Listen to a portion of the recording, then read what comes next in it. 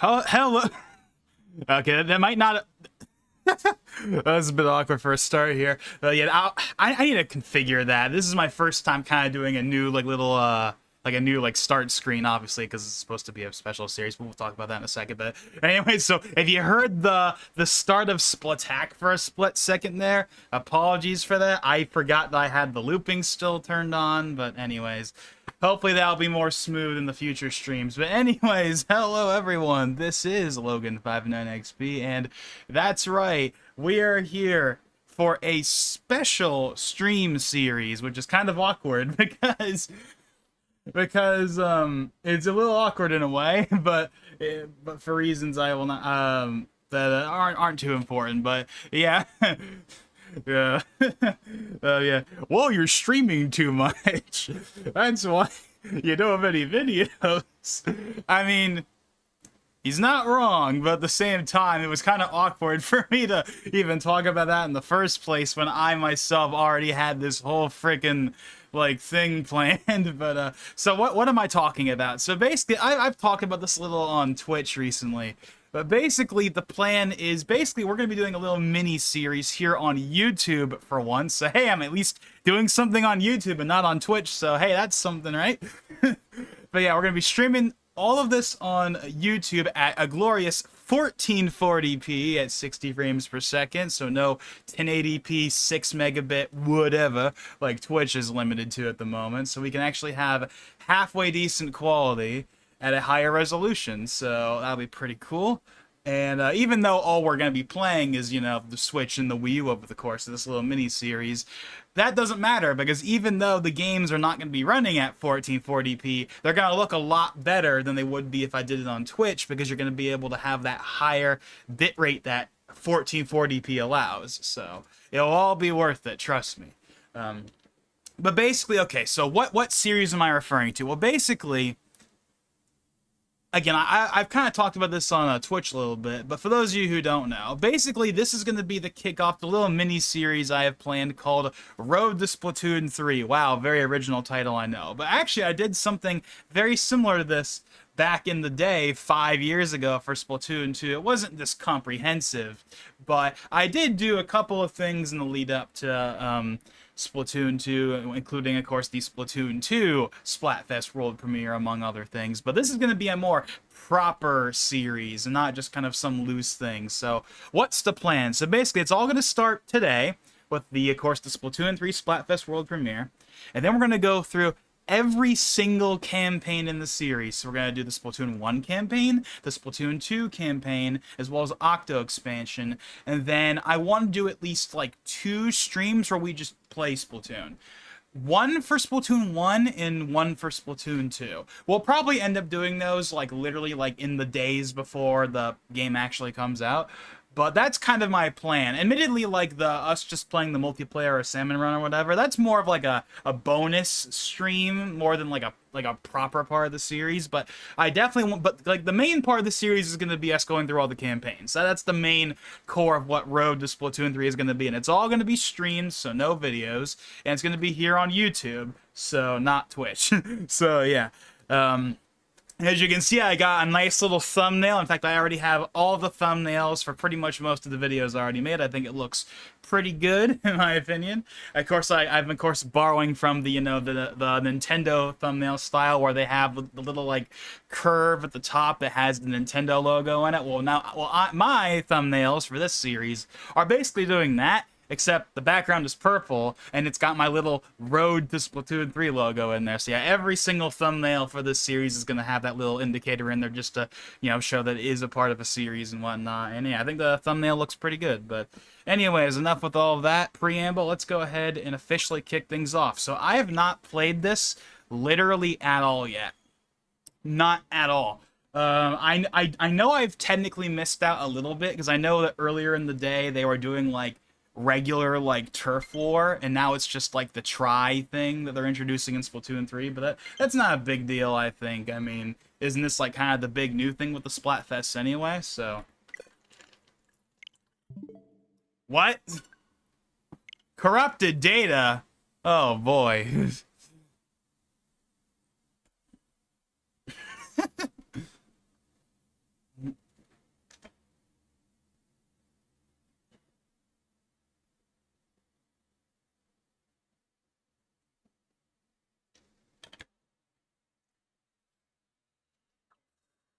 This may take a few minutes. It's not going to take a few minutes. Look, it's like practically already done at the rate it's going.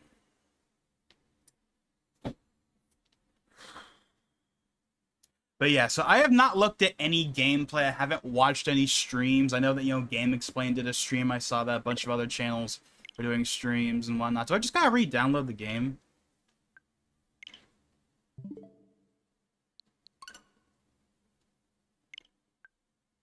It's not a big deal if we have to, because it probably won't take that long. But that's a little awkward of a start right there. First we had little like intro part kind of getting flubbed. But now we have to re-download the demo. It's not a big deal. It won't take that long. Then again, I know that, like, even though I do have a wired connection right now, my internet is really fast. It goes up to, like, 500 megs. So downloading games is fairly quick, especially, like, the smaller ones. And I'm pretty sure the demo is, like, only, like, a gig or two. So, like, in theory, this could be done, like, in seconds. But I know that, like, the Switch will, like, limit the hardware you get. Sorry, that will limit the speed you get, unfortunately.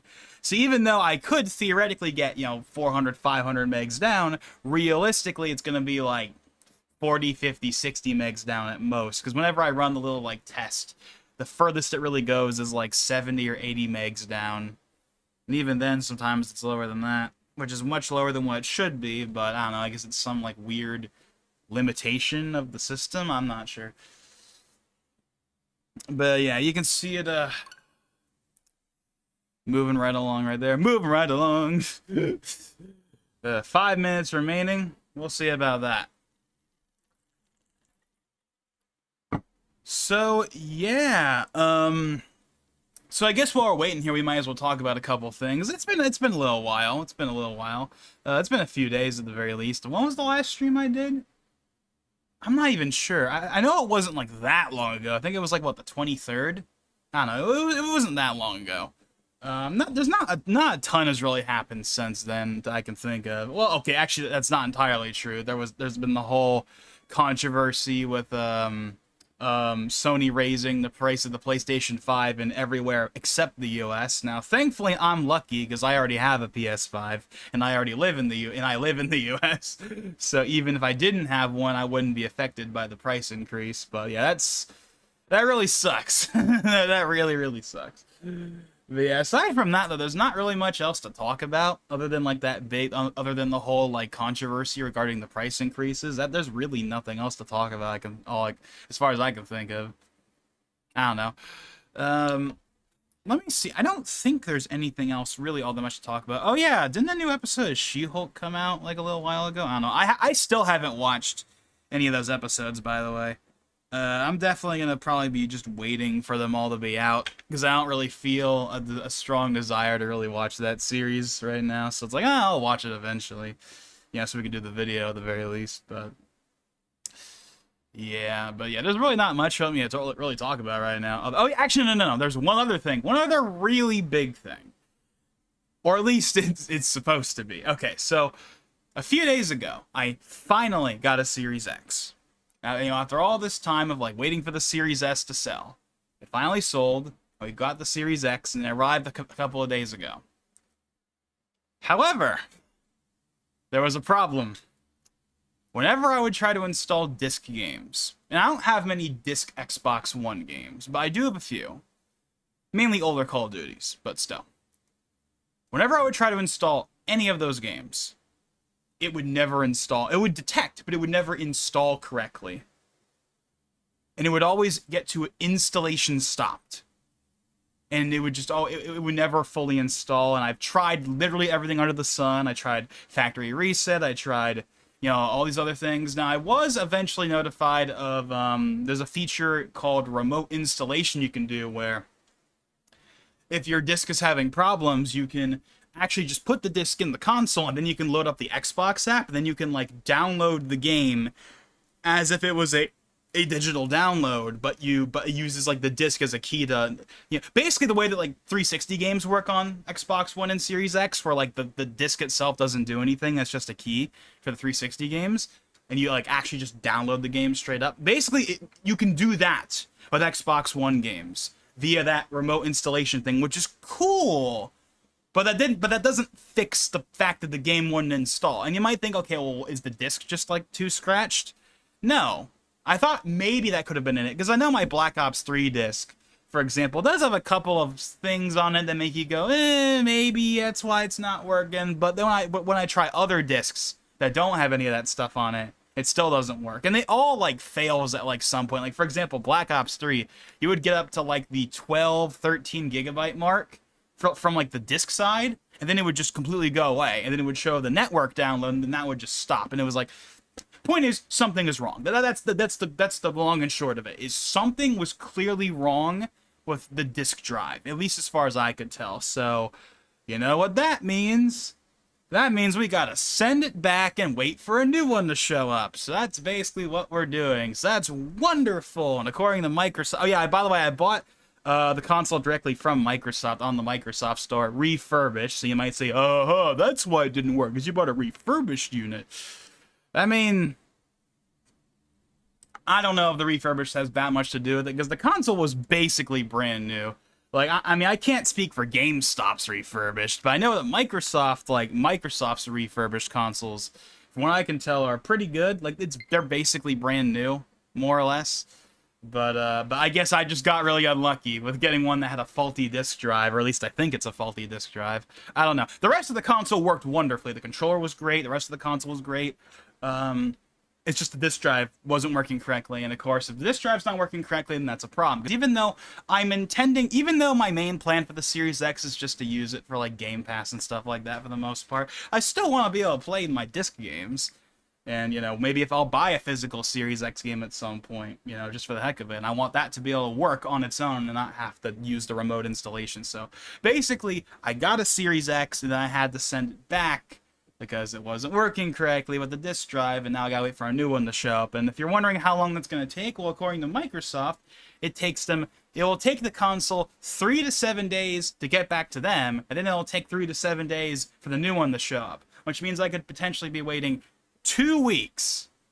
Now, hopefully it won't be that long, but in theory, it could take up to 2 weeks, which really, really sucks, but, you know, I'll survive.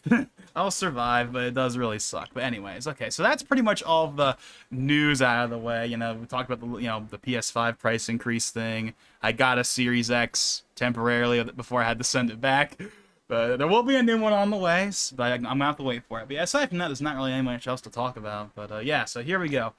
Okay, so this is cool. Okay, so one thing we knew about Splatoon 3 for a while now is that, okay, so for context, the first 2 Splatoon games were locked. Basically, if you bought the American version of the game, you were locked into the American Splatfests. Same for Europe, same for Japan.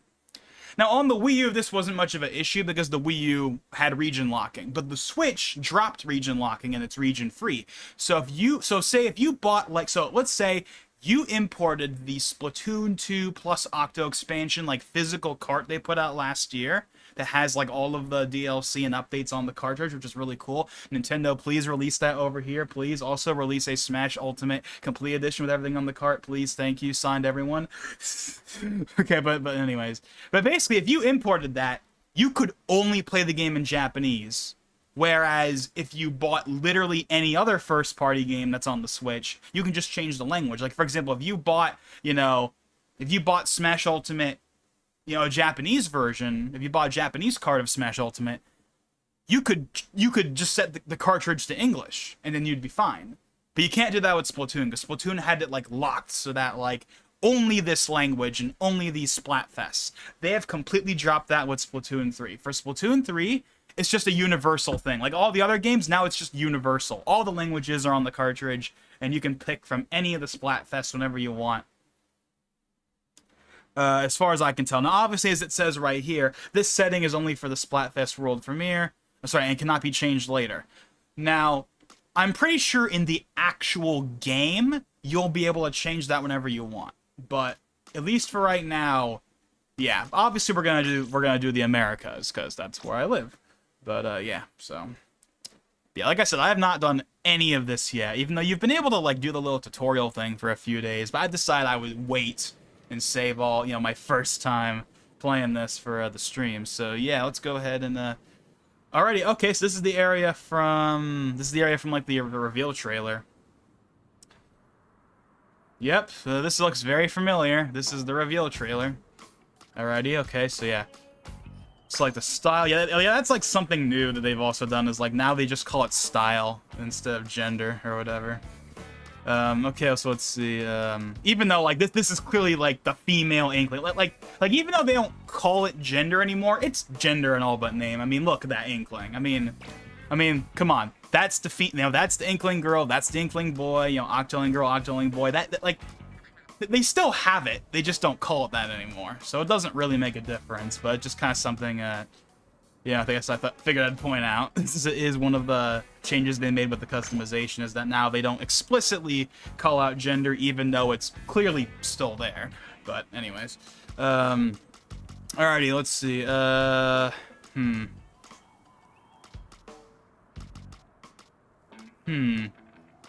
guess we'll go with that one.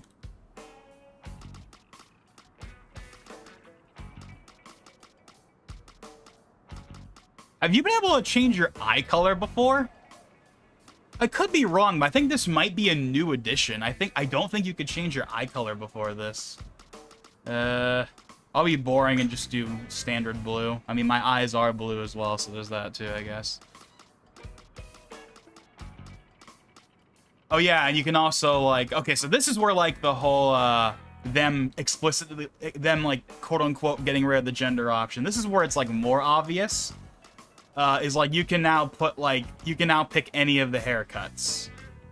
Like it doesn't matter, so or whatever. So we got of course our classic, you have the classic Inkling girl, you know, haircut, classic Inkling boy haircut. We got the Splatoon 1 and 2. So the Splatoon 2 defaults. We got some new ones in here.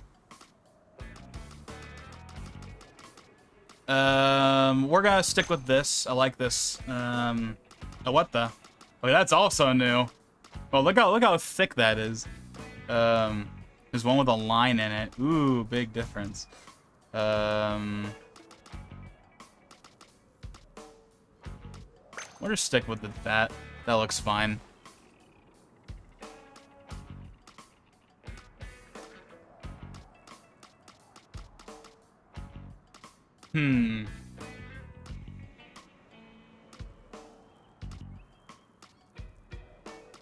Why are there 3 dots on that? Why is there 3 dots on this? That's like weird. What do I use in Splatoon 2 right now? I kind of don't really pay attention. I think I just use like the regular leggings right now.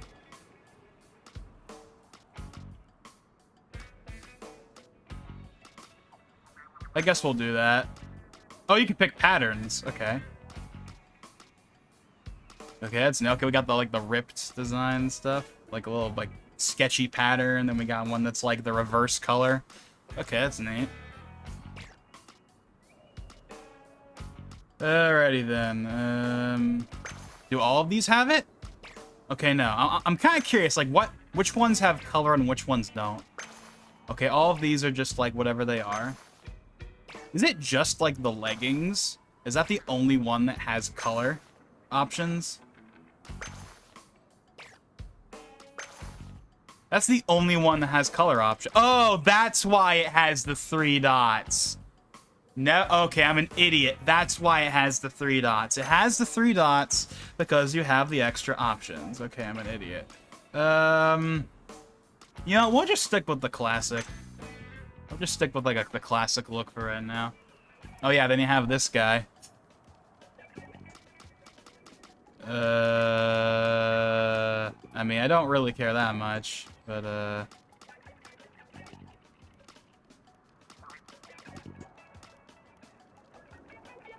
guess we'll go with that one.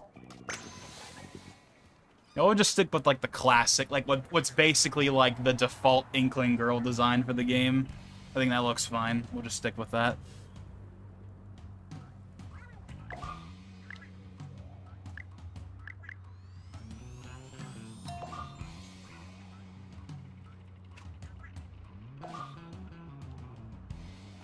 Okay, so I'm looking. Okay, so one thing I'm trying to deduce right now is whether or not the game has FSR, because apparently people discovered it through like a not data mining, but they found that apparently there are references to FSR 1.0, not 2.0 unfortunately, but like 1.0 in like the code for the demo.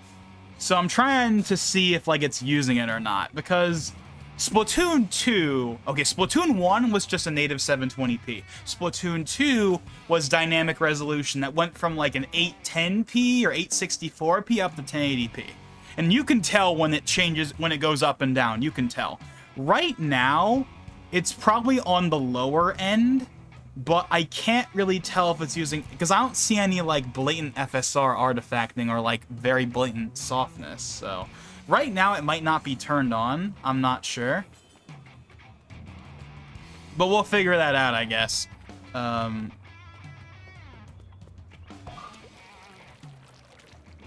Yes, I know how to play this game. I've been playing Splatoon literally since the first game came out, literally since day one. I think I know how to play this game.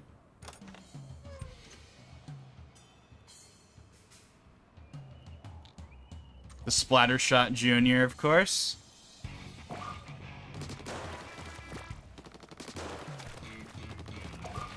Now, it's kind of unfortunate is I remember like when Splatoon 3 was first announced last year, one of the reasons I was excited for it was because, hey, this is gonna be the first Splatoon game to be optimized for the then upcoming Switch Pro, man. It'll be awesome to be able to play Splatoon 3 at like an upscaled like 1440p with DLSS or whatever the hell they were gonna do with that. And yet, obviously that entire idea aged like milk. Because that would have been like one of the big things for me was, hey, Splatoon 3 is not only a new game, but it's also going to run better because it's going to be optimized for the Switch Pro. Because obviously the Switch Pro is going to be out by 2022. Man, that aged like milk. But I wish that was the case. I wish that was the case, but, you know, it is what it is. Everyone's accepted at this point that the Switch Pro is long dead. Then that we're going to be going from the Switch to the Switch 2. Yeah, Switch 2 late 2024 is my prediction with that, but because, you know, that'll be 7 years since the original Switch came out. That'll be a good time to put out, you know, a successor, like the next gen system, never mind a Pro. Alright then, so yeah, all that standard stuff right there. Okay, this is from the trailer, of course.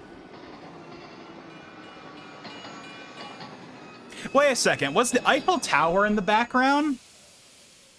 Did I not see the Eiffel Tower? I probably wasn't looking for it, but yeah, because like remember in the first trailer there was like the Eiffel Tower in the background. I'm not sure if that's actually there or not. I wasn't paying attention. It might be, I'm not sure.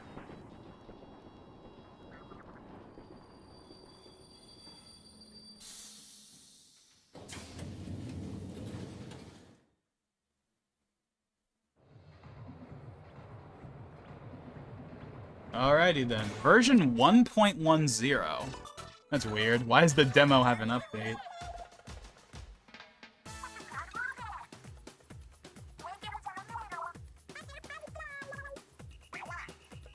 Okay, so this is 1080p. What we're looking at right now is 1080p. The UI is 1080p.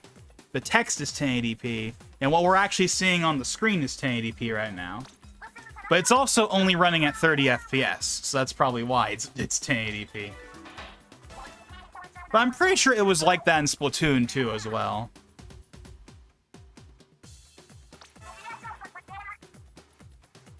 I don't think the text was native 1080p though in Splatoon 2. I think it was like 900p upscaled. This definitely looks sharper. Like the text looks sharper than it was in Splatoon 2, so that's cool.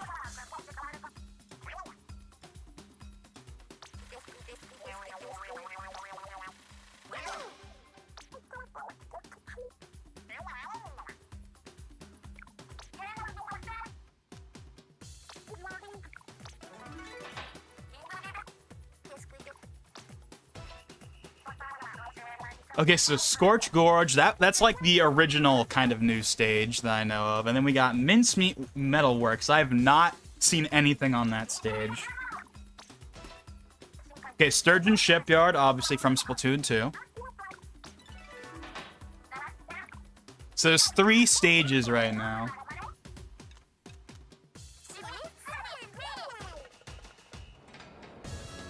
Alrighty, okay, so I have not looked at any, like, videos or anything, really. The last thing I really paid attention to was just the Splatoon 3 Direct when that happened, so I have not gotten the chance to, like, really look around Splatsville at all. Dad left me at Target. It wouldn't be Splatoon without, like, random posts like that. I'm using tilt controls. Go Team Rock. Da-da-da-da. Various little drawings. Oh, we got Fox up there. If you're reading this, I love men. Let's see what else is there. Okay, we got that. We got our message box that I've never really used. I think I used it a couple of times. You know, back like the old Miiverse thing from Splatoon 1. I think I used that a couple of times. Never used it in Splatoon 2 whatsoever, and I can't imagine that'll be any different now. Team Paper. I think most of these are basically just talking about what team they're on. Team Scissors. Yes. To be fair, I can tell that drawing is scissors, but it also looks like something else. I'm lost in McDonald's. Let's see. This area is pretty big. I think I remember... Sus. We gotta have the obligatory Among Us. You gotta have that in there. Okay, this area is pretty big. Like, this is really big. Oh, that's a detailed drawing right there.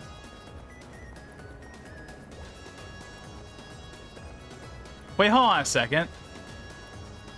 Isn't that like Artsy Omni? That's what he looks like.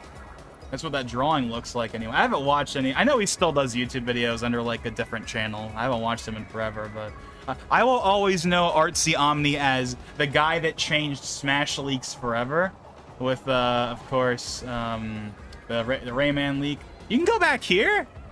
This area is definitely this is easily, without question, the biggest hub world in the series so far. Easily. Hey, look, it's the... I'm gonna give that a like. That's if you don't know what that is, that's a SpongeBob reference right there from like the Great Snail Race. It's okay. Take your time.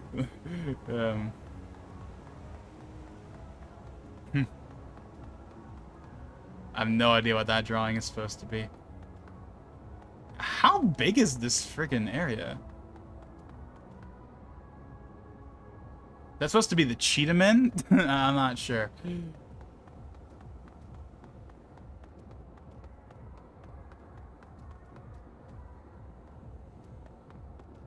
Yeah, this place is huge. This is like at least 2 to 3 times bigger than Inkopolis. Either of them, the plaza or the square. Is it Inkopolis Plaza and Inkopolis Square were about the same size? This is way bigger. Like, way bigger. Easily, not even close. That's pretty cool.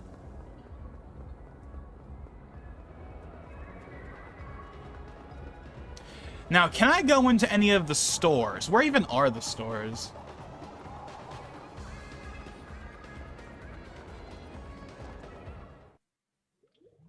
Okay, here's one.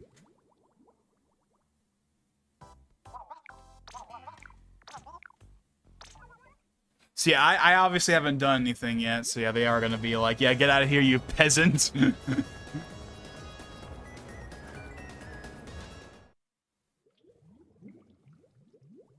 Whoa, that's weird, the loading thing on that.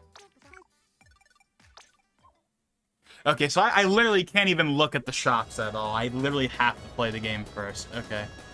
Go Team Rocket. Okay, so, oh yeah, wait, I didn't, wait, what the heck? Oh, that's Shiver, okay. Oh yeah, by the way, so for anyone that has not been paying attention, to be fair, I haven't. There was that whole, like, debate over, like, what Shiver was. Because in, like, the Direct, they never specifically said what Shiver was. Now it's confirmed what Shiver is. Shiver is just female, which is what I predicted was gonna happen. Like, I could understand why people would think that she was not female. I can understand why people would think that when they deliberately would not say she. They, like, went out of their way to not say she in the Direct, apparently, or whatever. But it's been confirmed. She's female, you know, she, her, whatever. So that's what I predicted was going to happen, which I think is totally fine. But, like, I don't know. But I definitely did see some people that were, like, adamant that, like, oh, she's totally non-binary. And I'm like, I mean, it's possible, but, like, I don't know. We'll see. And it's like, nope, she's not. So that's the end of that whole debate. Okay, so let's see. Rock, paper, scissors. Yeah, this is gonna be like the big new thing, I guess, with the Splatfest going forward. Is gonna be it's gonna be like now it's a 3-way instead of a 2-way. That's what I assume at least all of them are gonna be going forward. So yeah, rock, paper, scissors. I mean, I don't really care too much, but I kind of have a legal obligation to pick scissors. Half because it's red, half because, I don't know, I just kind of like the idea of going with scissors. You can't change it later. Well, you know what? We'll go with it. We'll go with that sucker. So I want to see what the menu looks like. Okay, so the menu is basically the Splatoon 2 menu. Yeah, this is basically just the Splatoon 2 menu. Which is fine. That menu is perfectly fine, but like it's just the Splatoon 2 menu with like the new visual style. Oh yeah, so yeah, the whole wait. What can I customize? Okay, so let's see. Motion control sensitivity. Motion controls on. Yes, I want that. Auto lock, lobby notifications, post display. Abilities, table turf rank. Oh yeah, there's that new card game, which I don't think is playable in this demo. Head to Hot Atlantis. And then of course we have Salmon Run down there. And then obviously we can't do anything else. The Crater. So the Crater I assume is the single player because it has like an Octo on it. I almost said Octoling, but no, it's not an Octoling. It's just like an Octo whatever. The Shoal, Grisco, obviously that's Salmon Run. Okay, so that menu, yeah, it's pretty standard menu. Nothing really to see with that. Then we have our whoa, wait, hold on. I can pick from all these different weapons? Whoa, okay. That's cool. Wait a second. Did they increase the polygon count? The arrow spray in Splatoon 2 does not look that good.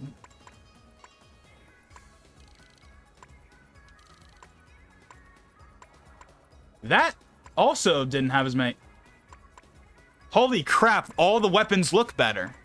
I mean, you might say, well, why wouldn't they? But the thing is, I was under the assumption that Splatoon 3 was going to look basically the same as Splatoon 2.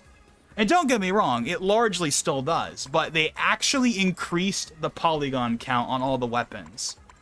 I mean, the weapons looked fine in Splatoon 2, but it's really nice to see that they did make them look better. I mean, I guess 5 years of, 5 years of the Switch being out helps with that, so they can, optimize for it more. Whereas, like, Splatoon 2 was like a launch, it wasn't a launch game, but it came out in, like, the launch year, it came out, like, what, July 2017? That was only a few months after the Switch was out. And Splatoon 1 was only like 2 years old when Splatoon 2 came out. Whereas like this game is coming out 5 years after too. So they had more time to, refine, the game, to refine the engine, tune it for the Switch more. So, and you can see that with the weapons, which is nice.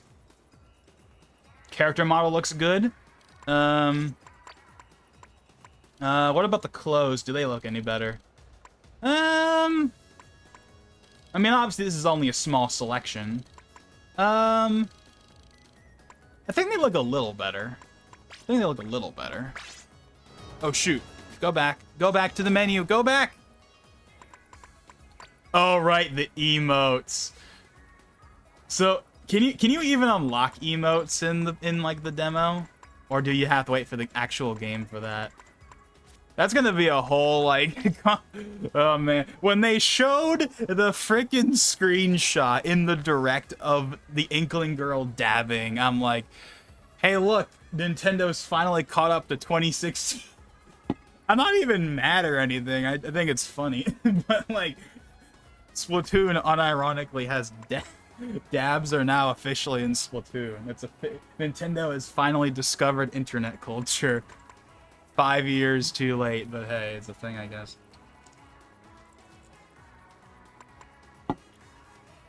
So yeah, that's just the default one. Looks nice. I'm guessing the dab is only gonna be in the is locked behind the actual game. Is not in the demo. We'll see though. There's like these pair of boots that I've always used in these games, and I don't have them right now. They might not be in the demo. Actually, ironically, I think the default is what we're gonna stick with that. Obviously, we can't change that.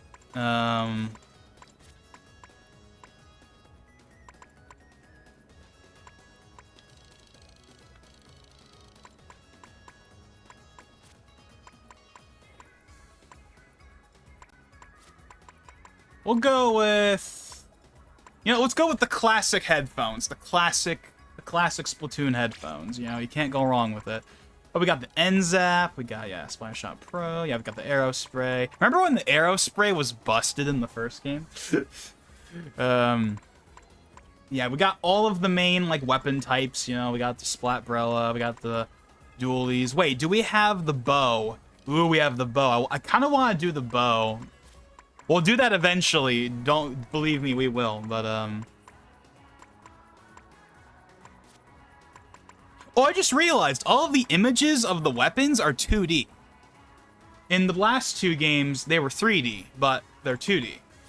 I mean, that's fine. Like, it looks fine, but like I'm just kind of pointing it out because it's different. Try Slosher. Now, why is it just like a square? We got the Splatoon 2, like, default dualies. They even got the Splatoon 2 color scheme still. You'll notice that, like, staples like the Splatter Shot have the Splatoon 3 color scheme, which is basically... It's like every Splatoon game has, like, a color scheme, right? The first game was blue and orange. The second game was pink and green. And this game is purple and yellow. So every game has their, like, distinct color scheme that they like to use for the menus and everything. Alrighty then. Okay, I'm just sitting here not playing the game. Okay, let's go ahead and... Oh,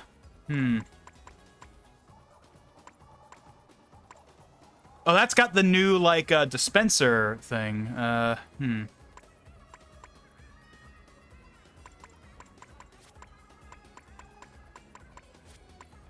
Yeah, let's go with the bow. Oh yeah, then there's the wiper.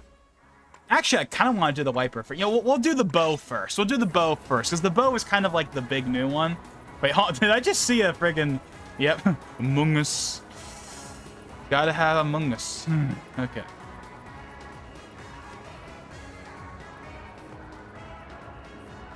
Wait, what? Okay. Wish Big Man was real. Yeah, apparently, like, yeah, that's his name, right? Big Man, who's, like, the big, like Stingray or whatever. Like, apparently he's like, a big, like, meme or whatever. I kind of already talked about my thoughts on, like, I've kind of already talked about my, like, kind of my thoughts on, like, the new idols, basically. The two female idols, I think, are alright. I like Shiver more than Frey, though. That's her name, right? Frey? I definitely like Shiver's design more, but overall, both of them are, like, whatever. And as for the Stingray, or whatever, I mean, he seems cool. I guess, I mean, there's a reason why people have kind of like been memeing on him, I guess, but I don't know. I'm still very much, you know, on, you know, the Squid Sisters being the best. You know, Pearl and Marina, they're all right, but, you know, I'm definitely on Team Cal. Like, if they ever did, like, I know, like, people, I think, were, like, expecting a, like, Callie and Marie versus, like, Pearl and Marina. Like, they were expecting, like, that to happen in Splatoon 2, and that never happened. We, of course, had, like, the big final Splatfest, which was Pearl versus Marina. But we never got, like, a Squid Sisters versus Off the Hook one, unfortunately. I think that would have been cool. You can definitely tell what team I would have been on. And actually, hold on. They might be able to do that for this game. Because notice how there's 3, right? The Splatfests in this game are 3. So we could have Squid Sisters versus Off the Hook versus whatever the heck the new guys, like, thing is called. I don't know what the name of the new groups thing is. I don't remember. But like they could fix that missed opportunity from 2 and do it for all 3 of them in 3. Okay, so obviously this is the testing area. Okay, let's see.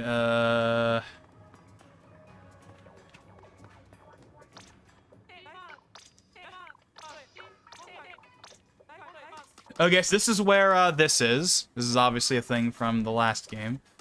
Okay, cool. Obviously, I don't have anything, so I can't use it. Okay, so I mentioned this when the direct happened, but this UI right here, it just screams Octo expansion. You can tell that they were like, oh yeah, people like the look of Octo expansion. Let's do more of that.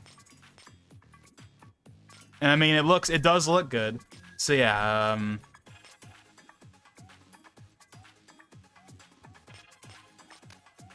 clean up. What's clean up? Oh, I'm guessing that, like, just get... Okay, I think that's literally what it says it is. Wait a second. Is there a message option? Am I crazy? Do I see a message option? Is that what I think it is? Is that literally what I think it is, or is it something else? Because I'm seeing that, and I'm like, wait. Don't tell me that we actually have a Nintendo game where you can send messages. That's probably not what that is, but we can't access it in the demo anyway. Okay, we've been streaming for 45 minutes, and I have not done a single match, so apologies, but let's go ahead and jump into this sucker. Oh, okay, so now... Oh, okay, this is cool. This is different.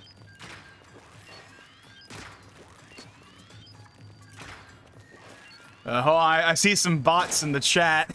69mega.com, new AI dating for all tastes and ages, with a bunch of random emojis. Oh, man. Alrighty then, here we go. So, 45 minutes and we're actually getting into our first match.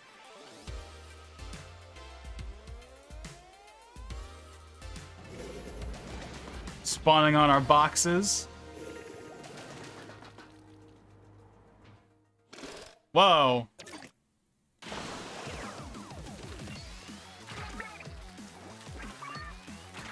This reminds me of Sturgeon Shipyard. I mean, then again, it is kind of like in a similar location. Okay, so you can do like quick little bursts like that. Okay, so in terms of resolution, I think it's running at... I think it might actually be running at native resolution. It looks really crisp right now. Now I'm playing this on a 4K monitor, by the way, so it has to upscale, you know, from 1080 to 4K. But it looks really good right now. I mean, Splatoon 2 looks great on this monitor, but this game looks even better, I think.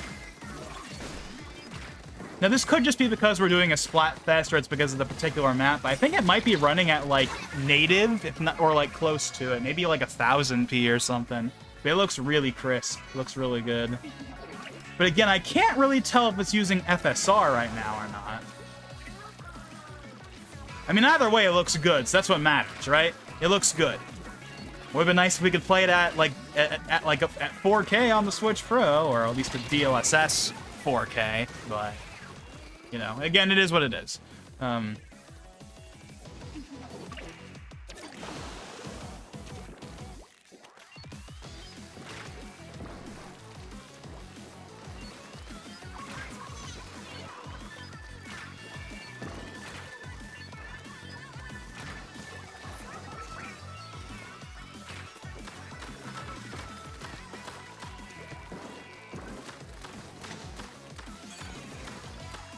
Okay, so is this a new one? What's this?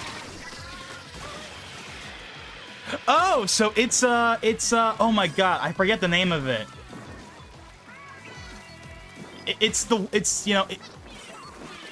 I don't remember the names of all the specials, so apologies, but I know that's basically like the special that fires the giant ink cannon, but it's like a bunch of tiny ones. That's what that is, basically.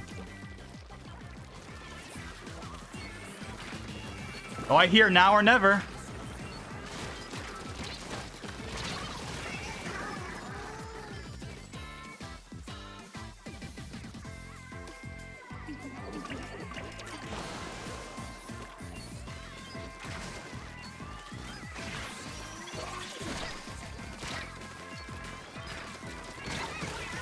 Yeah, I'm not sure if any music has leaked or not, but I'm hoping that the music in Splatoon 3 is more like Splatoon 1.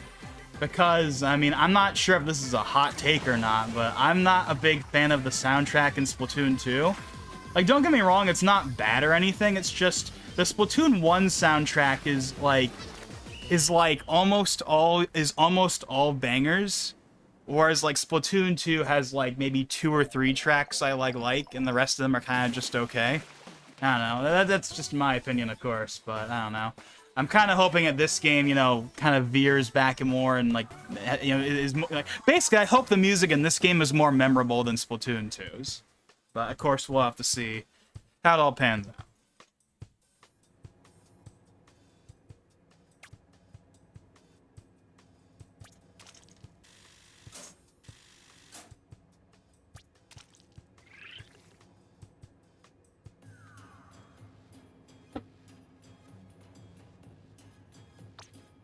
I just realized something. So in the first 2 games, when you would max out your rank, it would say like, oh, you're a insert thing like fangirl or fanboy or king or queen or whatever. I'm guessing because they technically got rid of the gender option that they're not going to call it that anymore. I don't know though. They'll probably have some other name for it. Yeah, obviously Logan 5 at 9 XP. Why would I not want to call myself that? Wait a second. Was that the Discord numbers? What? Okay, they're not literally that, obviously, but okay, so I can literally do it. I don't even have to. So I don't even have to go in the thing till I go to the menu. Okay. Okay, so let's change to something more familiar. Let's change to.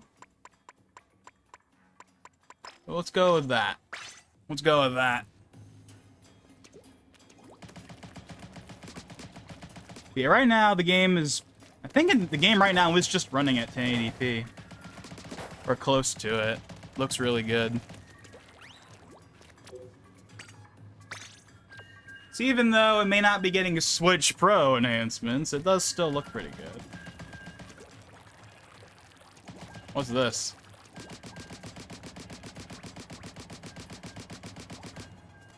What? Current copy machine.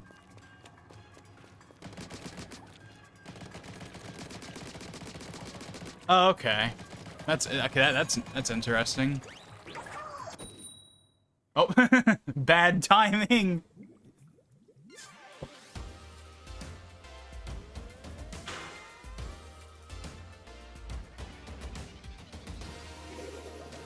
Splat landing in youth.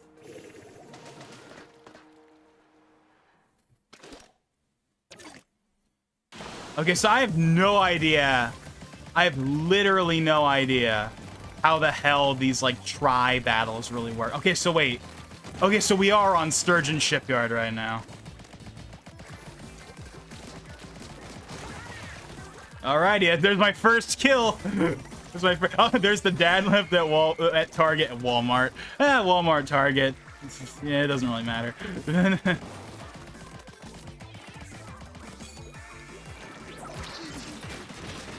Oh, this is the robot! Okay, cool. And you can, like, roll up in it. So this is basically, what's the name of the, Diva. This is basically, like, Diva, I think. Isn't that basically what that is? Isn't that, like, Diva? I don't know. Like, I've barely played Overwatch, so excuse my lack of... there's a character in Overwatch where you can, like, turn into a ball and roll around, and you can, like, fire similarly to that. I think it's D.Va, but I might also be thinking about the hamster character they added a while back. I don't know. Again, I don't play Overwatch. They got Overwatch 2 coming out. Is it going to be free to play? I forget if it's going to be free to play or not. If it's free to play, then I might give it I'll probably give it a shot at least once.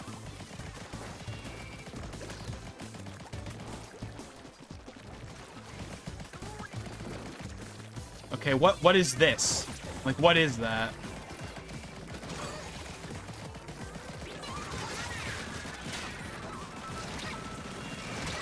Ah!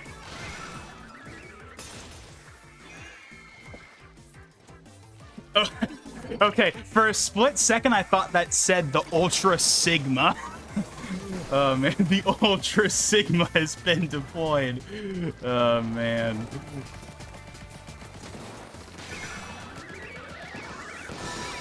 What is the Ultra Signal? I don't know what any of this is. I'm completely just... I have no idea what's happening right now. I'm just shooting at people. Okay, now what I can see is there's a percentage marker, and you obviously want to have the highest percent. But this isn't Turf War. Well, actually, no, because Turf War... No, because Splatfests are Turf War.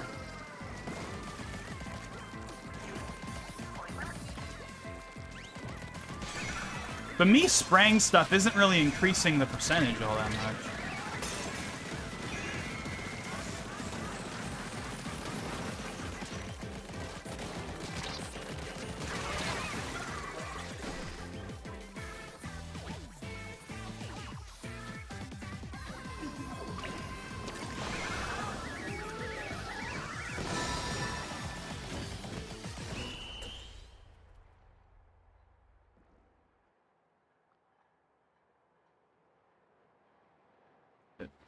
Okay, I'm not sure what the weight on that was. Yeah, we got destroyed probably, right?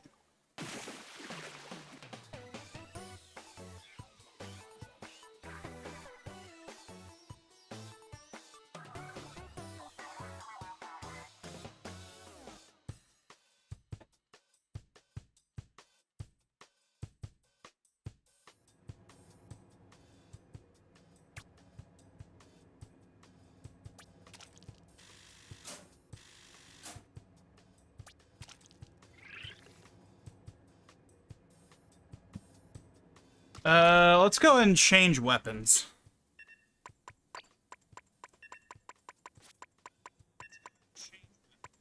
Let's try the wiper. I haven't done that yet.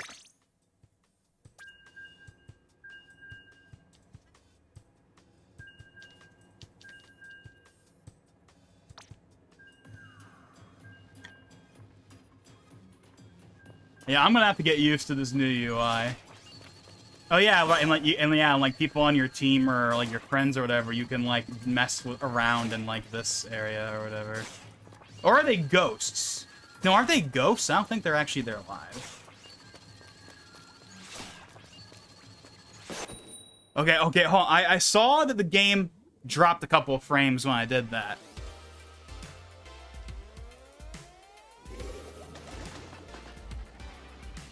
Okay, so now we're on, like, the map, basically, of this game, right? Like, every Splatoon game has, like, the map. Like, the first game was Ocean Underpass. Splatoon 2's wasn't as definitive, but it was basically the reef, as far as I could tell. And then this game's, like, the map is this one. Or at least, that's how I think of it.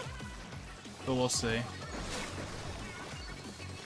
We're out in the desert, which is the new location for Splatoon. That's something I think is cool about, like, having a new setting that's not just Inkopolis, is that we get to have, like, more varied locations that aren't just in the city.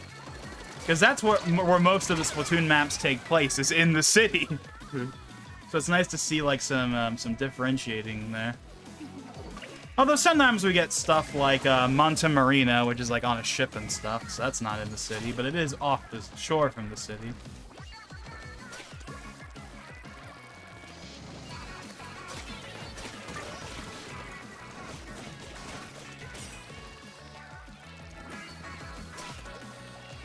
Okay, so right now it's just a regular map. Okay, so I can actually...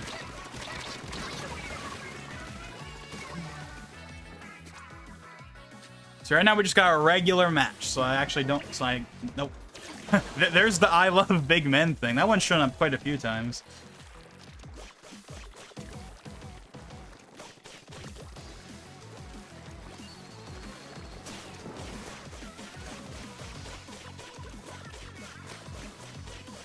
How far is the range on this?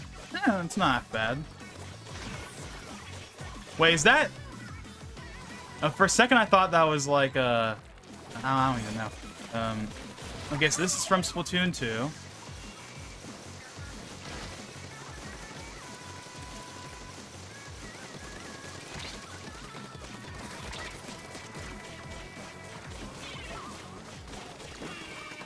Oh my god, I almost fell off. Ah, dang it.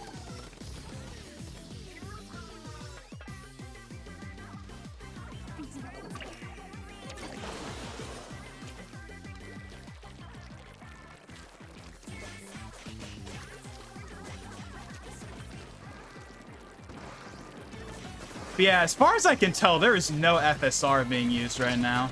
Then again, I'm pretty sure Switch Sports didn't actually use it, even though it supposedly did. Because Digital Foundry didn't mention it when they did their analysis for it, so I get... But Switch Sports definitely looks softer than this. This is a lot sharper than Switch Sports, which is why I think that this... Like, Switch Sports, maybe it does use it, maybe it doesn't, but this game I'm pretty sure doesn't use it. Because it doesn't look like it.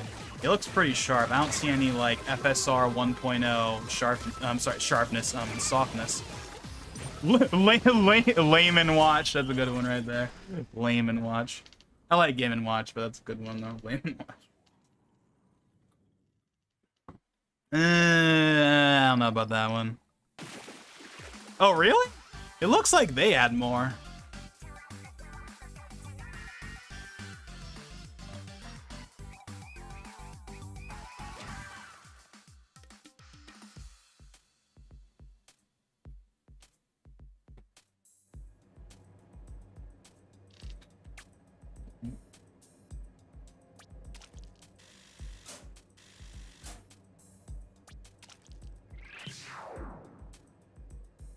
My level has not gone up at all yet. I wonder why it hasn't. Like, I've not ranked up at all. Been no progress. So, I actually have a Splatoon 2 Pro Controller, but I'm not using it right now. I'm using my Smash Ultimate one, and you wanna know why? It's because of the D-pad. Like, the whole problem of, like, the early Switch Pro controllers having, like, the kind of messed up D-pad that was fixed with, like, the Smash Ultimate controller onwards. That's the main reason I don't use it. It's because of the D-pad. Now, of course, there's a Splatoon 3 controller out, and I would like to get that, but at the same time, like, I have no reason to buy any more Pro controllers. Hell, I only really use the one, as is. Ah, this is a communication error.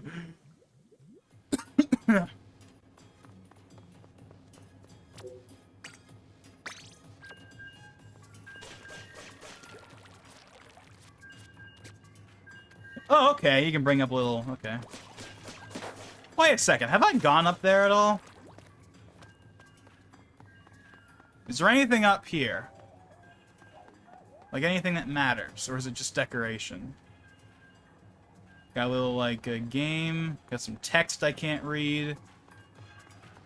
Okay, so it's just decoration. I wanted to see if there was, like, actually something up there.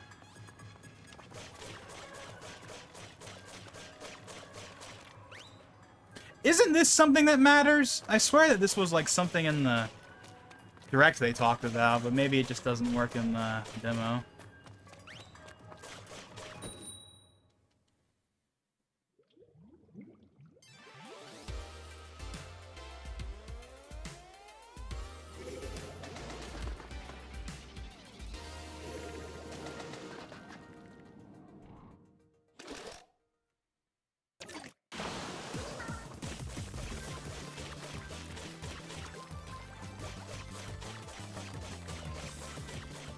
there it is again. I don't know why, but it just stands out so much compared to a lot of the others. Maybe it's because there's no artwork in it. A lot of the other, like, posts have, like, a drawing of something, whereas that one's just nice, big, bold letters, I love big men. So that's why it stands out. Okay, so I've been down here the entire time. Let's go over here.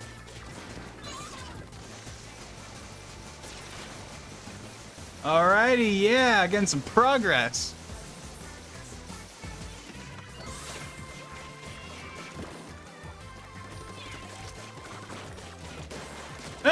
Yes! I think that's a shiver drawing. Yeah, I like this weapon so far. I'm liking this weapon. The bow is a cool weapon, I just suck at using it, and it's not really my play style, but this I can work with. It's pretty straightforward, just hit the button, and they're gone. I'm still not really sure how this works. I know they talked about it, and apparently people were talking about how it's gonna be busted or something, and I have, like, no idea. I know that, like, yeah, like, what is it? Does it refill ink? I think it's ink canisters. Oh, there it is again.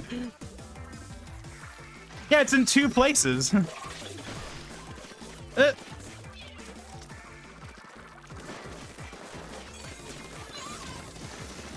Yeah. Oh, sweet! I didn't even realize there was someone else there.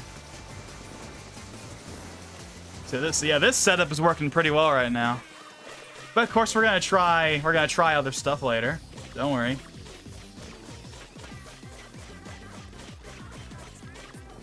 Rocks help break windows for looting.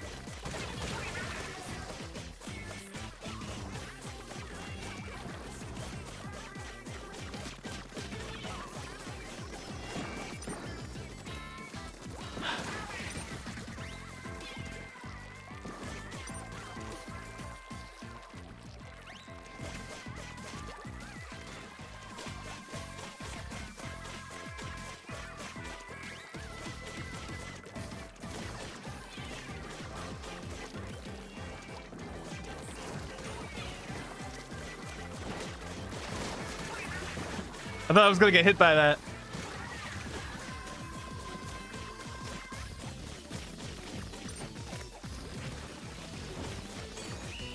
Okay, I think we won that one. Yeah, we won that one easily.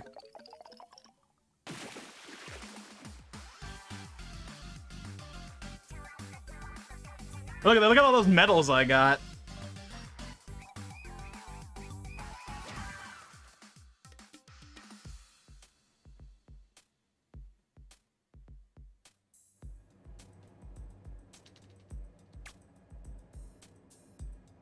Come on, let me level up stuff. Come on. I'm pretty sure you could level up stuff in the Splatoon 2, like, Splatfest test thing. Okay.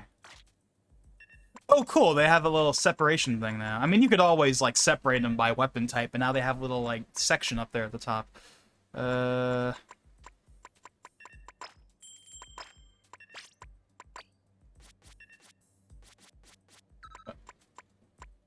Oh yeah, let's try out that new thing. That, like, ink dispenser or whatever it is. Yeah, let's try that out. Okay, so you wanna know what's funny? I have heard a lot of people talk about communication errors in the Splatoon games, and I have never really had that problem. I've had it happen in Mario Kart. I have not had it happen in Splatoon. Splatoon has been pretty solid as far as connections go for me, so I don't really know. I guess I've been lucky. The only Nintendo game where the online has been an issue is, well, the one that's most infamous, Smash. But Mario Kart and Splatoon have been pretty solid for me. I haven't really had any issues with the online for those games. It's only really been, you know, Smash's infamous online that's really given me any issue. And it's kind of funny, because this is something I've been kind of saying for a while now, but the problem is not necessarily that the Switch's online is bad, it's that Smash's online is bad. That's where most of the reputation for the online comes from. I mean, yes, like I said, Mario Kart and Splatoon, I've definitely seen people talk about that, but the number one, like 90% of the complaints are just Smash's online. Like, Smash's infamous online is dragging down the reputation of the entirety of Switch's online, like, a ton. Even if most of the games actually run okay, it's really just Smash that's the problem.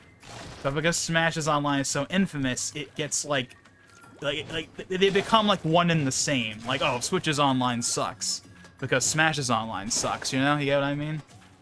I mean, don't get me wrong, the Switch Online as a service is nothing amazing. I mean, it's still lacking a lot of features, but what I'm trying to get at is the actual, like, online stability part of the online, it's only really a problem with Smash. If Smash's online was way better, then I think, like, at least half of the complaints with Switch Online as a service would go away. If the online for Smash was better. I mean, hopefully I'll be better in the next game, but who knows. But with more and more games getting rollback, I mean, Nick All-Stars has rollback, Multiverses has rollback.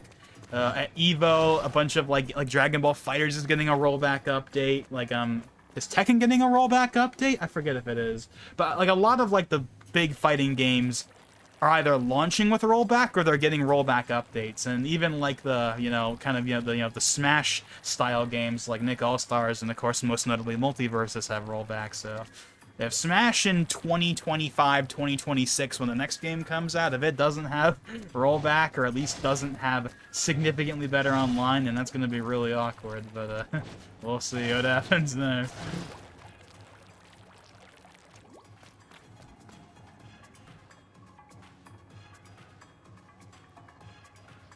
Wait a second, is that who I think it is?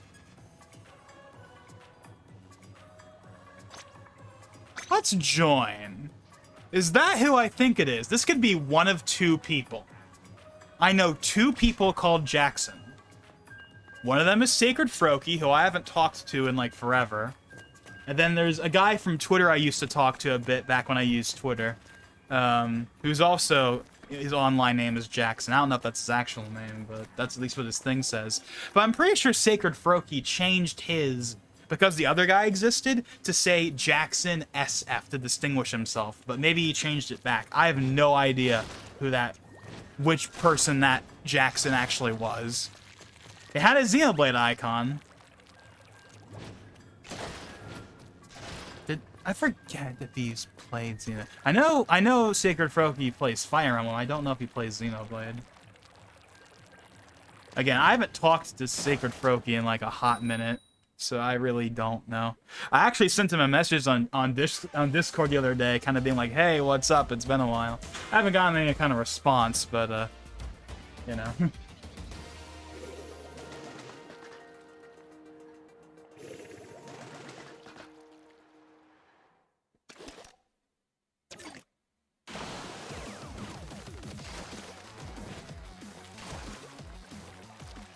Okay, so now we have the thing I don't understand. We have this whole thing. I mean, you'd think it'd be as simple as just it's just the regular turf battle, except there's 3. But I don't think that's actually how it works, because they have that ultra signal thing that I don't understand.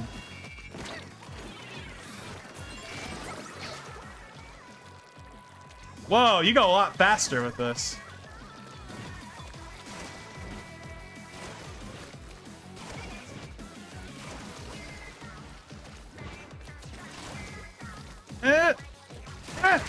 Yeah.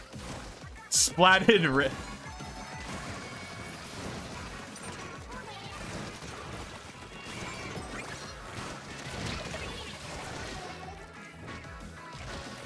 Okay, so far we're doing all right. Oh, dang it. Okay, at least I got him now.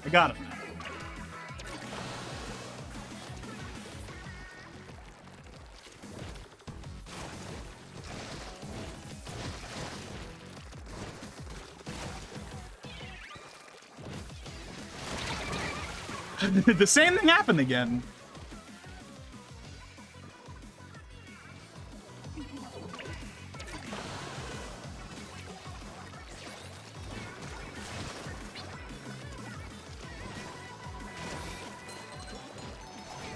Oh, we got a little jingle. Okay.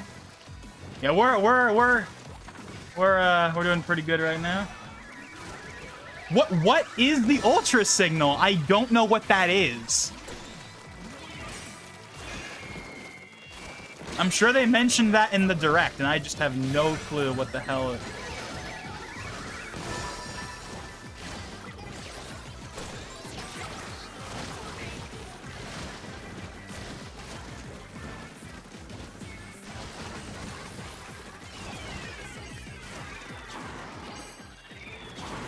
Oh, dang it! Okay, that was a small one. That was a small one.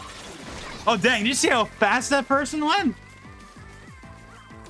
I just, like, slid across the stage right there. Alright, I forget. I always forget I can do this.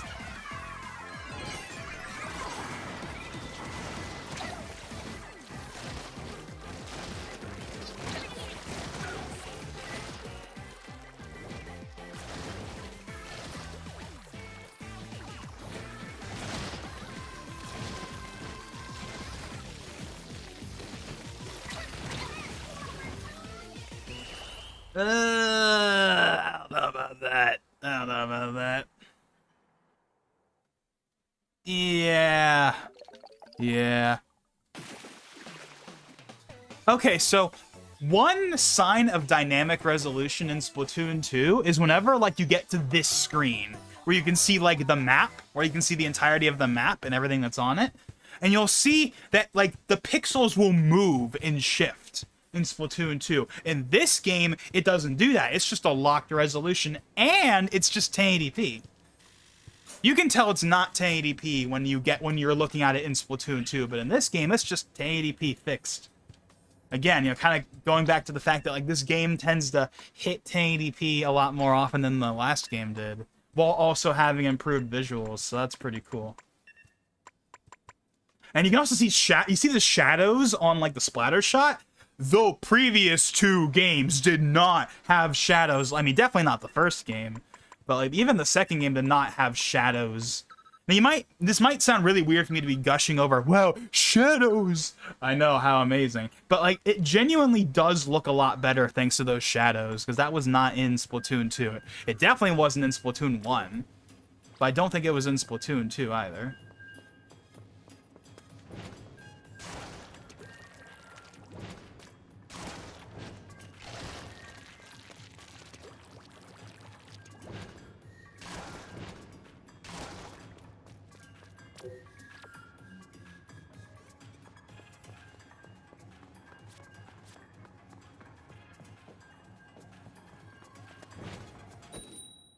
Alrighty then.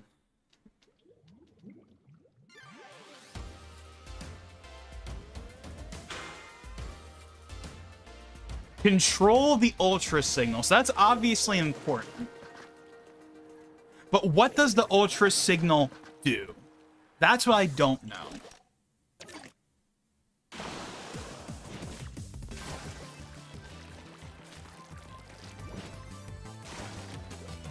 Okay, I'm trying to... Look, there's the McDonald's one.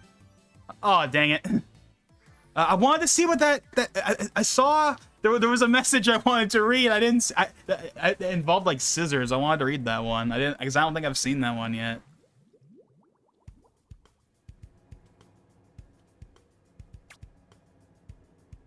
Yeah, look how crisp the UI is in this game. Again, like, the entire UI is just 1080p. Like, the first game's UI was 720p, because the game was 720p. It was on the Wii U, after all. The Wii U had, like, one 1080p game that was notable, and that was Smash Wii U. Smash Wii U was 1080p 60. It was the only first-party game that ran at 1080p 60, and it looked great.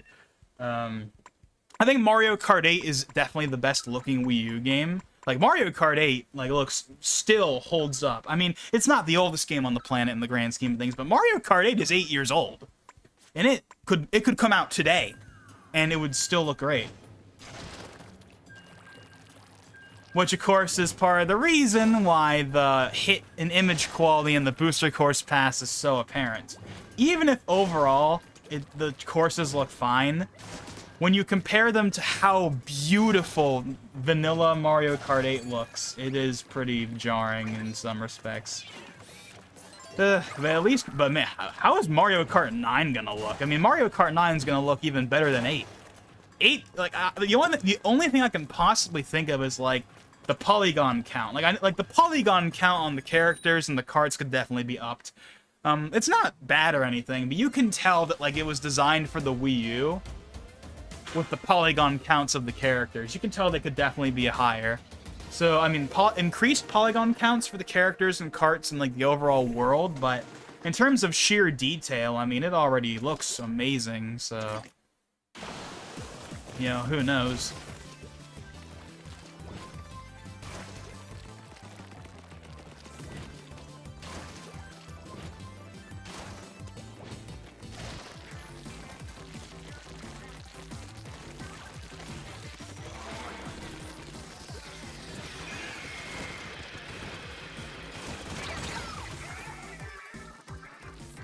Well, at least I got a kill. You know, it doesn't really matter too much. I mean, it matters, obviously, but it's not like the end-all be-all in a game like Splatoon. I got the same guy again.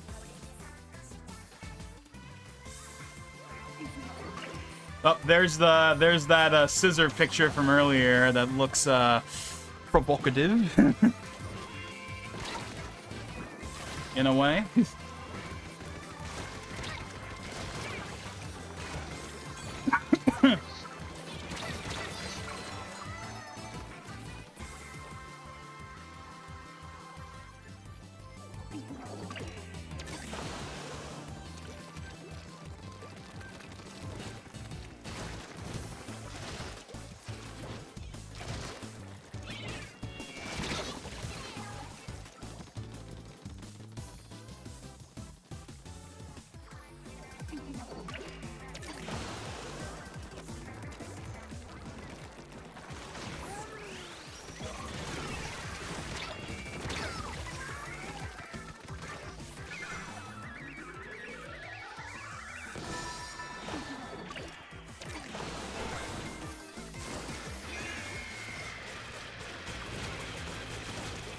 How come we can never grab the Ultra Signal? Or is only the opposing teams allowed to grab it? Because we're kind of like the home team right now, because we have 4 and everyone else has 2. So I'm guessing we defend it, and they're the ones that have to grab it. And I haven't reached the point where I can grab it, because I'm on the red team.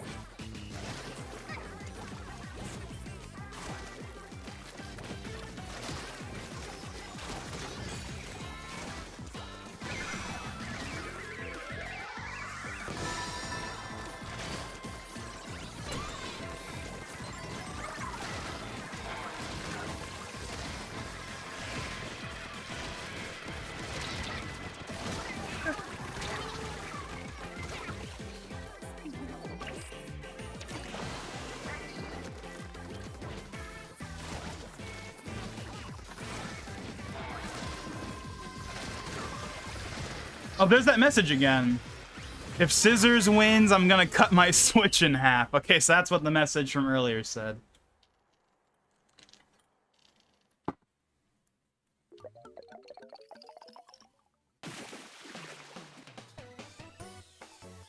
I just noticed, why is Little Judd spiky? He wasn't spiky in the last game. It doesn't matter, it's just a thing I've noticed.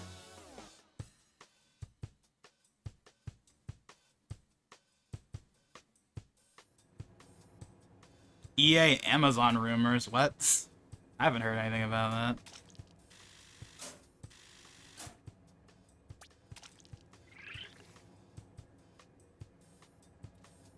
Then again, there's always a rumor for some kind of acquisition, because that seems to be like the big thing people like to talk about is who's gonna buy X company next? Like, who is Microsoft? Who is Sony gonna buy? Who's friggin' Tencent gonna buy? Like, that's like the big conversation right now, right? Is acquisitions, because, you know, Microsoft bought Bethesda, Microsoft's in the process of buying Activision, then we got, you know, Sony bought Bungie and stuff like that, even though that's not obviously as big as the other two, but you know, like, and then Embracer Group is buying, like, all of Square's Western stuff, like Tomb Raider and Deus Ex, and, like, You know, that seems to be the name of the game right now. You know, it happened with TV shows and movies with stuff like, you know, Comcast buying NBC Universal, you know, AT&T, and now Discovery buying Warner Bros. And of course the classic of, you know, Disney buys Fox.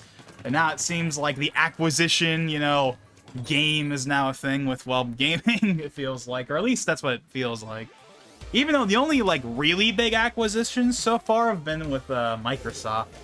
You know, Bungie's not nothing, but Bethesda is bigger than Bungie, and Activision Blizzard is definitely bigger than Bungie. So Microsoft's been the main company with, like, you know, with the acquisitions so far. Sony's dipped their toe in every now and then, but most of their acquisitions have been smaller studios or just making studios that were basically first party already, officially first party. Like, for example, when in 2019, Sony bought Insomniac. Like, Insomniac has been a first party developer for, like, years. So, like, them buying Insomniac didn't mean anything. Or when, like, last year, Nintendo bought Next Level Games.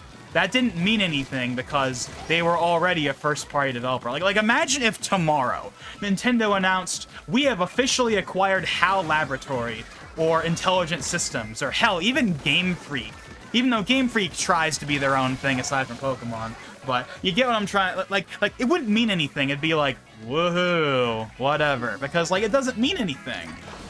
Acquisitions are a big deal when they mean something. But ceremonial acquisitions that don't change anything, like Insomniac being acquired by Sony, or Nintendo buying Next Level Games, I mean, sure, they happen, and, you know, that's cool or whatever, but, like, they don't mean anything. Because they were already first-party studios or second-party studios. Like, they already were basically, you know, PlayStation and Nintendo studios, respectively. So, like Intelligent Systems and HAL Laboratories have only made games for Nintendo consoles. They've been Nintendo developers for, like, 30 years.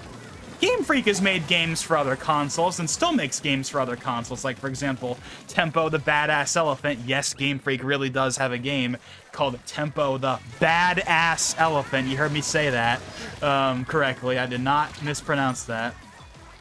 Like, that came out on PS4 and Xbox One.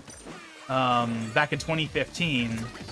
And then, of course, there's Little Town Hero, which came out on, I think it came out on Xbox, but I know it came out on Switch, PS4, and I think PC as well. So, like, Game Freak, you know, they do other things that aren't just Pokemon.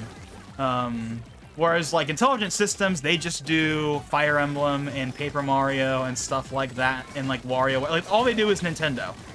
And then, like, HAL Laboratory, you know, Kirby, right? Like, HAL Laboratory is the Kirby studio. They have their little spin-offs, but everything they do is Nintendo exclusive, with Kirby, of course, being their main thing, which is obviously Nintendo exclusive. So, yeah. So, yeah, little ceremonial stuff like Insomniac or Next Level Games being acquired, that doesn't really matter.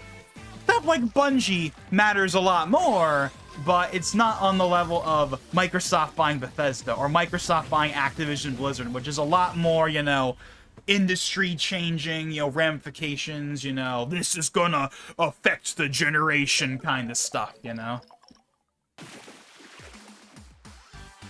And one thing I've always found weird is whenever, like, a big new acquisition happens, the first thing everyone immediately asks themselves is X game going to be exclusive to X platform? So, like, Sony bought Bungie.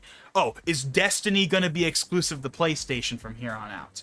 Or Microsoft buying Bethesda. Is, you know, the next Fallout, Doom, Elder Scrolls, is all that stuff going to be exclusive to Xbox and PC and not on PlayStation? And that's been a question every single time.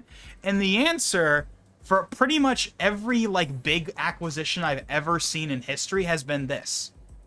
Yes, it doesn't matter what anyone says. At the end of the day, it will be exclusive. For example, there was this whole debate where like Phil Spencer was like skirting around the issue of will the next Fallout or the next Elder Scrolls, like, will Elder Scrolls 6, will Starfield be on PS5? Like he would keep skirting around the issue by saying we're like open to putting games on other platforms on a case-by-case basis, or some. There was like some like he was like trying to like say something without actually saying something. And then by the time the acquisition like fully went through, the answer was just, yeah, it's going to be exclusive from here on out. Like after our like, obligated titles, like, Deathloop was, a PS5 exclusive, Ghostwire Tokyo was a PS5 exclusive, and obviously updates for existing stuff like Fallout 76 and whatnot will continue for the foreseeable future. But after that point, after all of their legal obligations are fulfilled, exclusive. For example, Redfall, exclusive. Starfield, exclusive. Elder Scrolls 6, exclusive. Every single Bethesda thing going forward is confirmed to be exclusive. And I'm telling you right now, if you think for a single second that Call of Duty is not going to be exclusive to Xbox going forward after their legal obligations, you're crazy. Because here's the thing, and I said this for the Bethesda acquisition, and I'll say it for the Activision one. You don't spend billions of dollars to put your games on the competing platforms. That makes no sense. Why would Microsoft spend $70 billion, which is the price that, Disney bought Fox for back in 2017, 2019? Why would you spend all that money for nothing to change? Like what? Did they spend $70 billion to put the games on Game Pass? They could have done that without buying them. They could have just made a deal with Activision to put the games on Game Pass, like how they have the deal with Sega to have the Yakuza games, and also like Atlas, where they're gonna have all the Persona games on Xbox, on Game Pass, I should say. They could have just had a deal. They didn't need to buy the company and waste $70 billion to do that. So why would they spend $70 billion to keep Call of Duty on PlayStation? That's just throwing money away. Like, it makes no sense. And like I said, there was this whole, song and dance with the Bethesda acquisition, whether or not stuff was going to be exclusive. And at the end of the day, the answer was yes. It's going to happen with this one, because if Bethesda, Bethesda at the time, right, which was only a few years ago, that was, up until that point, the biggest acquisition in gaming history. It was like $4.5 billion, which was bigger than what Disney paid for Pixar and Lucasfilm and Marvel. Like, not combined, but like on their own. Like, they paid more for, it's kind of like crazy. Like, why would you spend all that money? Like, yeah, why would they spend $7 billion to not make the games exclusive? Then what would the point being in acquiring them? So, yeah, you get what I'm trying to get at. It's just, I don't know, like, all this debate over whether or not Call of Duty is going to be on PlayStation going forward, and there's the whole thing where, Sony's obviously, trying to fight to keep it on, the console. Microsoft is, talking about how, Call of Duty's actually not that big of a deal. Spoiler alert, it is actually that big of a deal. But, I mean, if you don't like Call of Duty, that's fine. Like, obviously, there's lots of people that don't like Call of Duty, but there's also a crap ton of people that do like Call of Duty. And if you think that Call of Duty won't sell consoles, then you are insane, because FIFA sells consoles. Like FIFA and Call of Duty are like the two classic, like, people will buy a console just to play these games and they will not play anything else. If you think that Microsoft is not going to take advantage of the fact that they're going to own Call of Duty by making it exclusive to Xbox and by promoting the hell out of it on Game Pass, you're insane. Like, yeah. Now, will Call of Duty go away on PlayStation immediately? Of course not. Like I said, there's legal obligations. And to Microsoft and Phil Spencer's credit, they did mention how they mentioned how they are going to be keeping Call of Duty on PlayStation through both their contractual obligations and the, quote, foreseeable future. So, now, whether or not that foreseeable future will actually happen, that is more, to be fair, for all the talk of how Microsoft wasn't all that transparent with the Bethesda acquisition, they definitely are being more transparent now. So I'm going to give them, props for that, I guess. But, with Bethesda, they were really skirting around the issue. With this one, they're like, no, it's gonna be on PlayStation for the foreseeable future. They just straight up said it, and they said, through our legal obligations, which means, you know, Modern Warfare 2 obviously is coming out, and then, like, the game after that, and then the game after that. But I imagine by 2026, it'll be exclusive. Now, by that point, we're going to be late in the generation, so it's not going to make a big difference as far as, you know, that aspect is concerned. But then again, Microsoft's, you know, big thing right now is Game Pass. I mean, they would like you to buy a console, but what they really want is Game Pass. They don't give a crap whether you're on Xbox One, on Xbox Series, on PC, on mobile with the cloud streaming. They do not give a darn. As long as you got that Game Pass subscription, they're happy. So, yeah.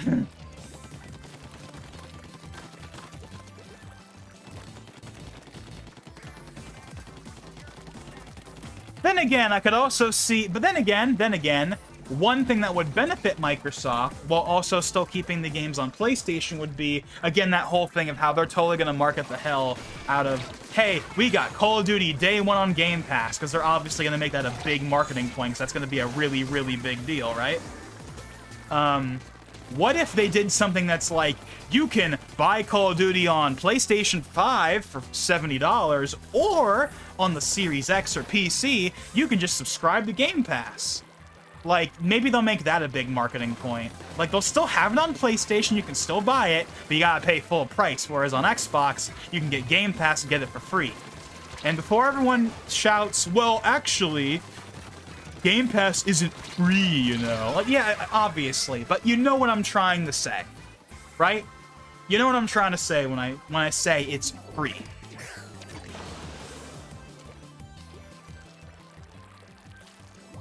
I don't know. Like, I was gonna make a whole discussion video on the Activision acquisition when it happened, like I did for the Bethesda one, but I just never got around to it. And obviously now it's like, there's not much else to talk about. We're just waiting for the acquisition to go through. And it will go through, because all the acquisitions go through, whether they should or not. You know, whether Microsoft should be acquiring Bethesda or should be acquiring Activision, like whether all these acquisitions should be happening or not, is obviously a big hot debate. But the fact of the matter is, they're gonna go through, because all of them have gone through so far. I mean, if Disney can buy Fox and no one blinks an eye, then Microsoft can buy Activision, and that's not gonna be a big deal. For, like, the regulators or whatever. Even if, again, it arguably should be, but again, that's a whole other conversation.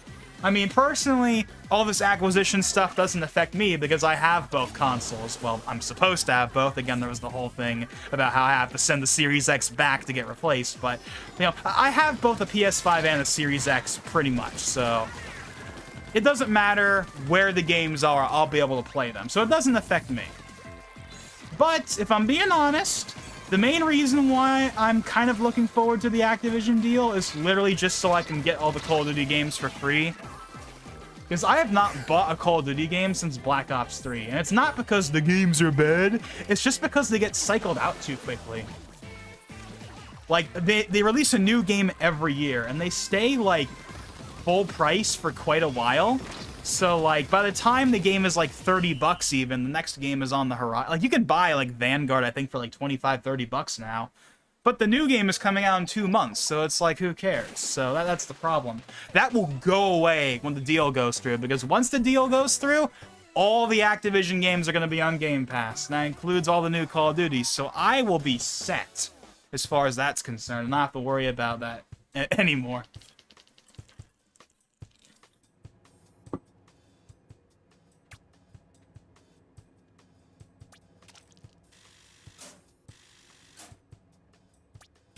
Yeah, no one showed up yet, unfortunately. I mean, I know we're doing this on YouTube, but I don't know, it would have been nice to see someone pop in, like VigiBake, but oh well, it is what it is.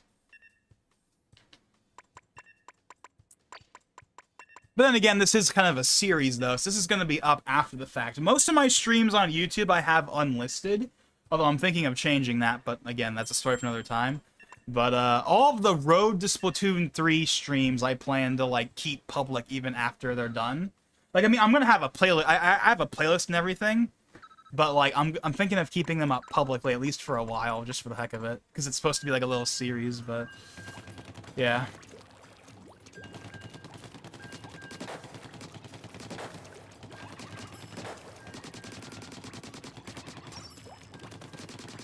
So I'm guessing Scissors Champion is like the new replacement for like King or Queen, like the top like rank thing. That's what I'm guessing that is. I mean, that would make sense, right? Champion. Mr. Piplup.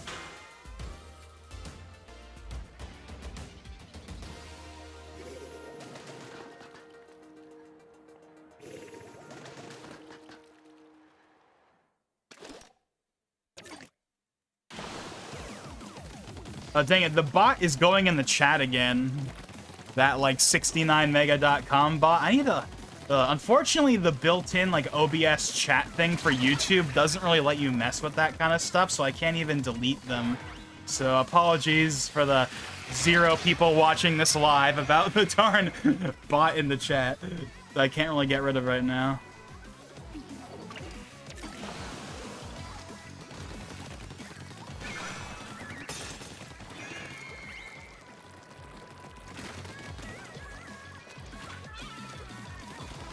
There's that, the, like, I'm gonna chop my Switch in half one again.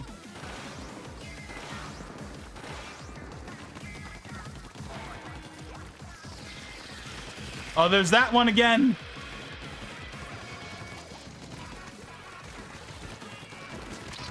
Oh, dang it.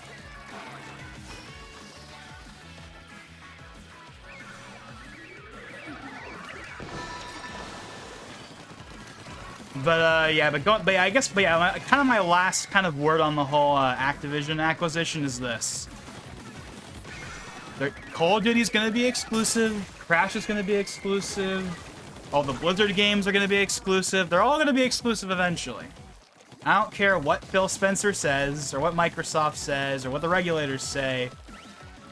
At the end of the day, once all the legal obligations are dealt with, it's just going to be exclusive.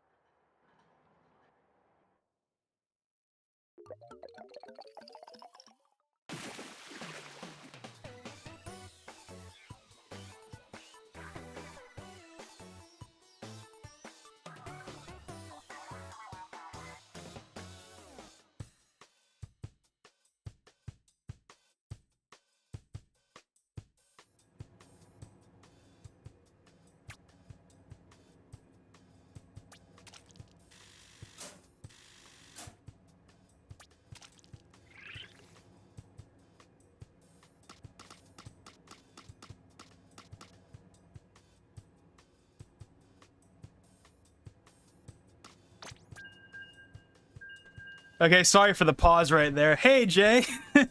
Yeah, I can't delete the spam bots, unfortunately, because the built-in YouTube the built-in like the OBS YouTube integration thing, it lets you click on the 3 dots, but nothing actually shows up. So I can't like delete the comments or whatever. I can't do anything about that.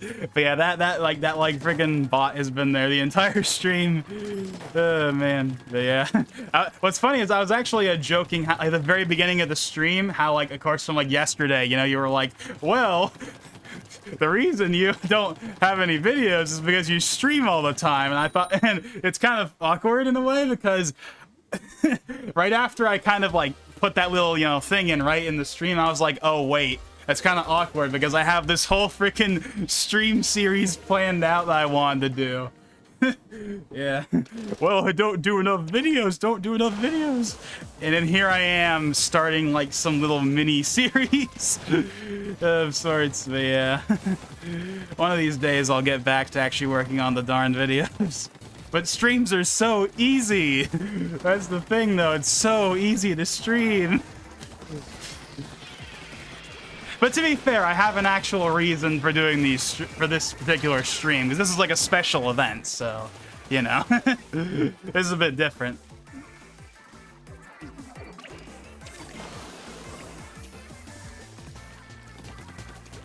Yeah, streaming is really addictive. It very much is. It's just one click away, whereas like with videos, you gotta, you know, edit and, oh, dang it, player's disconnected. Yeah.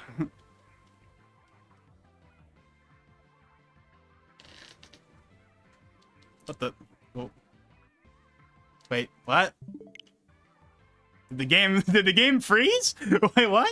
How come that's happening? Oh, there it is. That was weird. But you stream too much. I do. To be fair. Mainly when I'm doing like a series, like when I'm just doing like a Smash stream every now and then, it's not that big a deal. But when I do stuff like, you know, stream Persona for like 2 weeks straight, or I'm like streaming like a game, like when I'm doing like a playthrough of a game, that's when it's like, that's when it kind of becomes like a bit much, I'll admit. But yeah. But hey, this one's gonna be on YouTube though, so it's not gonna die on Twitch. So that's something, right? Whereas like most of the, you know, because, you know, that's my biggest problem with Twitch is the fact that it's like everything is temporary. Nothing like stays.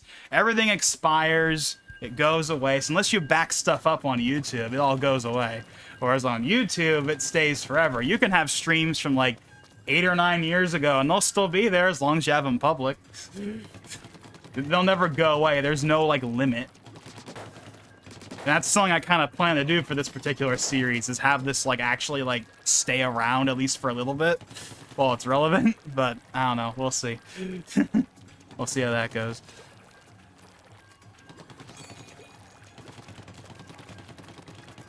Plus, since I'm streaming on YouTube, I get to stream at a glorious 1440p with an actual good bitrate. So it actually will look a lot better than it would on Twitch with its 1080p 66 megabit limit. Although they will be adding 1440p support in the future, I know, alongside 120 FPS when like AV1 becomes a thing, but that's then and not now, and now YouTube supports 1440p. Unfortunately, if you stream at 1440p, you're stuck to just a regular low latency as opposed to ultra low latency if you stream at 1080p, but I think that the image quality upgrade is worth it, in my opinion. Like, I've done the side-by-sides, and 1440p looks so much better than 1080p. On the streams. Not necessarily the resolution, even though the resolution is nice, but the bitrate is just so much higher at 1440p, so it looks way better. And this isn't even a 1440p game, right? This is like a Switch game, so this is like 1080p max. But it still looks way better than it would if I was streaming at just 1080p because of the higher bitrate. But anyways, hooked up the Wii U to the tube TV earlier with a component cable for the virtual console on a TV. Man, I remember when I first got the Wii U back when it came out in 2012, we still had a CRT in the living room, and I remember playing like Nintendo Land and like New Super Mario Bros. U on like that CRT. And because of course all the Wii U games were 16:9, even if you had the console set to 4:3, you'd have the black bars at the top and bottom, and it was a nice blurry mess because the games are not designed for that resolution. Oh man. we got an HD TV not too long after. But yeah, I remember like back when like the PS4 and Xbox One were coming out. I remember one of the things back then was like, wow, these consoles are only HDMI. They don't have component. They don't have composite. How am I gonna play the Xbox One on my CRT? Because in 2013, there was still a decent amount of people I knew that had CRTs. I think CRTs didn't like fully die off until like 2015, 2014. I think even in 2013, you could still find a CRT, you know, in like a house everywhere. You know, you could still find a CRT laying around. Whereas like by 2015, at least for me, I didn't know anyone that still had a CRT by like 2015 for the most part. Now, I'm sure the consoles helped with that, because, hey, I can't play my new console on this old TV unless I want to buy one of those, like, HD Fury adapters that cost, like, 107. I remember, like, Greenham Gaming, like, made a video, like, playing, like, his Xbox One on one of those, like, really good, like, Trinitron, like, HD CRTs, but it's, like, $170 for the conversion cable, so it's like, yeah. Yeah, hey, Vigivake, it's been a while. It's nice to see you. As you can see, we're playing some Splatty-Toon. Splatty-Toon 3. It's also the kickoff to my little mini-series that I've been talking about.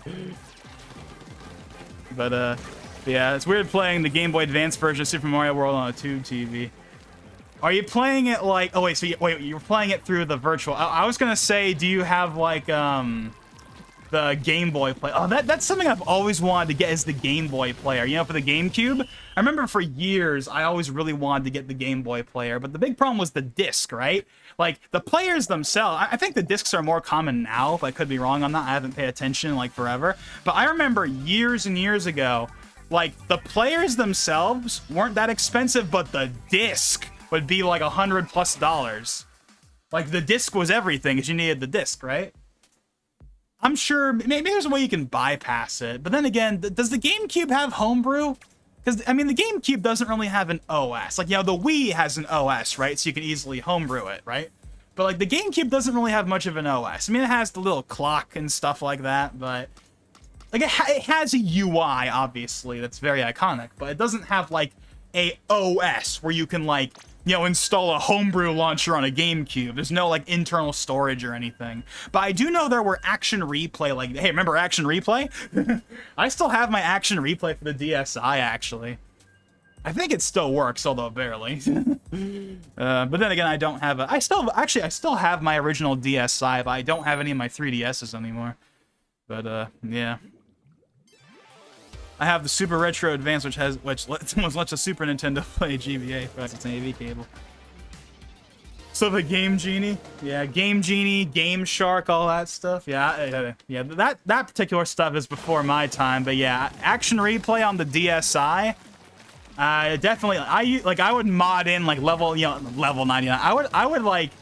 The main thing I would use Action Replay for was Pokemon. Like on Pokemon Heart Gold, I would get, like, you know, 999 all the items. Or I would use it to unlock stuff that you can't get anymore. Like, for example, in, like, Diamond and Pearl and, like, Platinum, there were, like, special event items that would like, let you go to new areas. But the problem is they were time limited. Like, those were only mystery gift items. So if you missed the period, you know, in 2007 or whenever when they were released, you couldn't get them anymore, unless you had an Action Replay like I did, and you can just mod in all those event items that you missed out on. So that was pretty cool. So you could get, you know, Shaman, you could get Darkrai, I think was one of them. You know, Arceus, you know, infamously was, you know, the Azure Flute, you know, you had, which was never ever released, by the way. Like, the other event items were released, but you just can't get them anymore without an Action Replay or modding. But the Azure Flute was infamously never released, which means you could never officially get Arceus in Diamond and Pearl. I heard that in the remakes, they actually, like, brought back the Azure Flute and did it for real this time, but I don't know, I didn't play those games too much. I mean, I did stream them when they came out, but I didn't really like, do all the extra stuff. But, yeah.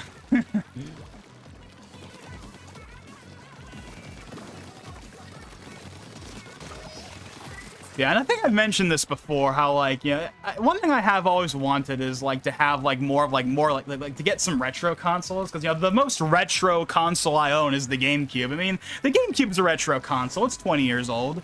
I mean, Melee is, what, 21 years? I know it turned 20 last year, because, of course, it came out in 2001, and the GameCube came out in 2001. Melee wasn't a launch title, but it was, like, pretty close. Yeah, the GameCube, PS2, original Xbox, that's all solidly retro. Those are 20-year-old consoles. The Wii is pretty much retro, because the Wii is basically just a GameCube in terms of power. So, like, I think for a very long time, the Wii has been considered a retro console. And I think that's because of the fact that it's just a Wii. Sorry, it's just a GameCube. Because it's basically an overclocked GameCube, it's very easy to think of it as a retro console, graphically speaking, even though it came out in 2006. But then, of course, now we got the, you know, Xbox 360 and PS3. I mean, they're like 15, 16 years old, so they're now considered retro. And I mean, the PS4 and Xbox One, they're going to be 10 years old next year. Like, that's going to sound kind of crazy to some people, that, like, the PS4 and Xbox One, which to a lot of people are still the current consoles, because the new consoles have been so hard to find, are going to be 10 years old next year. I mean, then again, the hardware definitely shows it. You know, the PS4, Xbox One, you know, infamously underpowered when they came out with, you know, the piece of junk Jaguar. The GPU was good and the RAM was fine, but it was, you know, the CPU was, you know, potato, right? That was the big limiting factor of the last generation, was the CPU.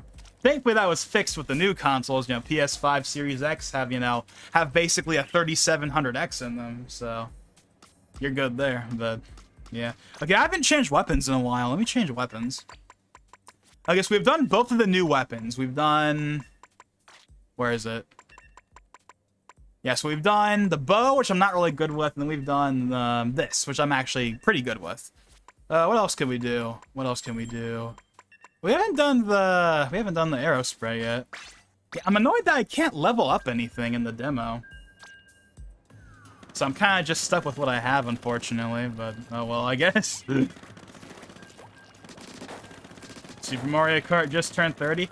Yeah, you know what's funny? I actually found that out like the other day because I saw that like Game Explain did like a stream or something. I was like, oh, really? It's 30 years old?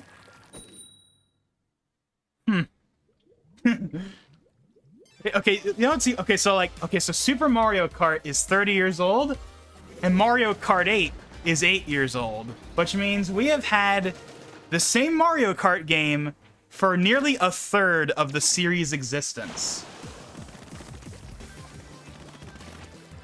Just kind of something I thought of.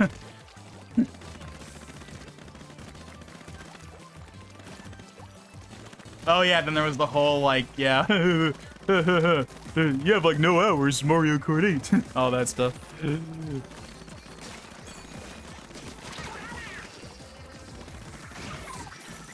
Oh, shoot, I haven't used that one yet. Lighted player. Yeah, I haven't used that one yet. That's the sliding one from earlier that I was talking about.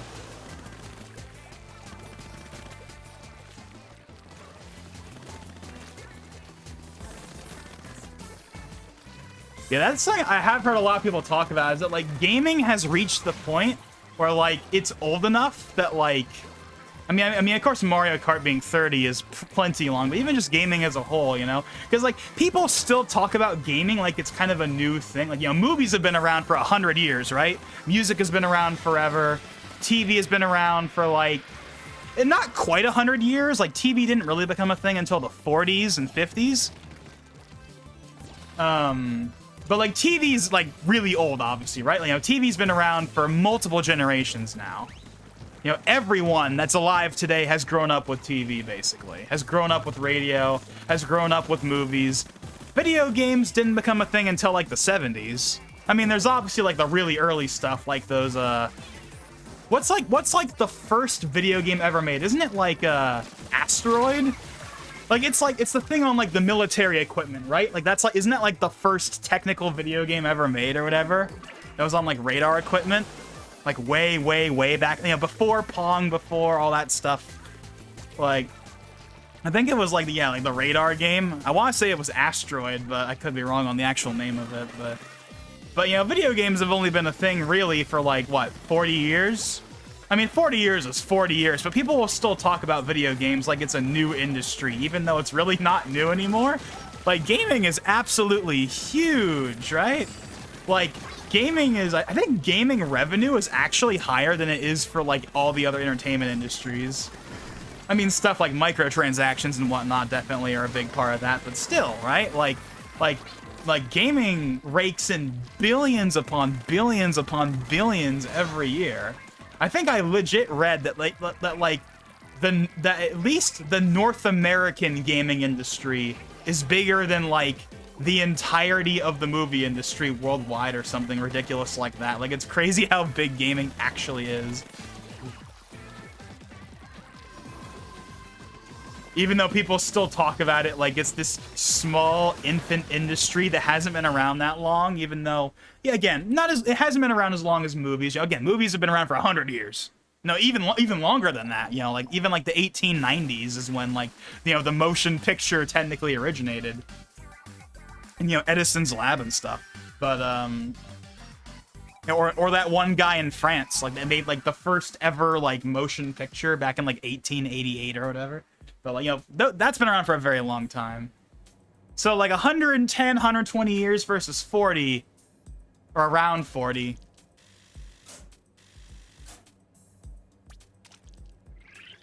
Hmm.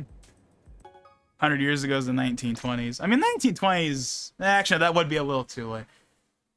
I would say, I think the movie industry didn't really start until, like, the 1910s. From what I can remember. Like, you know, like the 1880s, 1890s, like even like the 1900s are mostly like experimental, like little short things. They're mostly experimental films, you know, like the Great Train Robbery is obviously a famous example, 1903. Which, by the way, the original film negative for the Great Train Robbery still exists. I remember I saw a video a few years ago when I was looking, because like I've watched like a bunch of videos on like film preservation and like, you know, film history and stuff like that via channels like Filmmaker IQ, for example. Great channel, by the way. And I remember I stumbled upon a video I think is like the Library of Congress or whatever, and someone was like, here, they literally just pulled out, because you know they have like those big walls of film canisters, right, with all the movies ever made. Well, he just pulls one out and he's like, yeah, here's the original film negative that's like 120 years old for the Great Train Robbery, and it still exists, which is like kind of crazy that stuff like that exists. Like we still have like okay, having the movie is one thing, but having like the original negative. And it has survived, and of course, this is like the early days of, you know, nitrate film, right? You know, nitrate film, you know, infamous, you know, we've lost a lot of, you know, film over the years through like various, like, you know, fires over the years because of how, you know, volatile nitrate film is. Like, I think, like, I read somewhere that, like, 85% of silent film is lost because of, like, companies being careless and, you know, throwing, you know, entire, you know, film stocks just completely off the side of the bay. I'm like dead serious, that actually did happen.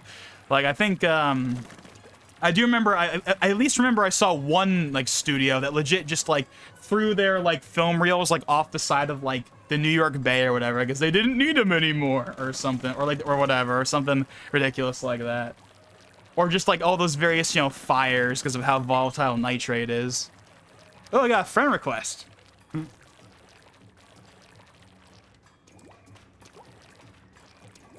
Roundhay Garden Scene. That's probably the one I'm thinking of. I'm pretty sure it was from a French filmmaker, though. And yeah, it's like a 10-second blippity blip whatever. But that was like, yeah, the first motion picture. And you can see like the mechanism of the camera on like the film, like on like the left, I think, in that one. Something that you do see in quite a lot of those like early films, though, is you can like see the camera, bits of the camera like poking their way into the film, or just because, you know, the film is moving inside the camera and it's not completely stable, stuff like that.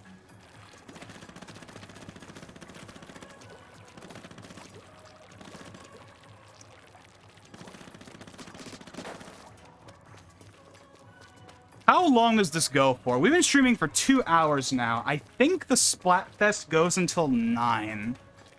I doubt we're going to stream all the way until then, but we'll see what happens. No. Actually, I know we're not going to stream that long because we're going to be getting the food here probably sometime soon, so I'm probably going to want to at least take a break for that, if not just end the stream outright. But I'm enjoying this. I'm enjoying this right now.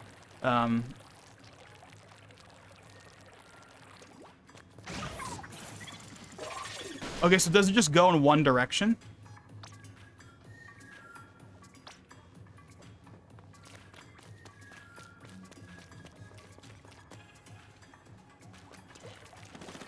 Okay, so wait. Am I waiting on someone right now? Hold on.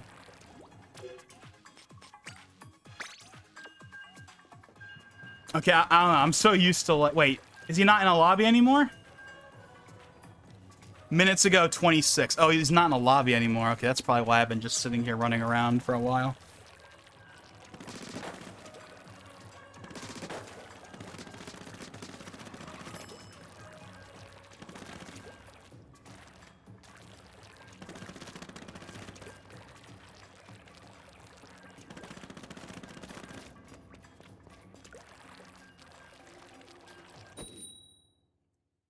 So, okay, so, you know, so you know when when you were doing all of the, like, you know, all the videos on the CRTs and stuff, how I mentioned that I had, how I still have a CRT, technically. It's this little, like, Toshiba, like, I don't know, 8-inch, 9-inch, like, portable whatever. That's, like, the only CRT I have.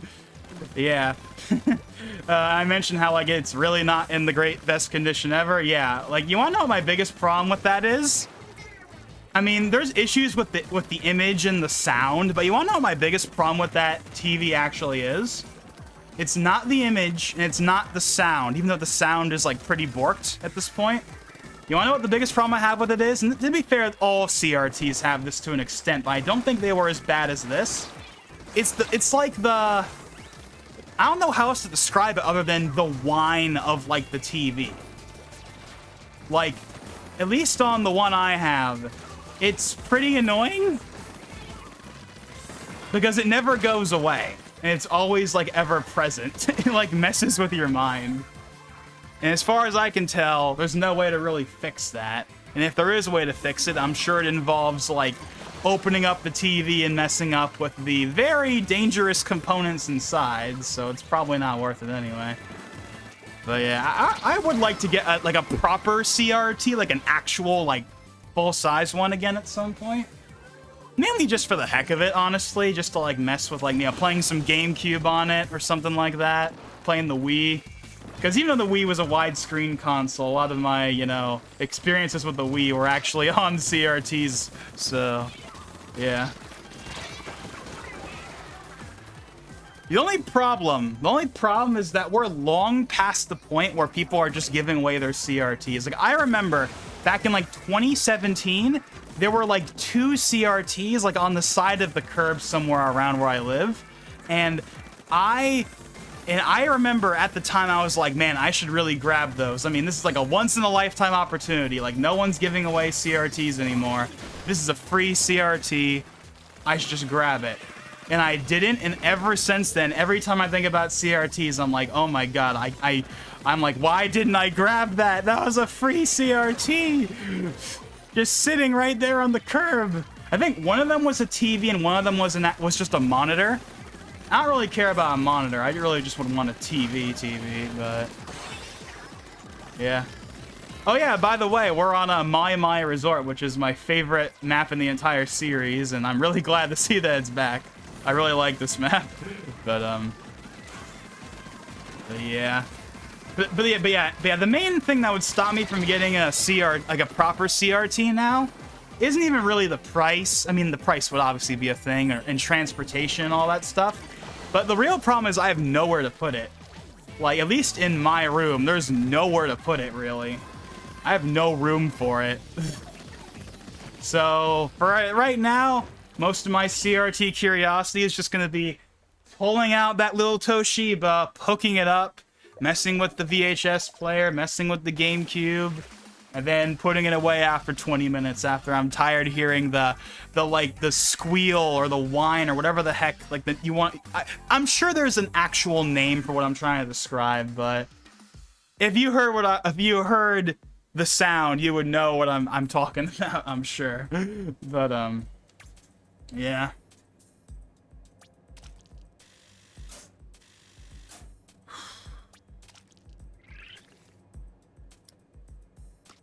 Alrighty then. Let's go and change weapon.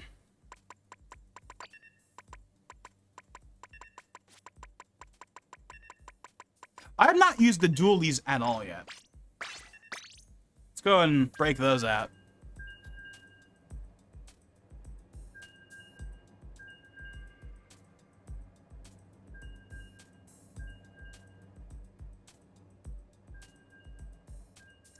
Alright then, as far as I can tell, Jay has officially left, so I guess that means that I'm officially alone again.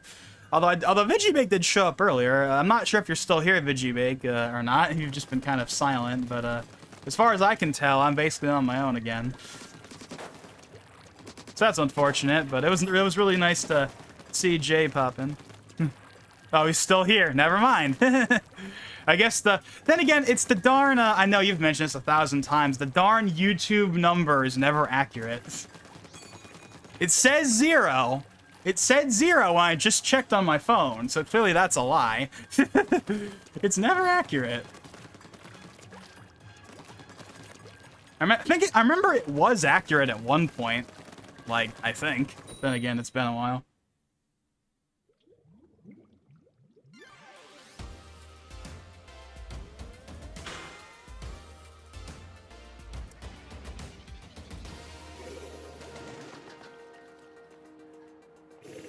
The chat participant list also gets inaccurate too. Yeah, I've noticed that.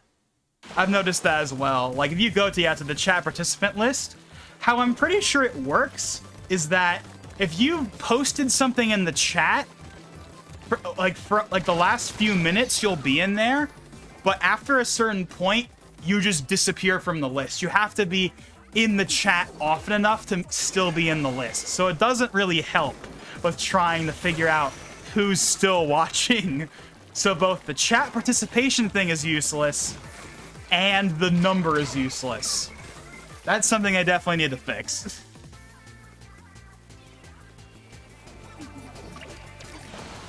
I could be wrong, but I'm pretty sure once upon a time, OBS used to have a feature where you could literally see the number in like the bottom corner where it would show your like, you know, live time and stuff like that. But it's not there anymore. Maybe there's an add-on that lets you add it in. But then again, who knows if that would be any more accurate than what YouTube gives you. Because for all I know, it's probably just pulling the information from YouTube. So it'll probably still say 0 concurrence even in that little thing at the bottom anyway. I know when you use the Twitch integration on OBS, though, it will give you a little, like, concurrent counter. And as far as I can tell, that is mostly accurate. It's only YouTube where, like, it seems to, like, never really work. Or it takes, like, way too long to update.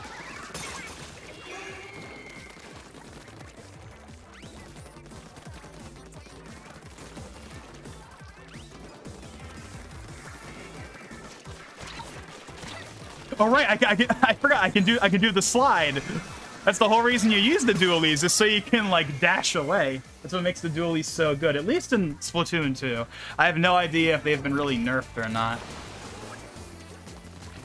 Because I know one of the things about Splatoon 2 that I've seen a lot of people talk about, and even I will agree with this, is like in Splatoon 2, there's only really a couple of weapons that are really worth using.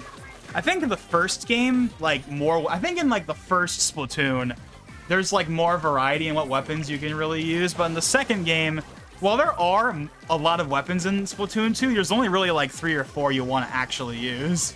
So like I would use like the dually squelchers, like the ones that are like big red with like the big like nozzle on them. I would use those for so long because they were so broken. Like you'd be crazy to not use them because they were that good, and they never really nerfed them as far as I can tell. So yeah, Now, I'm not sure if that's coming back or not. We have, like, the regular dualies. We have, like, the stock dualies, and then we have, like, the clear ones that I'm using right now. But I kind of wonder if the squelchers are going to be in this game as well. And if they are, then I kind of... Like, a part of me doesn't want them to be nerfed because they're so good. But at the same time, I feel like they do need to be nerfed because they're so good. So, I don't know. Then again, even in Splatoon 1, I really only used, like, 1 or 2, like, weapons for the most part. Like, I would mess with a bunch of them, obviously, but, like, the weapon in Splatoon 1 I would use was the 52 Gal Deco. That was, like, my main weapon in Splatoon 1. And in Splatoon 2, it was a bit more variable, but, yeah, like, the dually squelchers, like, for, like, the mid portion of the game, like, for the mid portion, like, 2018, 2019, that was, like, the thing I pretty much used. Because they're so good, you'd be crazy not to use it. But I have, like, you know, messed with more stuff. And obviously in this game I'll be messing with more stuff. Like, the new, like, that new weapon I used earlier I really liked. The bow, I'm not really, that's not really for me, but, like, the other new weapon, that one I like a lot. We might go back to it later, actually.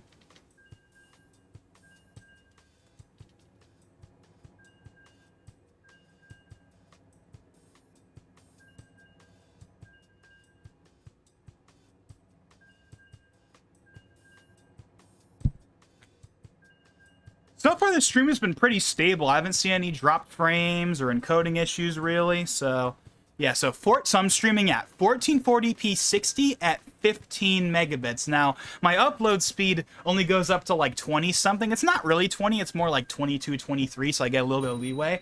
But the maximum for 1440p is 18 megabits. And I have done that mostly fine up until this point, whenever I have messed with 1440p streaming.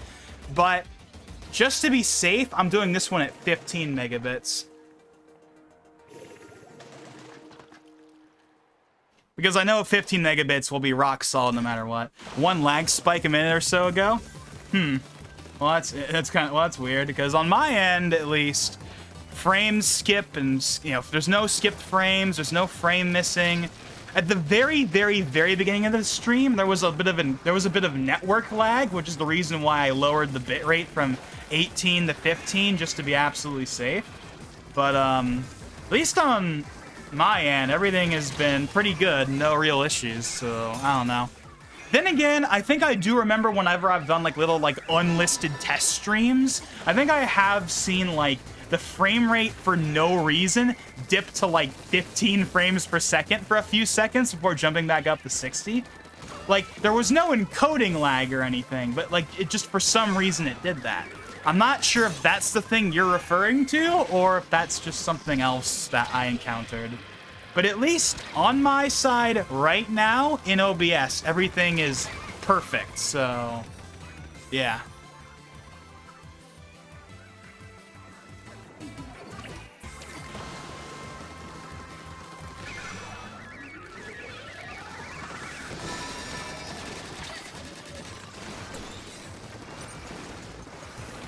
Oh! I have like no ink to work with right now.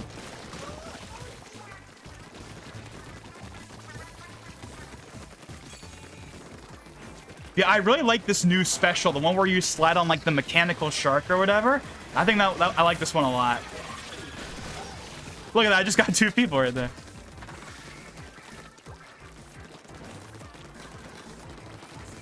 Okay, so one thing I've noticed that's different with the dualies is that in Splatoon 2, you would roll, but in this game, you slide. I think it's only an aesthetic difference. It doesn't really mean anything as far as gameplay is concerned, but it's just kind of a little, like, a neat differentiating factor. That kind of makes it a little different, even though it's not all that different.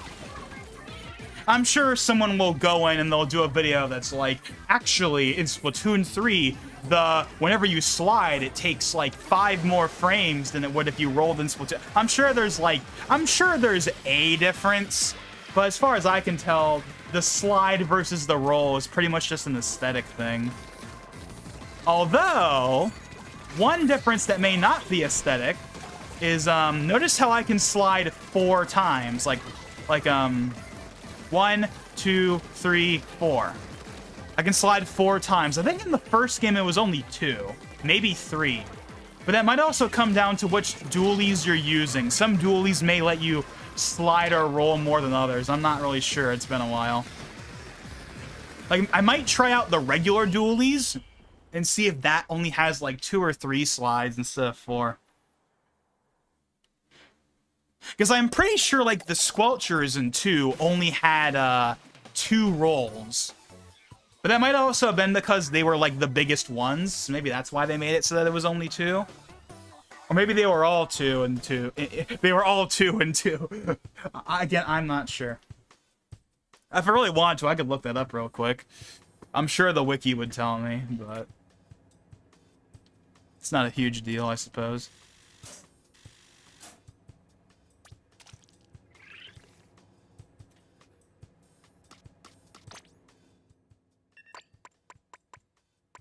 Isn't there a little info list? Range, damage, mobility. Is mobility the roll thing? I think mobility might be the roll indicator, basically, of some kind. Okay, yeah, you see how the mobility counter is lower on the regular dualies. So we're going to do the regular dualies, and I'm guessing it's going to be either 2 or 3 slides. That's my guess. 1, 2... Oh, hold on, you still roll with these ones. And it's only 2. Okay. So wait, is the slide thing new, or was that always in 2 and I've just never noticed? Because all the dualies I've used in 2 are pretty much just the roll, like this.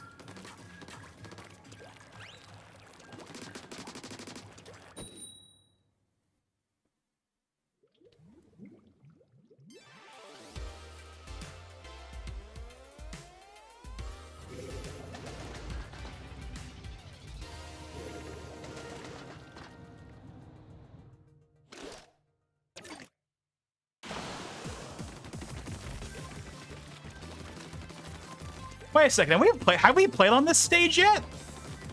I don't think we have. I know which stage this is, but I don't think we've played on it yet. It's been the 2 shipyard maps this entire time, pretty much.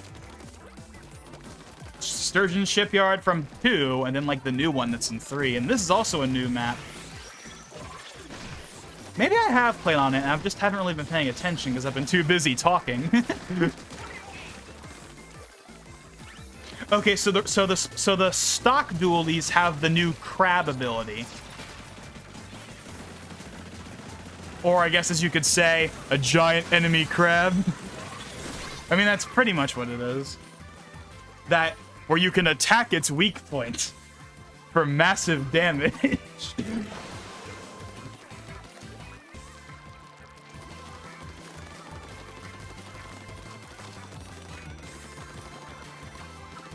I mean, I'm all the way back here.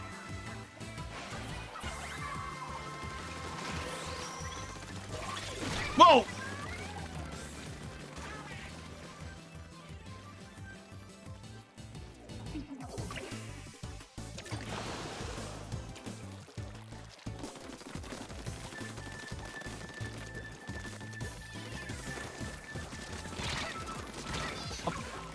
Hey, I'm gonna swap to something else after this one. I haven't used the bucket yet. We'll use a bucket next time. I'm sorry, the sloshers. They're called sloshers, right? That's the name of the bucket weapon. Again, it's been a while since I've really played Splatoon on a regular basis. Are these characters supposed to sound like Yoshis?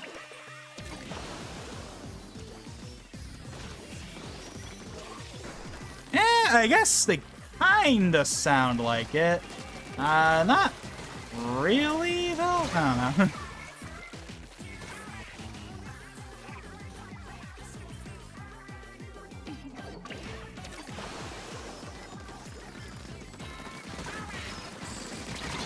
Oh, dang it.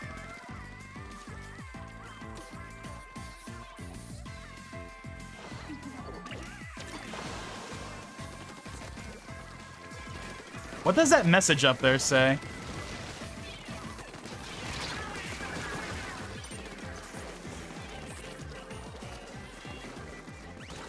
You should let us use the training room now. Oh, and there's like someone's like a Twitter handle. Oh yeah, we've seen this drawing a couple of times. I know what that is. That's the main character of Amphibia. It's like it's a Disney show that ended actually recently, I think. I think it ended in May. I don't know, I've heard of it. I haven't seen it, but I know it's popular. I know people like it. Yeah, that's the main character from that show.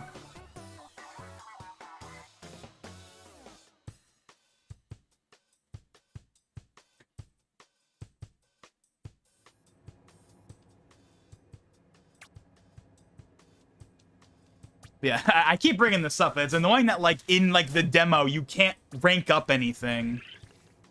Oh, look how close I think that's the final one, too. I think that's the final one before I max out my Splatfest rank. You know what? I mentioned the 52 cal deco earlier. This is not the deco version, but let's go ahead and bust it out for old time's sake. Now, the 52 gal deco in 2 is not the same as it was in 1, so I'm sure that this will not be the same as it is in...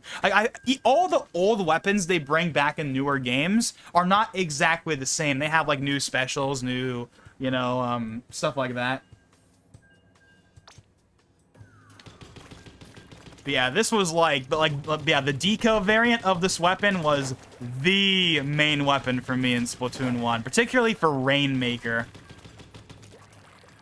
Oh, okay. One thing I actually don't... Did they show off Rainmaker? Like, I know they showed off Rainmaker for 3 in the Direct. I don't remember how the Rainmaker itself works, because I love Rainmaker in the first game. I love that big tornado of ink that just demolishes enemies in the first game, but in Splatoon 2, they, like, nerfed the hell out of the Rainmaker's capabilities to now it only shoots, like, a little ball of ink. And because of that, the mode isn't, like, nearly as fun for me in 2 as it was in 1. I don't remember if they changed that in 3, if they showed off, like, does it have... I think it's some... From what I remember, I think they did bring back the Ink Tornado, but it's not as big as it was in the first game, which is fair enough, because the Ink Tornado in the first game was busted. So I can understand why they would, like, not have it be as big or as strong, but I definitely want them to, like, go back to, like, the Ink Tornado as opposed to, like, the little ball, because the ball wasn't nearly as fun. Hey, look, it's SpongeBob.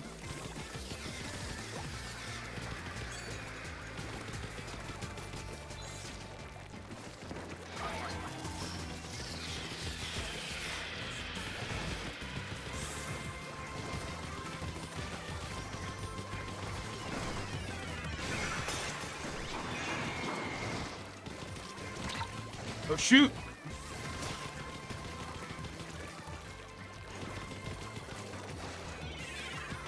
Oh, okay, so we still got the curtains. Ink curtain is still here. There's SpongeBob again.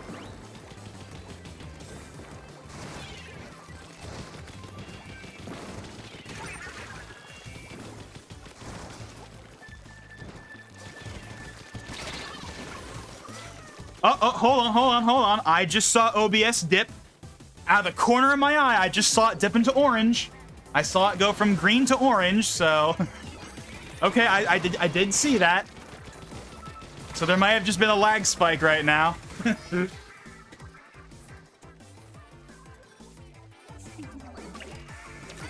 wonder why that's happening. 15 megs should be comfortable. If I was at 18 megs and it did that, I'd understand, because that's pretty close to, like, the limit, but I'm at 15. There should still be enough headroom that there shouldn't be any dips. Then again, I've seen it dip even at Twitch at 6 megabits, so maybe it's just OBS or something, I don't know. I should clarify, I'm running, like, the OBS 28, like, release candidate 2. So I'm technically on a beta release, so that might be why that's happening, but I don't know. If it doesn't lag out, it's just some stuttery frames. Well, obviously, both of those are not ideal, so... Yeah, but I'm not really sure what's causing it. Because, yeah, it still says there's no dropped frames, though. There's still no dropped frames, no skipped frames. but I did see it go into orange for a second, so something clearly did happen.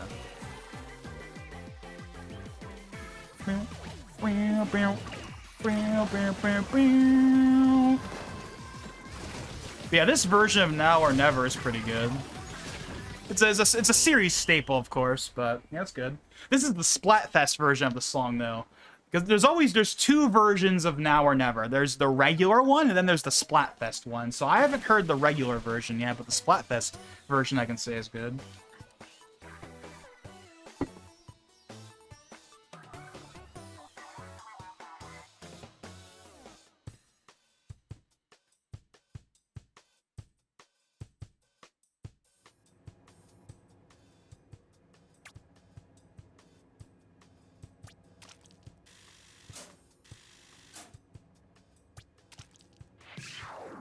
Oh, okay. Oh, wait. There's still one more. So there's one more after Champion. I thought that Champion was the new, like, that's the maximum. Because in the first two games, you would be, like, insert whatever team you're on, King or Queen.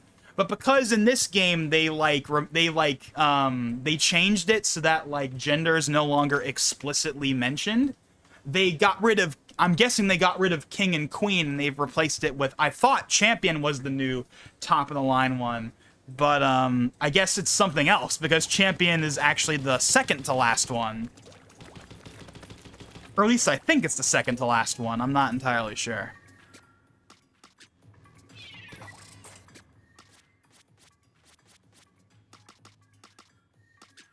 Let's see, no, bring up the menu. Oh, we haven't used the end zap yet. Gotta use the end zap. Unfortunately, it's the 85 version. And you might say, well, why unfortunately? Because, at least in the last two games, the 89 version always had the better specials. And the 89 version was like the orange one that, that Nintendo released back in the day because, oh, the gun is black, the gun is gray, therefore it looks like a real gun, and we can't have that. I'm guessing that's when all of the, every fake gun must have an orange tip on them law that probably came into effect around that time. I don't know, I wasn't around in the 80s, unlike you. But yeah, this is just the regular good old gray end zap, not the 80... actually, there's three versions of the zapper. There's the regular gray one, which is the 85 version. There's the 89 version that's orange. And then there is a Famicom-themed version called the 83 version, because, of course, the Famicom came out in 83. But actually, the Famicom didn't get an end zap, as far as I'm aware. Like in real life. They never released the zapper in Japan for the Famicom, but they did have a realistic looking revolver. Like the AVGN episode where it's like, oh yeah, look at this real gun for like the Magnavox Odyssey, I think. Irate Gamer also talked about it in like his little his history of video games series, where like the Odyssey had like this real looking shotgun and like a bunch of, and like the Telstar like Tri thing that had like a revolver on it, and it was like basically a real gun. Obviously you can't do that now, but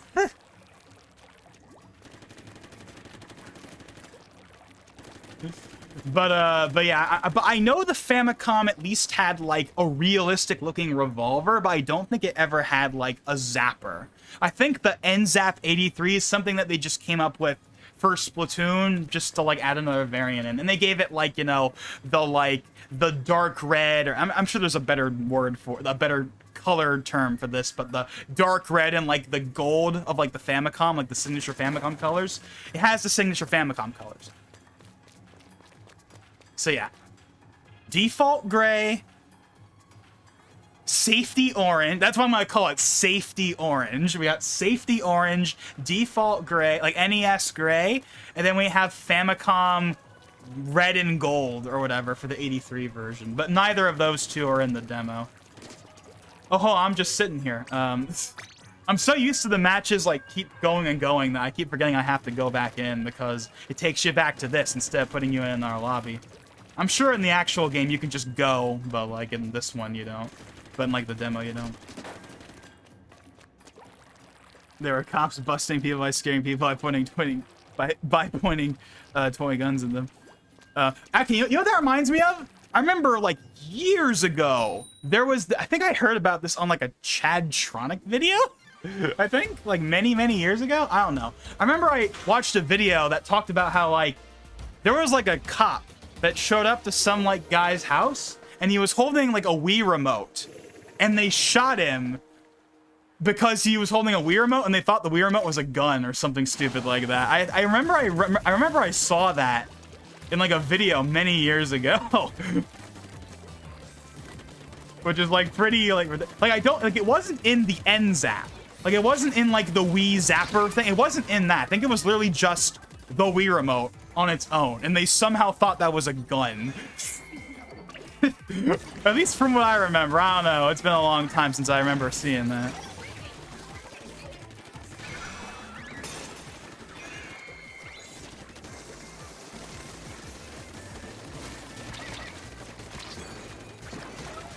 Okay, so I have the dispenser. That's what I got right now. I got the dispenser.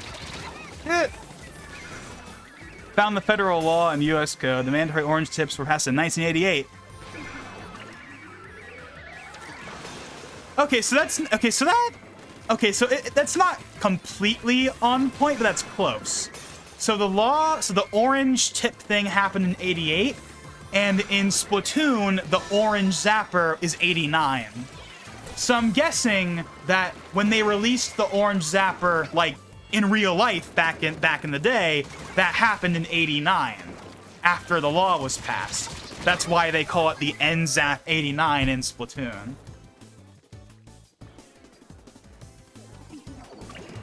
But again, don't quote me on that. That's just my assumption.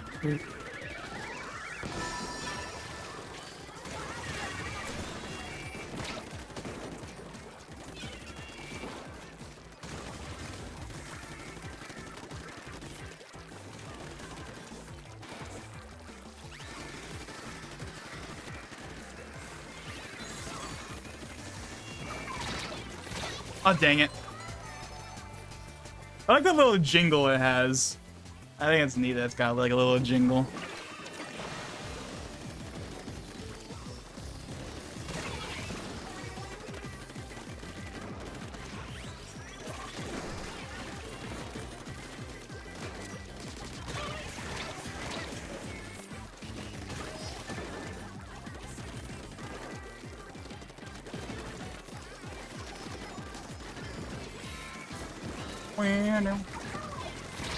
Ah, dang it.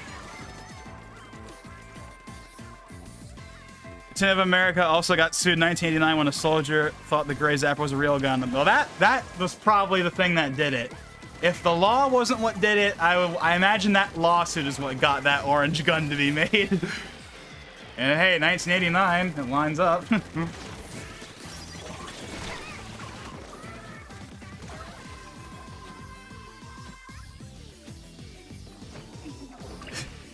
See, now that's reminding me of the thing I know I've mentioned before of like how like the new Mario Party Superstars, all of like the Mario Party 1 mini games have that disclaimer that's like, please don't do the thing that got us sued back in the 90s. I still find that really funny. It's like the most obvious, transparent. Please don't sue us. See, we put a disclaimer. We're telling people not to do the thing. It's just so funny that they actually did that, and it's only for like the N6.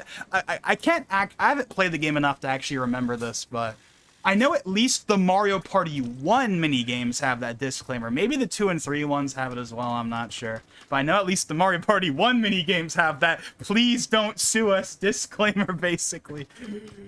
Alrighty then. Okay, let's see. What else can we use? Oh yeah, I said we were gonna use a bucket. Wait, hold on a sec. Is that what I think it is? Triple Ink Strike. Oh yeah, that's right. They brought the Ink Strike back. I forgot about that. That's a classic. That's a classic Splatoon special. The Ink Strike. It was only in the first game though. And I get why, because in the first game you had the gamepad, so you could, like, you know, go down the gamepad and pick where you wanted, whereas in this game you have a little pop-up menu. It's not quite the same, so maybe, I don't know. I'm not sure if the new Triple Ink Strike works differently, though. Maybe it does, maybe it doesn't. We'll find out.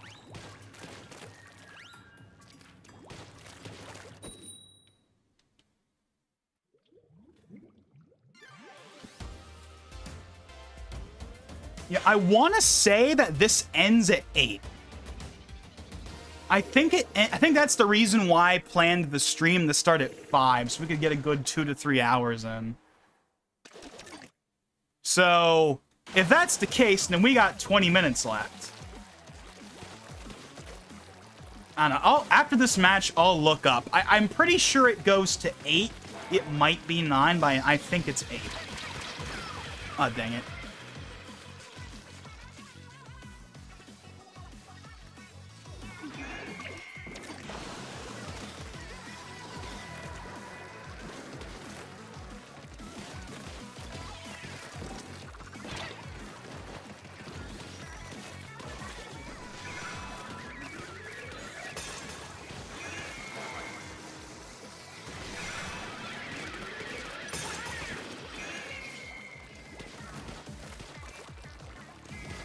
There's the dad left me at Target one. We haven't seen that. We haven't seen that one for a while.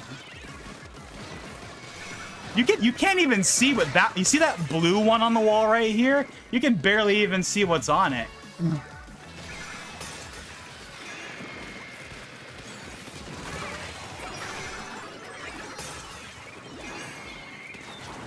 Oh, okay. So that's how it works. Okay. So okay. Yeah, it's not quite the same, but it's a similar concept. I don't know if, like, the actual original Ink Strike is in the game or not. I doubt it, again, because it was kind of designed around the gamepad. I mean, they could make it work, but, like, I wouldn't be shocked if it's just not in the game. But they did at least bring a Ink Strike back. Kind of like how they brought back a Inkzooka. It's not the same Inkzooka as the first game, but it's similar.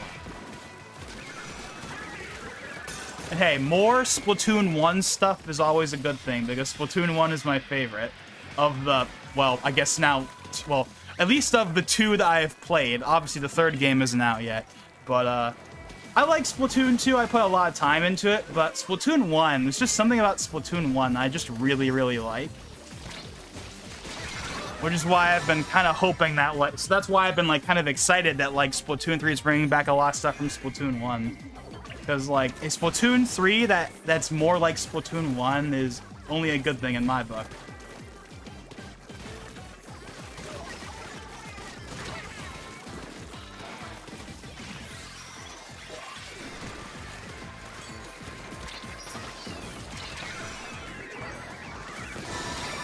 And I'm enjoying this so far. I mean, obviously, we're only playing, like, one mode right now because it's, like, the demo, but yeah.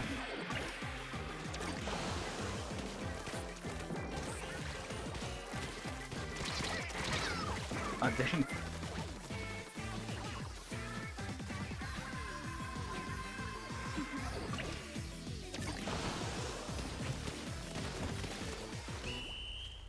Okay, so let me go ahead and look up real quick. Splatfest.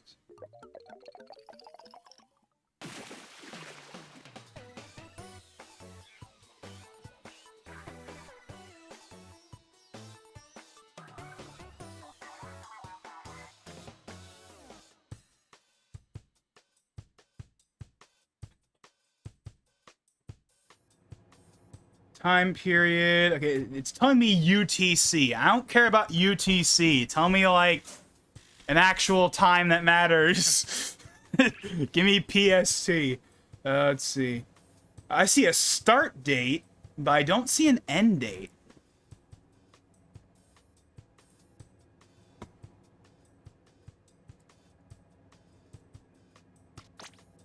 I'll figure it out in a sec. Okay, let's see. I haven't used any of the snipers yet. Actually, no, let's use the Hydra Splatling.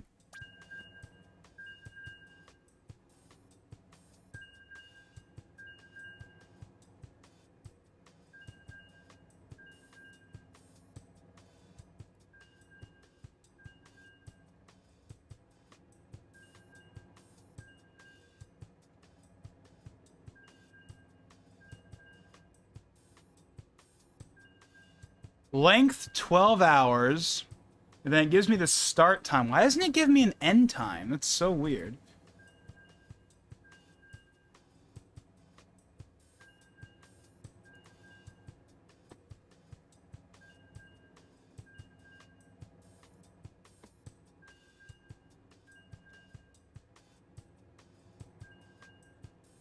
Okay, so it does go till 9. It does go till 9. I don't know if we're gonna go that far. I would feel like pretty comfortable ending it at like 8. Like we've been going for 2 hours and 45 minutes. That's plenty long enough.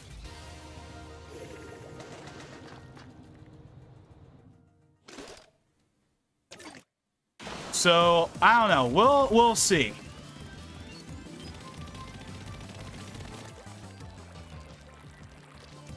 I mean, normally I would want to go until the thing ends, but like, I would feel pretty comfortable ending it sometime soon.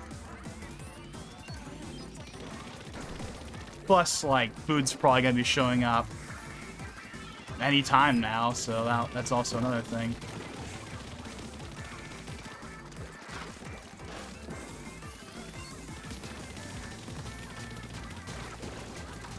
Wait, actually, hold on, no. Here's what we're gonna do. So you know our Splatfest rank that we still haven't maxed out yet? That's what we're gonna do. We're gonna max out our Splatfest rank. We're gonna at least do that. I have no idea how many more matches we have to do in order to max that out. Oh yeah, charge with booyahs. Okay, this is a Splatoon 2 special.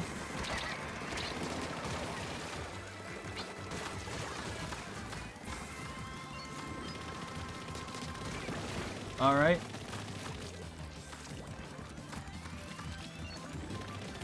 Oh, dang it.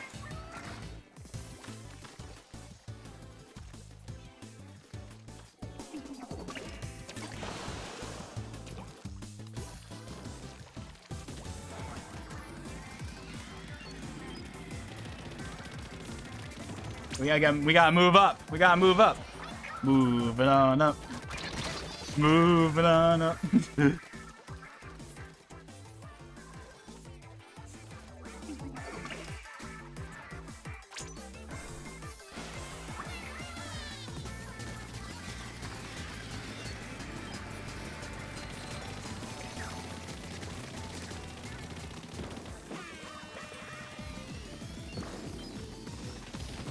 Wait, hold on a second. I just realized something. Why is the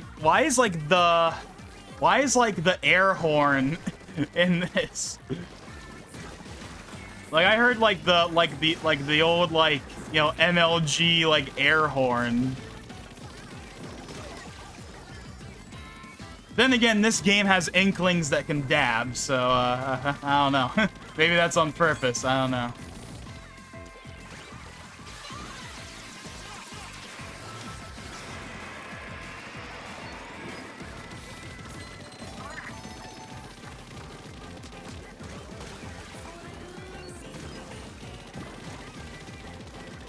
Okay, I think we're gonna win this.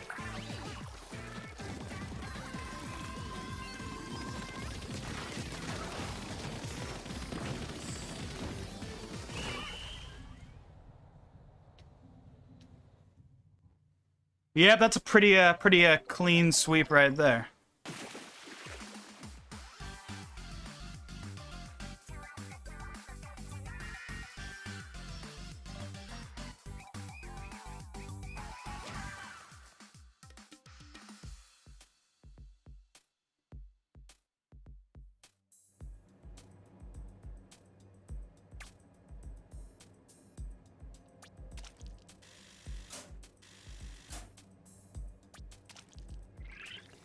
Oh, man. Okay, so yeah, we still got a ways to go. So yeah, that's what we're going to do. We're going to stream until I max that out. And once we max that out, then we'll call it. That's what we're going to do, okay?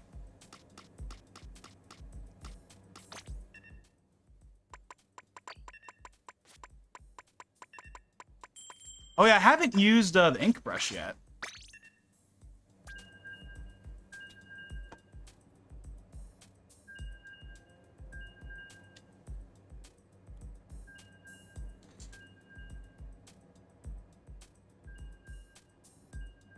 That just reminded me of something. I remember I saw something pop up that was like EA Amazon rumor, and that's how I went into this whole discussion earlier about like acquisitions and stuff. And it originally started because I saw something that was like EA Amazon, and I was like, what? Like, what is that? Like, what? Let me see if there's actually something to that. Is there actually like some kind of rumor about like Amazon's gonna buy EA? Is that like actually a thing, or is that just like? I mean, obviously it's not actually official, because if it was, then okay, you want to know if something is official? Is every YouTuber on the planet making a video about it? No, then it's not legit. Like if you see like a rumor about like something being like of something. Like, is literally everyone on the planet rushing to make a video about it? No, that means it's not real. That's obviously not a hard and fast rule, but, like, generally speaking, that's pretty much how it works.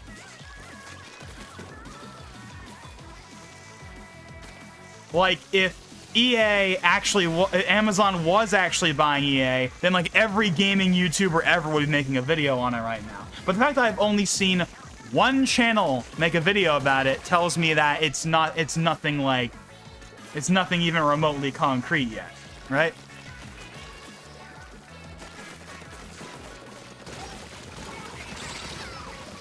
But again, I haven't looked into it at all. Why would Amazon buy EA though? I don't really see what the purpose of that is. I mean, yes, Amazon has their Luna service, which is basically their competitor to Stadia. And considering that Stadia is already not well regarded, I can't imagine Amazon Luna is anything amazing. I've never used it. Have I even used Stadia? I think I might have used Stadia once. The only cloud gaming thing I've ever really tried is the Xbox one. Like the Xbox cloud streaming, xCloud. I've tried that a couple of times, and on games like Forza, it works shockingly well. Like, I've played Horizon 5 through cloud gaming before, and it's actually surprisingly playable. It's like a totally reasonable experience.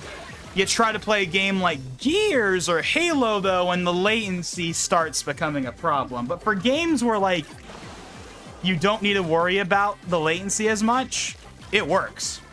So, I gotta give them that, I don't really care about cloud gaming, but, credit where credit's due. They can play, at least Microsoft's service is actually pretty decent. At least for games that don't require, precision control, so it works pretty well.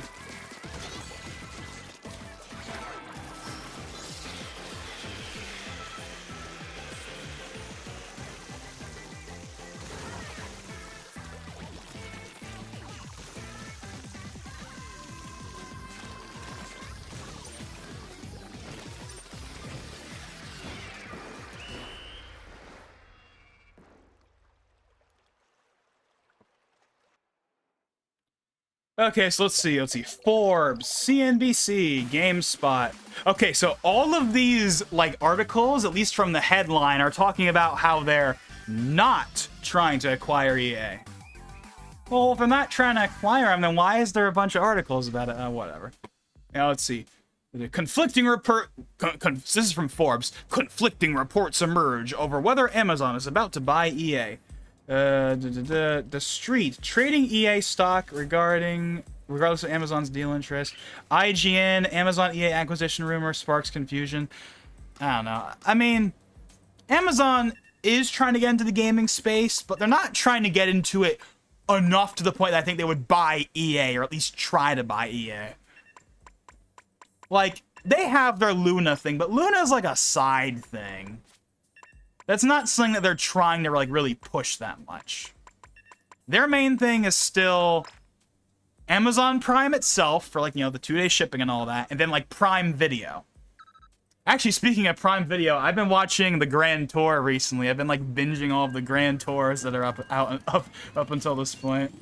I just finished watching the last special yesterday, and the next special is coming out I think in a few weeks, so that's cool.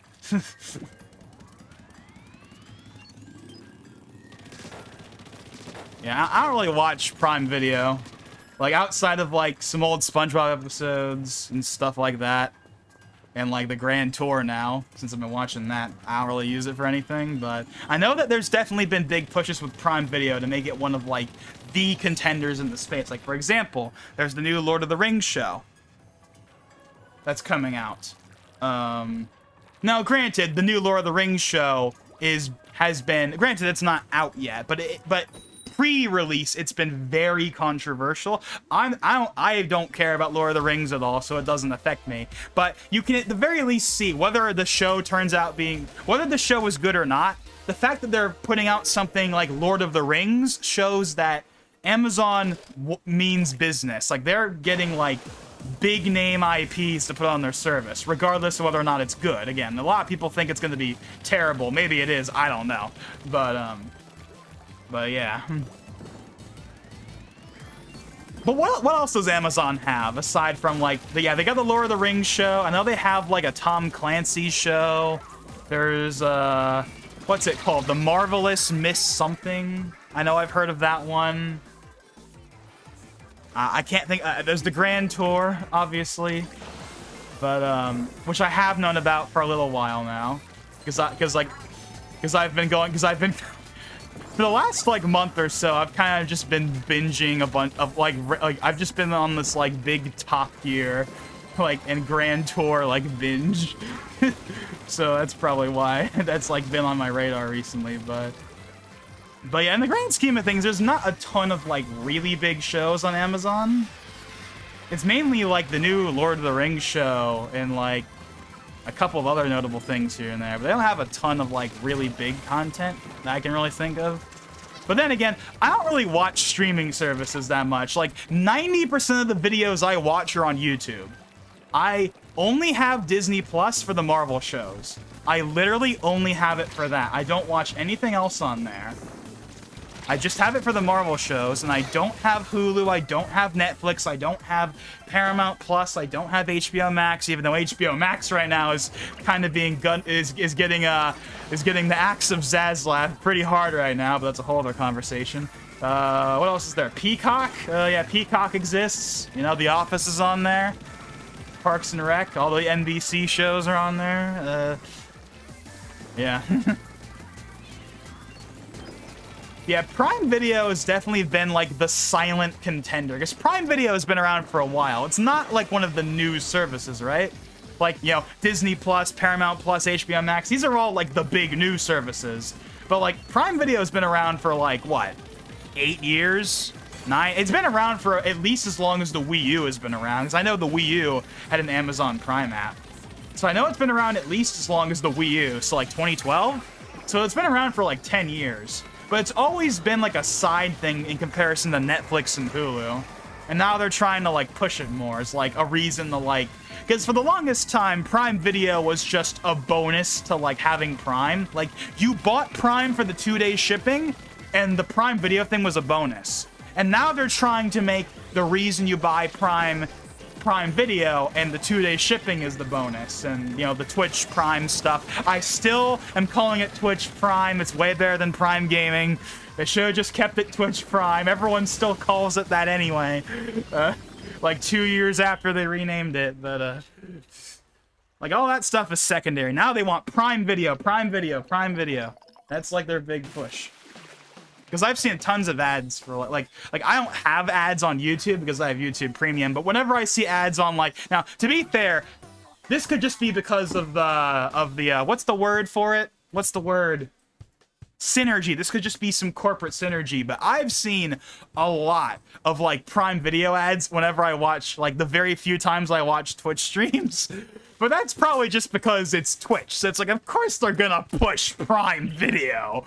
Like, of course they're gonna push it. But I've seen Netflix and Hulu ads on there before, but there's definitely a bias towards Prime Video ads on Twitch.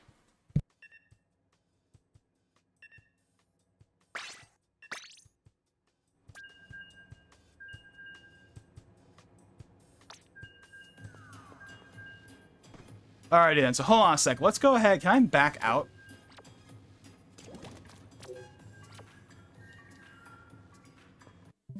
You know, we'll just back out all the way and reload it again. Okay, so yeah, hold on a sec. I'll be right back. I'm gonna, this is gonna be like, I don't know, 30 seconds, a minute. This is gonna be real quick, so I'll be back in a second. And, yeah.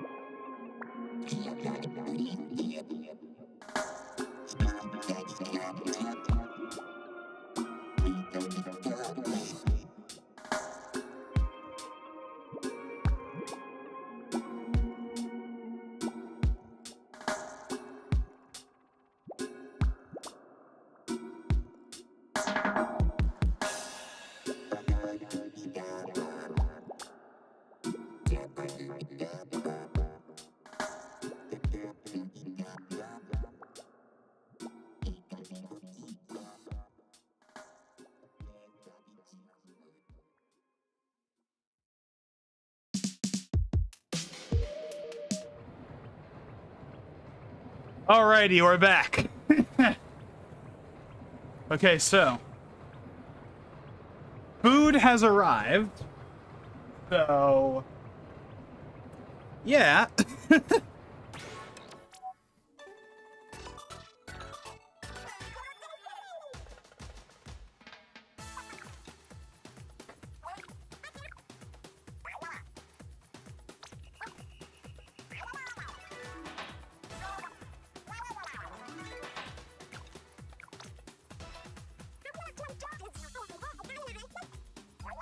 E-Tail Alley. Oh yeah, we played. Yeah.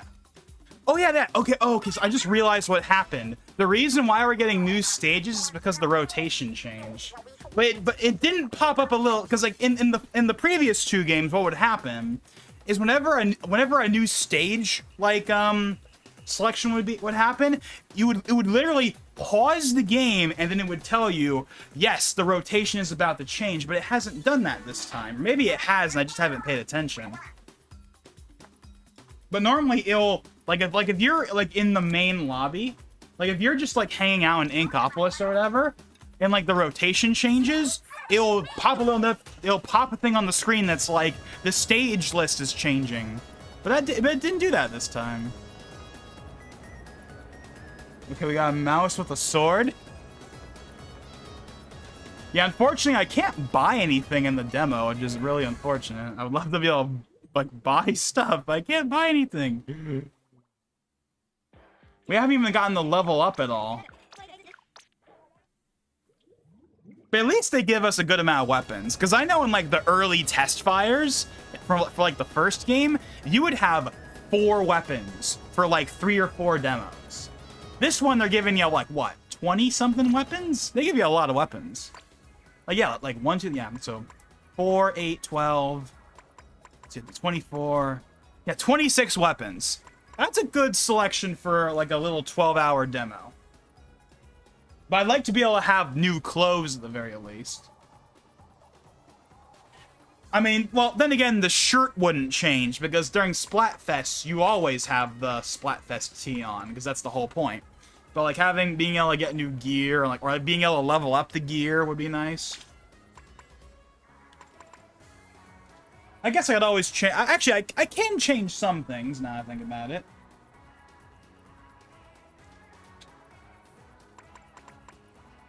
Yeah, here's the emotes section. This is new to Splatoon 3. This wasn't in the last 2 games. And they've already showcased in the Direct that you're going to be able to dab. So, Yeah, be prepared for that. A Nintendo game where you can dab. It took them 5+ years, but they somehow managed to do it. Okay, but I can change stuff like this. I can change, you know, my hairstyle and leg wear and stuff. I can change that, so if we want to switch things up a little bit, we can always do that. So this is, of course, the standard Inkling girl hair. This is, you know, the iconic, you know, hair. This is like the hair of Splatoon. Then we got, you know, the Inkling boy hair. Then we got the Splatoon 2 Inkling girl and boy hair. Then we got like a bunch of different options. I think this is what I use in Splatoon 2. In Splatoon 2, I think I use this. Then we got a couple other ones. I think some of these are new, actually. Yeah, this was added in Splatoon 2 in like an update, I remember. I think I'm pretty happy with the current. I like this. I like the way this looks. I think I'm gonna stick with that. You can change your eyebrows, which was never in the previous games. This is brand new. Oh yeah, look at this small game-changing difference. Wow, there's a line. Game-changing. These ones are like way too big, and then these ones are like smaller or whatever. I don't know. I think that's fine as is. I'll just go. Oh yeah, that's right. We can change this now. This is also new. Like, you could have, they added leggings in the second game, but this is the first time you've been able to, like, customize them. There's, like, the default with, like, the stripe. Then there's, like, the opposite where it's reversed. Then there's, like, this sketch pattern. And then there's, like, ripped. Let's go with the ripped ones.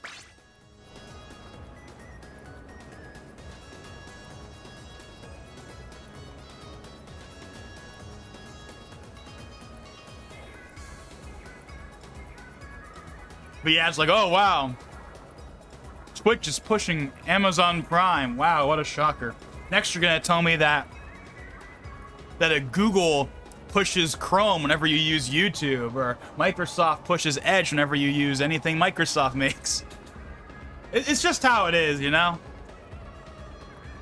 You know, whenever you go to, like, you know, any Google website, if you're not using Chrome, you will immediately see in the corner, hey, Google highly recommends you use Chrome for the ultimate true experience. And it's like, yeah. I use Edge, and Edge is, of course, based on Chromium, but apparently Chromium is not enough for Google. It has to be Chrome for that little... Actually, you know what? To be fair, I don't think I've seen the little Chrome notification pop up on YouTube. I think it's only when you use Firefox that they'll be like, we highly recommend Chrome. So I think for YouTube, Edge is enough to not make the notification appear. But if you're on Firefox, which of course has nothing to do with Chrome whatsoever, it's on its own engine, then it will pop the, we highly recommend you use Chrome for the best YouTube experience.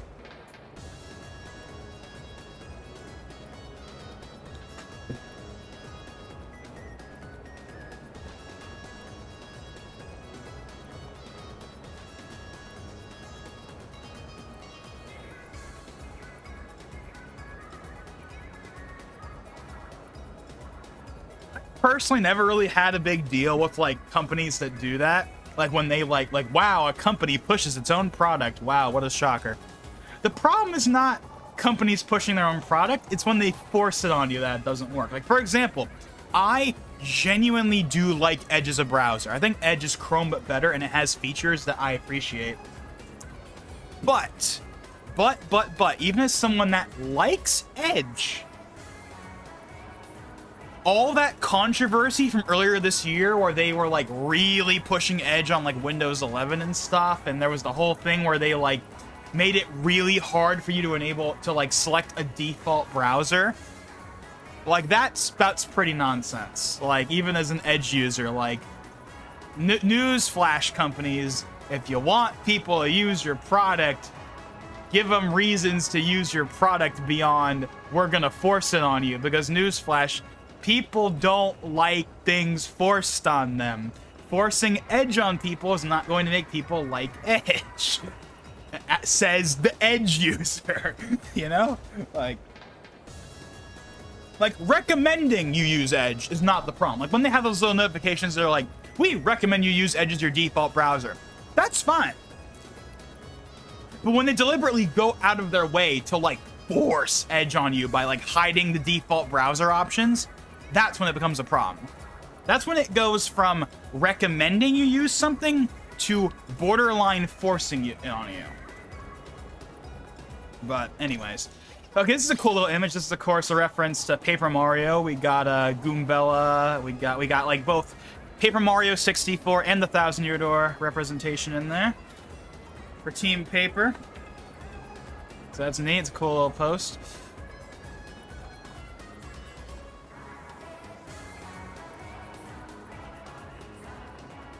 Whoa, apologies for like the weird angles here, but I'm trying to eat and also play and also move around at the same time.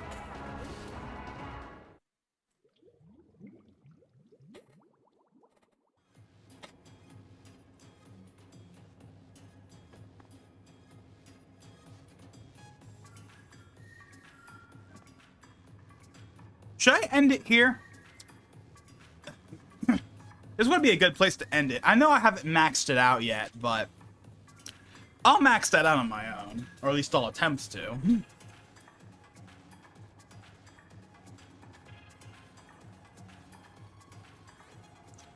Now, if I remember correctly, in the Direct, they talked about how Splatoon 3 is going to have a spectator option. I'm guessing that's not in the demo, though, right?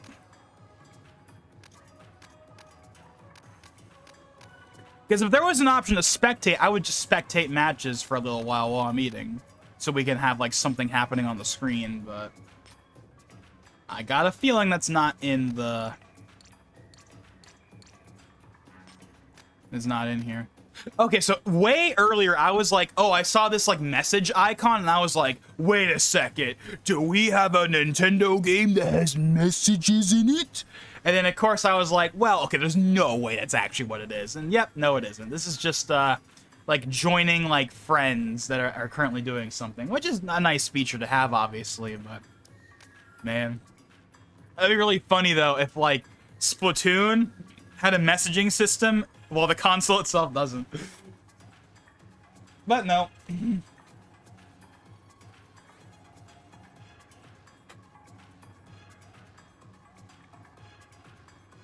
Splatoon 3 will be supporting the online app for like the voice chat for all 2 people that'll use that.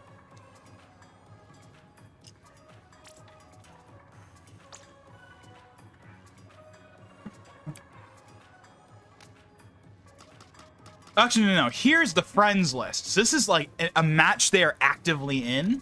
And this is just like a list of all the friends. Most of the people on my friends list are just people from Twitter back when I used Twitter. Like, for example, Ali. I know him. He's a good friend from, well, he's a good friend from Twitter. Jackson, I think this is like the newer Jackson, not Sacred Froakie Jackson. Yeah, Pika. Oh, Pika. Okay. Pika plays. I don't know if he's still around. But let's just say he got into some deep controversy a few years ago.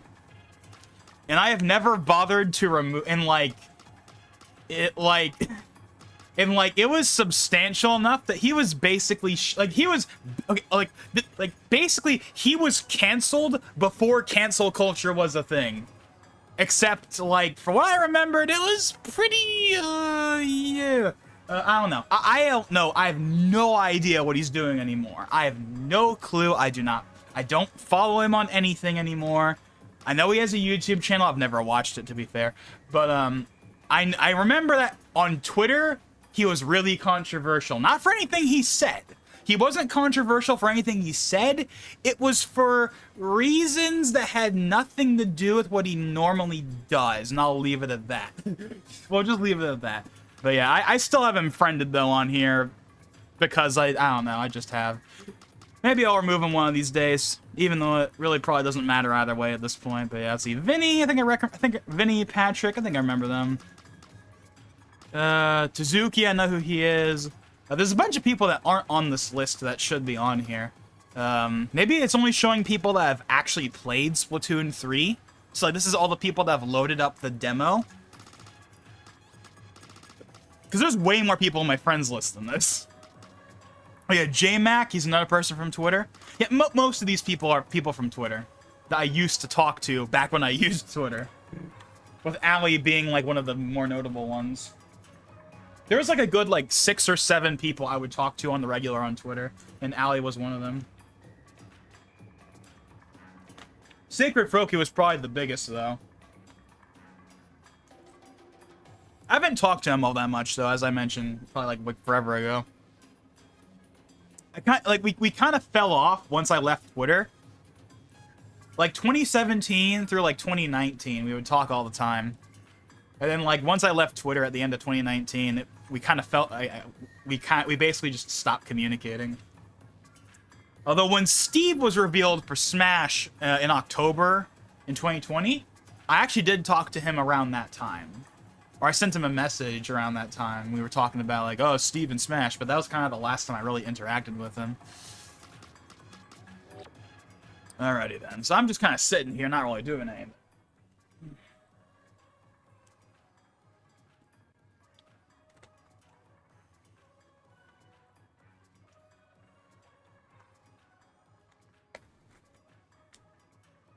So how much longer are we going here? So we're at 8:15. So we have a theoretical 45 minutes left.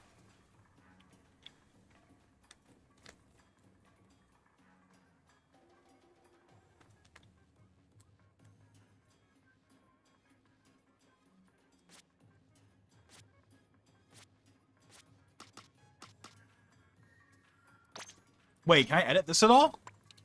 Okay, hold on.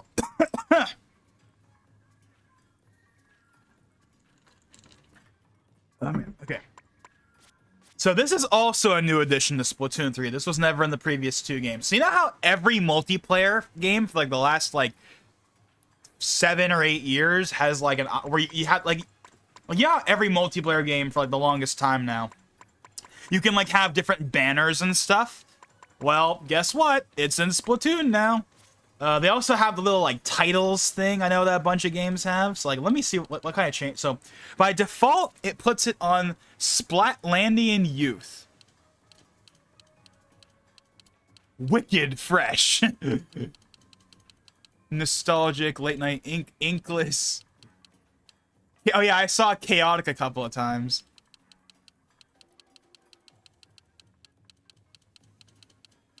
Agent 3.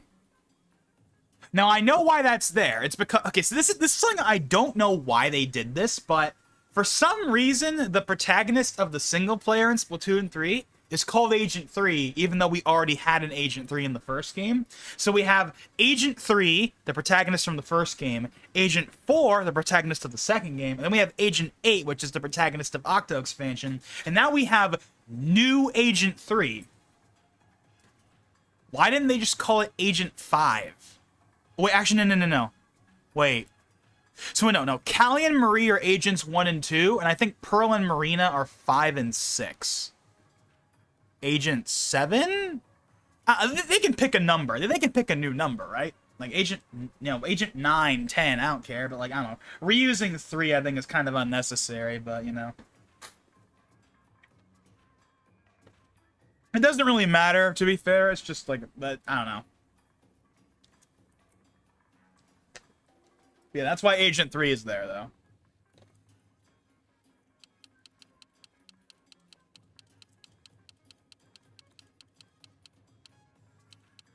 Youngster. Okay.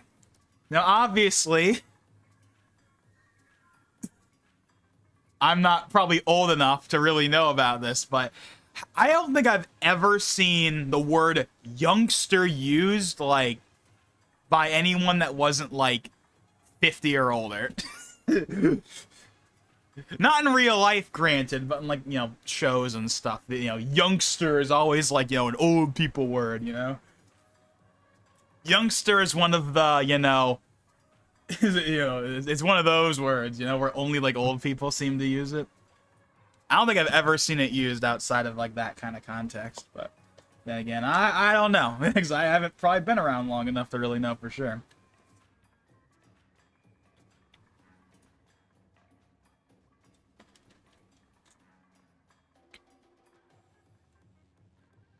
Okay. Well, let's go. Okay, so I don't have any badges right now. Let's see. We'll go Turf Warrior. How is Woomy not one of these? Like, Woomy is like the Splatoon like word. Maybe it'll be in the full game. Maybe you can unlock more titles. And maybe these are just like the ones you get when you first start and you can unlock more of them.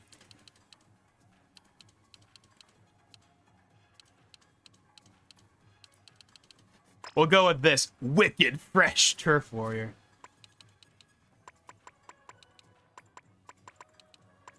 Let's go with... We'll go with this one.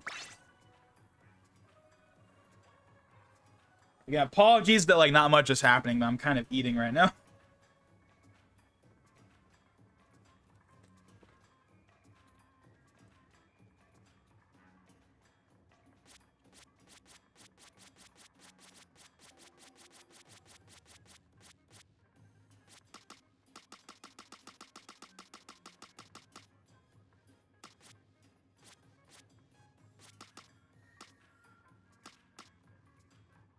It's kind of weird that there's only one stage for Tricolor Turf War.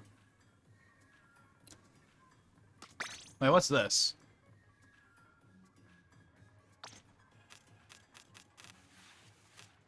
Okay, so you can take screenshots. Well, hold on. You can already take screenshots. Like, what if if I do it right now? See, you saw that in the corner, right? But that's not in here. So I guess the game has a screenshot function that's different from the regular. Like, then again, Smash has its own screenshot thing, but that's been a thing since like Brawl, so that kind of makes sense. But...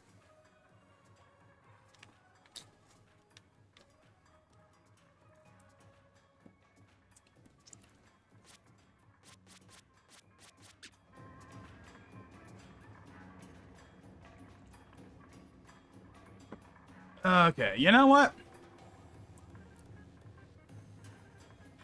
Man, I'm so, like, conflicted in what I want to do right now.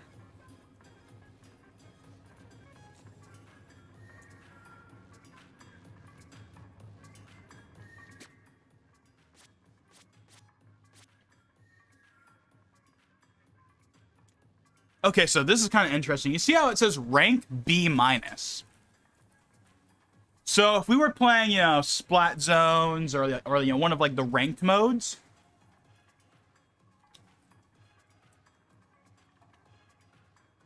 That, I guess, would be your default. I know in Splatoon 1, you start from, like, rank D. And in Splatoon 2, I think it's rank C you start from. But in this game, you start at rank B-.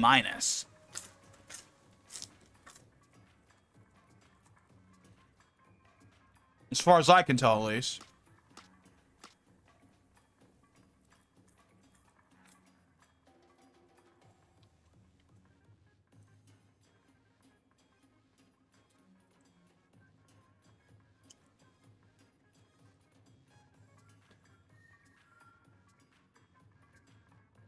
And of course, we have our table turf rank, which is the new, like, card game that they're adding.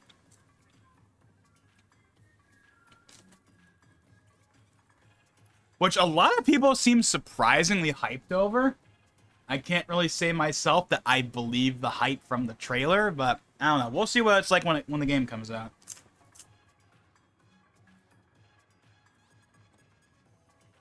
I'm guessing it's just going to be a little side thing, because that's what it just seems like. It'll be a little side thing you can do, but I don't think it's going to be something people think about all that much.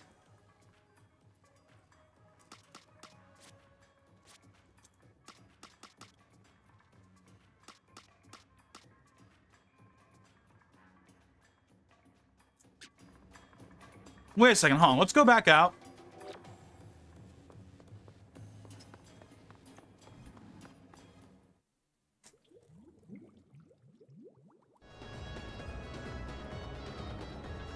Wait, what?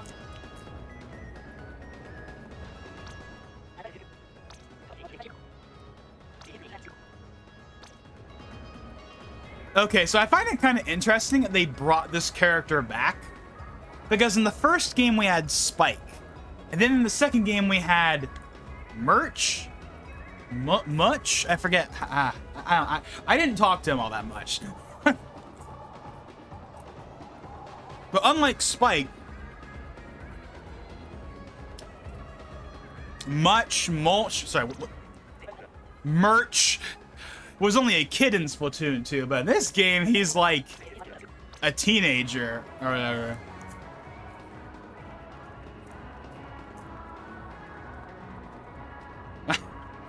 There it is. There it is.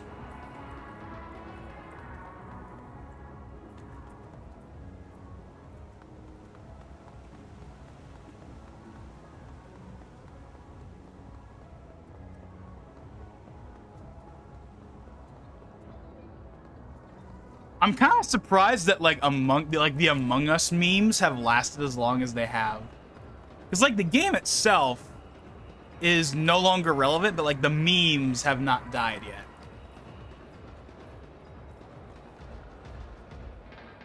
I wonder if it's gonna turn into one of those like memes that like transcends time and like becomes like a timeless meme that like never goes away.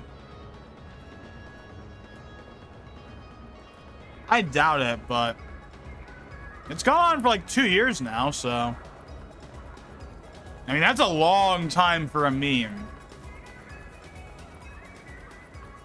Like, memes infamously have a short shelf life. They are relevant for a few weeks and then they die. Unless you're one of the lucky few that somehow transcend time and people will still use and quote like 5+ years later.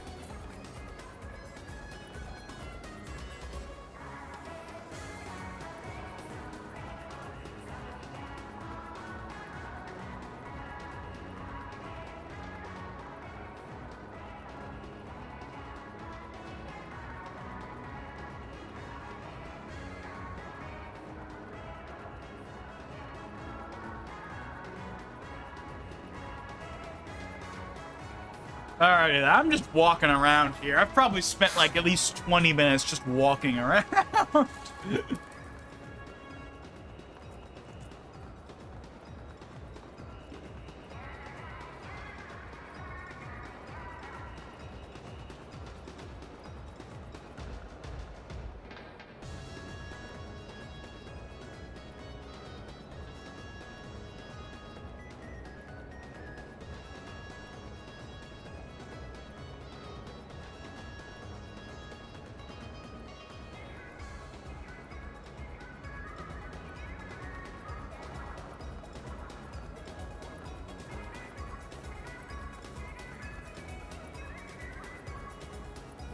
Alrighty, okay, so you know what?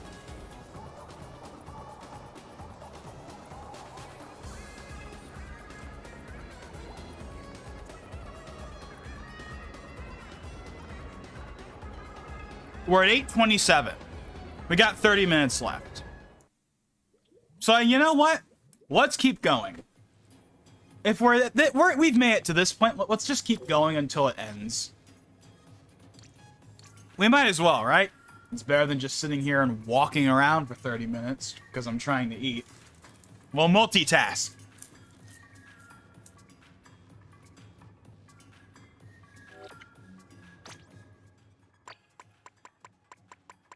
Let's go back to this weapon. I like this one.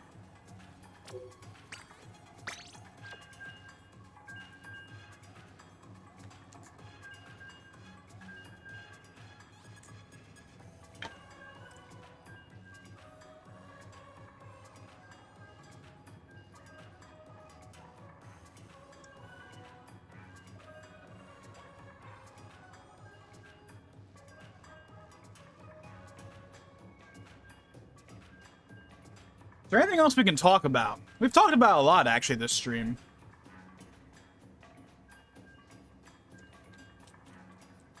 In terms of news topics, there's not really much. At least not I can think of that hasn't already been said.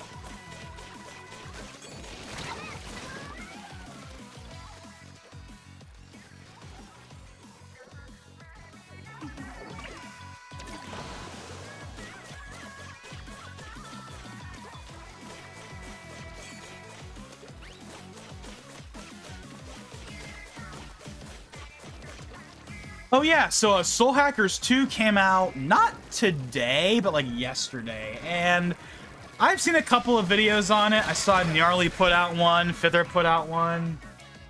Obviously, all the big, you know, IGNs. I haven't watched any of the, like, you know, the mainstream ones, but like I've watched, like, you know, the various, like, you know, Megami Tensei / Persona channels, you know, like, again, like Gnarly and Fither. I've watched their videos on it, and I've kind of looked at, like, what the general consensus of the game is, and the general consensus seems to be more or less what people were expecting, which is a resounding, the game is okay. Like, I know Gnarly said the game was good, but it has serious flaws. And then Fither said the game was okay, PK said the game was okay. I've seen a lot of okays. A couple of goods, nothing strong. Like, it's like the goods that exist aren't a strong good, if that makes any sense. Like, the game's good, but it's not great. So I've seen a couple of goods, and I've seen a lot of its okays. Which, I guess, is more or less how I expected it to be received. I mean, I haven't played the game, obviously, but there wasn't exactly a lot of hype going for it. Like, the game was announced, and people were like, oh, okay, that's interesting. They're putting out new Soul Hackers after, like, however many years. And people are kind of interested in that. But then all of the Persona ports got announced, and any amount of hype, any hype that Soul Hackers 2 had, died when all those Persona ports were announced. Because there were a lot of people that kind of saw Soul Hackers as, like, poor man's Persona. At least, like, at first. And once we got, like, actual Persona announced for, like, every console, it was like, okay, well, now why do I want to play Soul Hackers 2 when Persona 5 is coming to, you know, Switch, Xbox, PC, etc. Now, obviously, I want to make it crystal clear. Soul Hackers and Persona are not the same thing.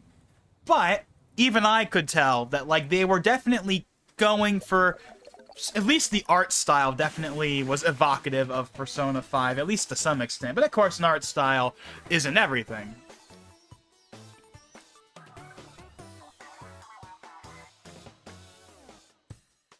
But I will imagine that there were some people, not everyone, but some people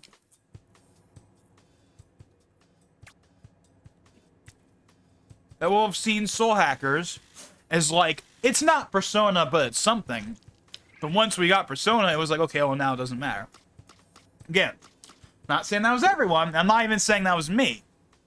But I imagine some people had that idea. It's like, oh, Soul Hackers is going to be, like, the closest thing we get to Persona 5. And once Persona 5 got announced for everything, it's like, okay, well, now it doesn't matter.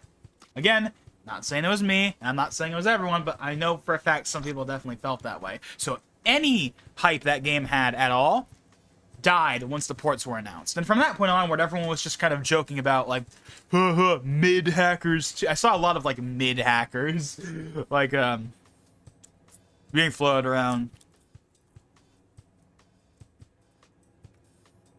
Then the game came out, and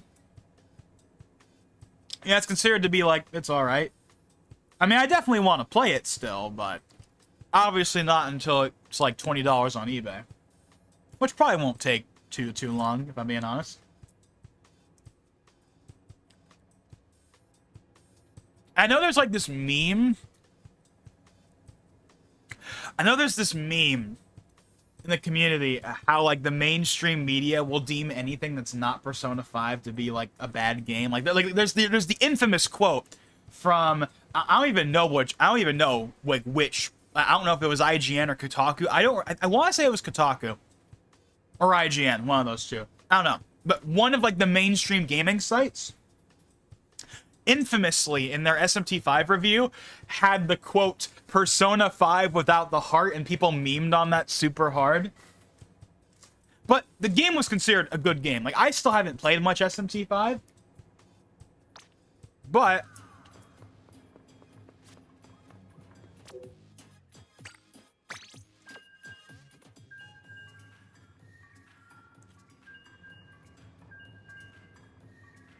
SMT5 was considered more or less to be a great game.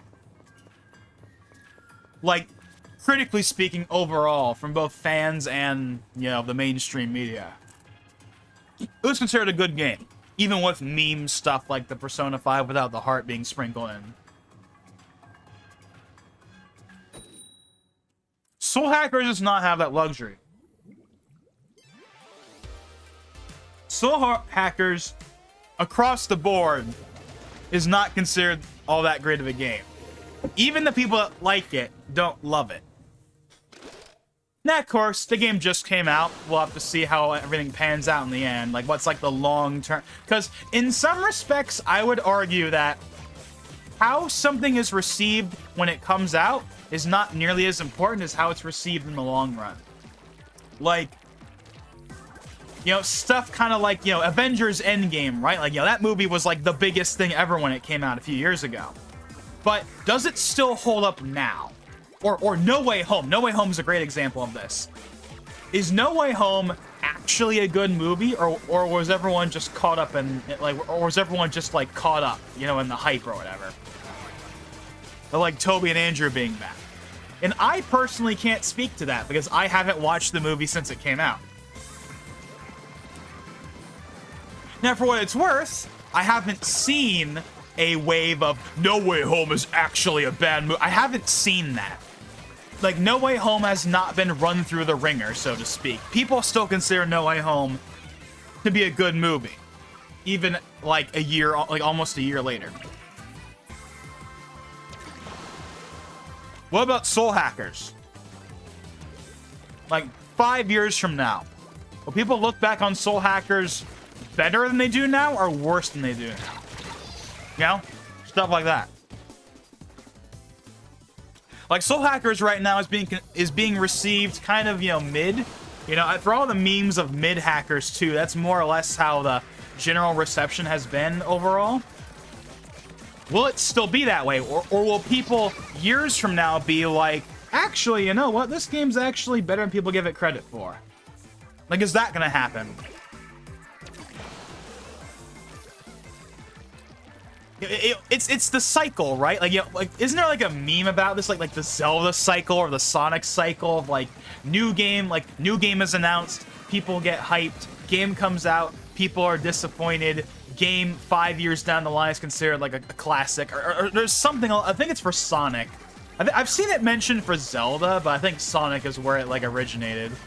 Because, I mean, the Zelda games have always been well received, with the exception of maybe Skyward Sword. I know Skyward Sword is like not considered, is considered one of the weaker entries in the series, but overall the Zelda games across the board, at least mainline, have been received pretty universally well, whereas like the Sonic games have, you know, for the longest time, right?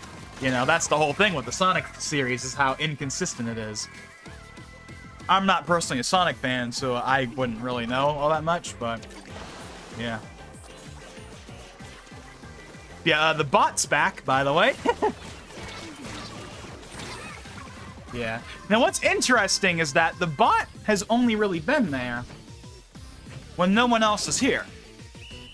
I don't know if Jay is still here or not, but when he was, you know, in the chat, the bot never showed up. But now that he's stopped saying anything, the bot has come back. Could just be a coincidence, but...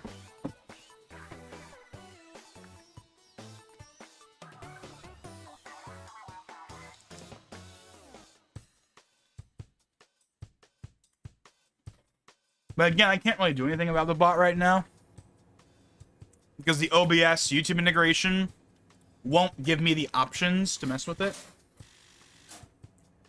The only thing I can do is look at the chat and type in the chat. That's all I can do. I can't ban people. I can't suspend people. I can't remove posts. I can't do any of that.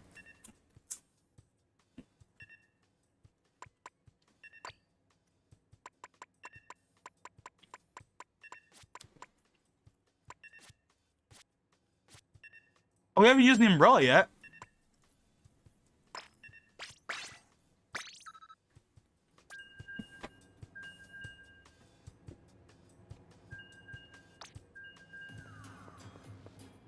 If you don't know what the umbrella is, by the way, it's the shotgun of the series.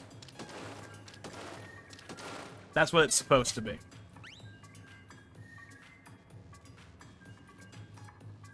and they were added in Splatoon 2. I believe post-launch. I think like version 2.0, I think is when they were introduced. Like late 2017, early 2018, I think.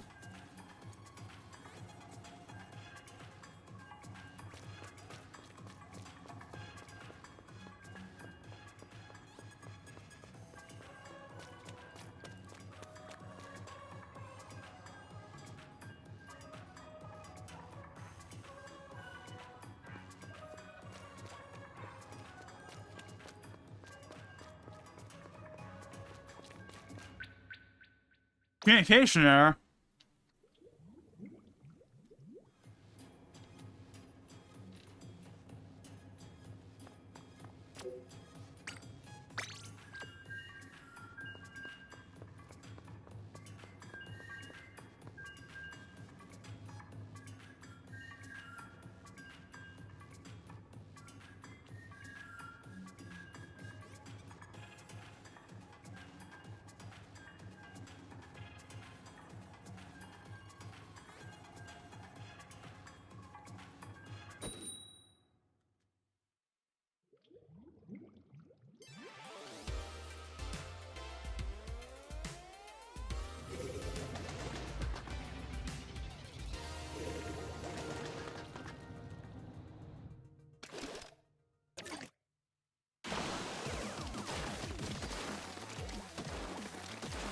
That's a lot of range right there.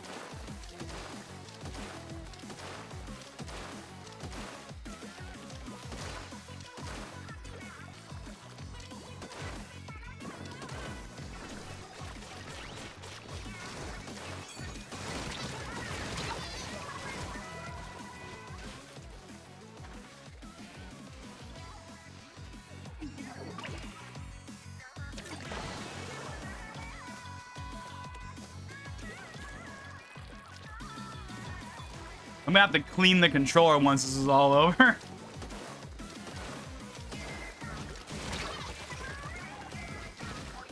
Trying to keep it as clean as I can.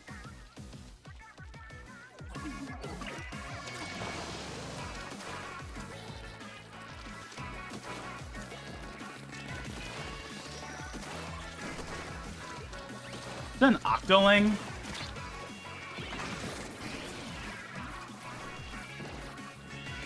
I think that's supposed to be an Octoling.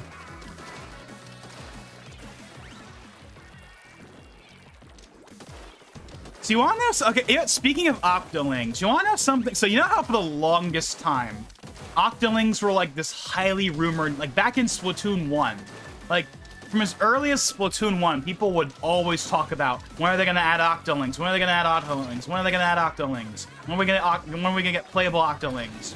And it was like data mined like forever and stuff. And then it would never ever happen. And then finally we got the Octo expansion, where we not only got a new campaign with a playable Octoling, but we got playable Octolings in the multiplayer. But you want to know the thing about that? That's kind of ironic. Even though it's cool that we finally got it, I wasn't all that excited about the Octolings coming into the game when they actually were announced to come in. For one reason, their design. I was under the assumption, like probably everyone else, that like the Octolings would look like the enemy Octolings. But they don't at all. The playable Octolings have a completely different design than the enemy Octolings from the first game. And I don't like the newer designs as much as that enemy design, so, you know, maybe that's why I don't really play as an Octoling all that much.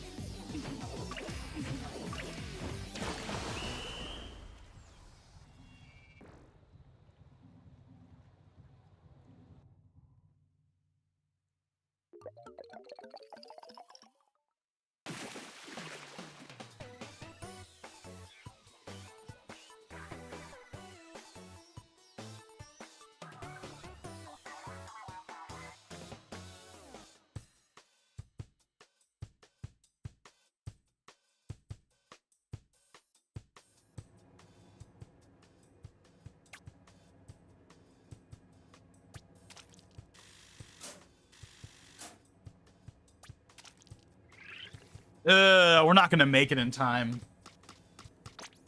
We're not even halfway yet, and we have only 20 minutes left. If we win every single match, we're not gonna make it.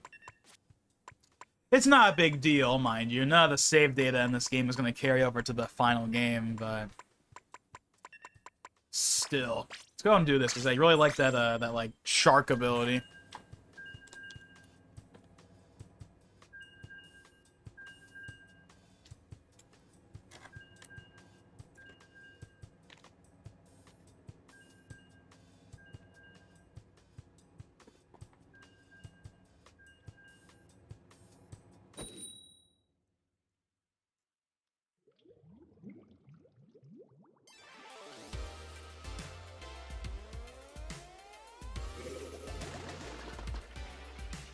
We're in My Resort, right?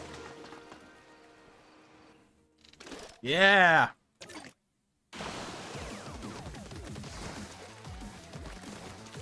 Now, I haven't mentioned this yet, but I can tell that My Resort's layout is different. I think the core of it is mostly the same, but I can tell that, like, they did change it. That might just be because of the Splatfest, though. I think that the layouts of stages do get changed for Splatfests. So in the actual, like, game, when you're doing regular battles, it might be the Splatoon 1 layout, more or less, but I can tell they have changed it.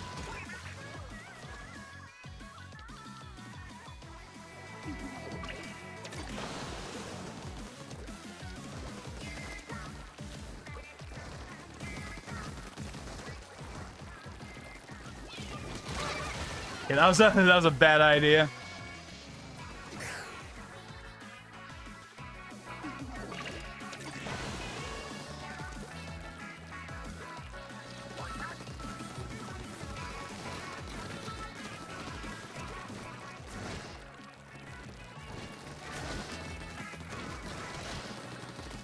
Spongy Bob.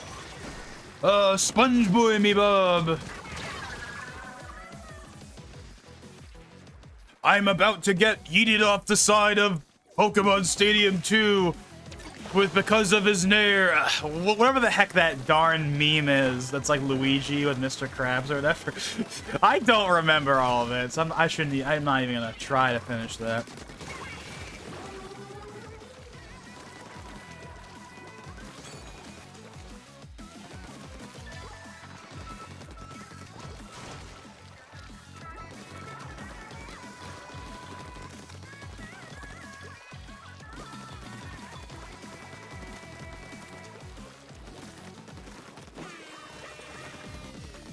Yeah, the core of the stage is the same, but the outer bits are different.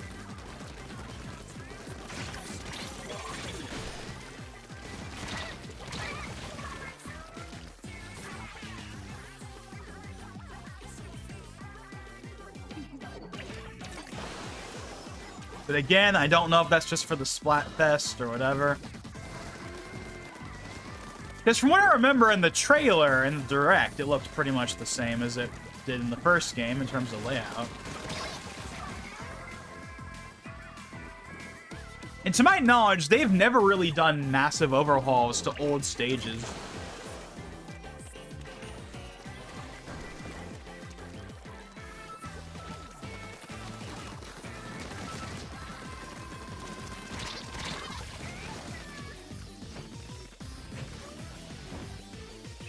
Now, when I say massive overhauls, I should probably clarify something. So I mean, like, when they brought back stages from Splatoon 1 in Splatoon 2, none of them had any massive changes. There were minor tweaks, but there was nothing that, like, changed the inherent layout. I mean, look at that. That's a Tetris block right there. I can tell you right now that in the first game, My Resort was not a Tetris block. Now, they did do overhauls to stages over time. Like, for example, in the first game, Urchin Underpass got a revamp, like, halfway through. Same for Hammerhead Beach, I think, got one. Sorry, Hammerhead Bridge. A couple of the other stages in Splatoon 1 got, like, changes, like, partway through the life cycle. I believe Splatoon 2 did the same thing, but when they would bring back an old stage, they wouldn't, like, completely change the layout.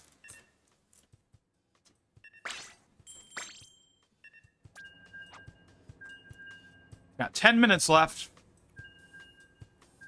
If I'm being honest, I'm probably dragging the stream out too long, but hey, we're at this point, so we might as well.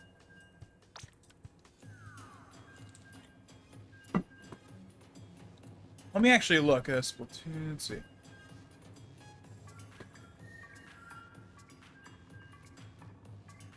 My Resort. Okay, so wait, no. Okay, so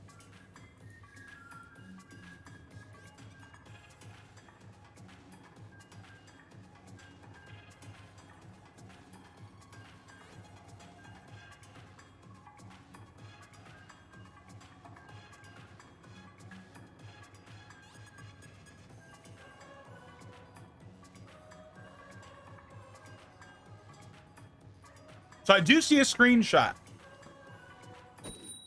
I do see a screenshot of My Resort from Splatoon 3 during the day. And it does seem like the layout is the same as what we just played. Now, obviously the water levels would go up and down in My Resort normally. That didn't happen just now because I'm guessing that's like disabled for the Splatfest. But yeah.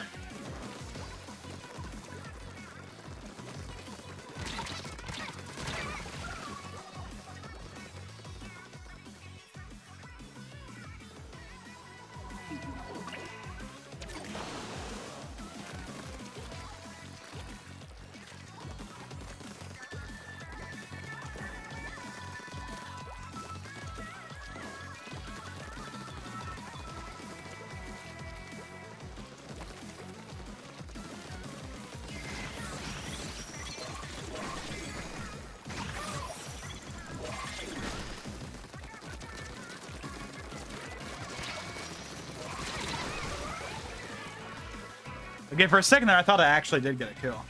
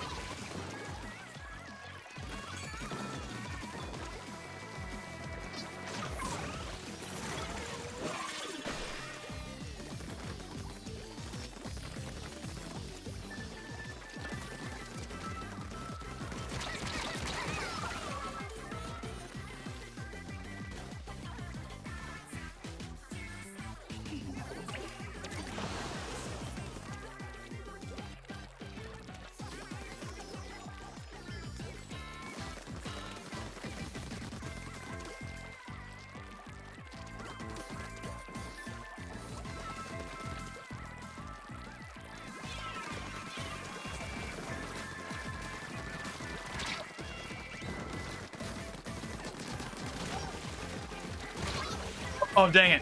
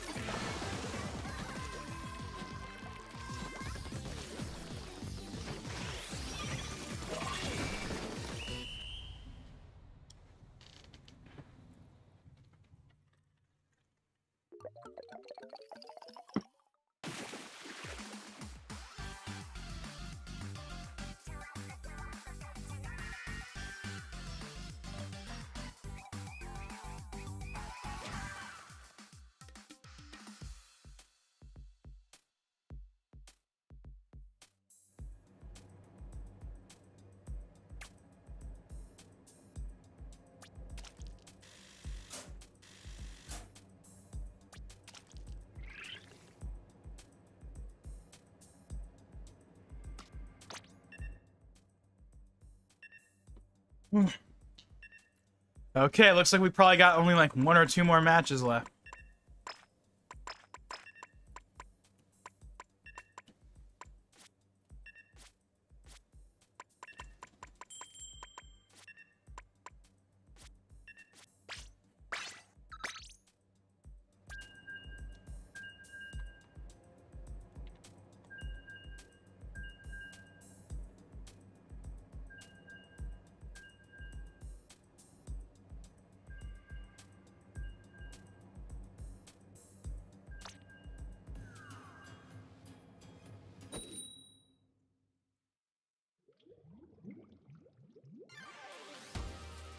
This might be our last battle. If it's not, it's gonna be the second to last.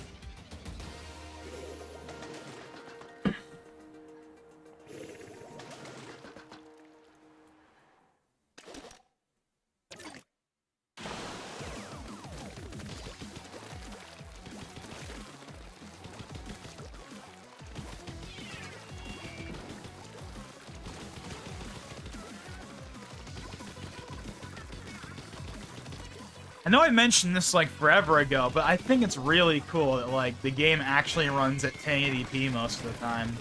Splatoon 2, during like normal battles, tended to be more in like the 800, like 810p, like 860p range. But this game is running at like full 1080p in like every single match. Now that being said though, the one time where Splatoon 2 would run the game at full resolution all the time was Splatfests.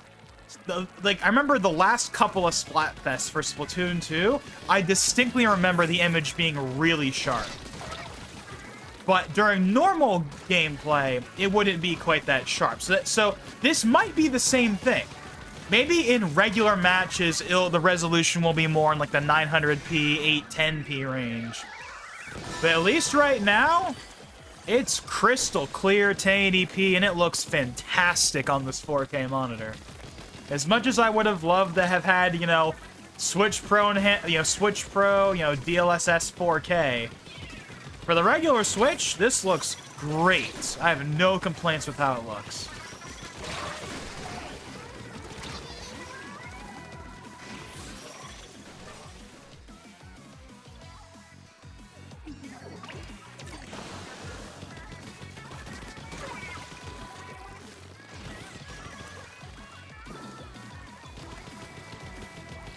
It's 8:58.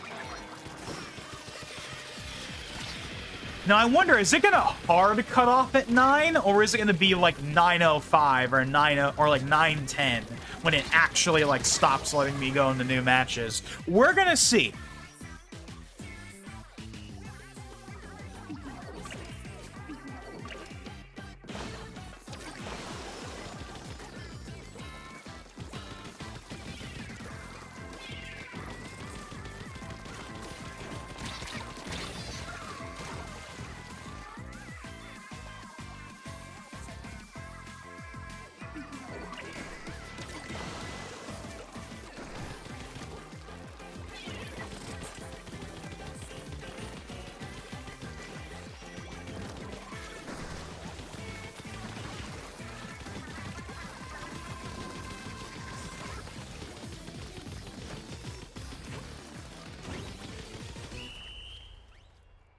I think we lost that one. 8:59. Yeah.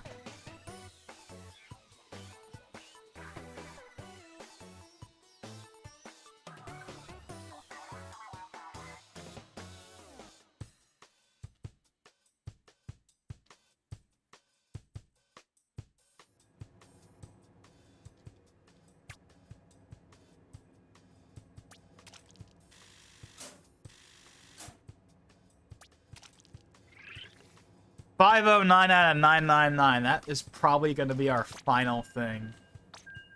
Well, we're going to try for one more match. We may get lucky and get one more match. Uh-oh. See, that's the notification I was talking about earlier where the game will tell you. Is that it? Is that it?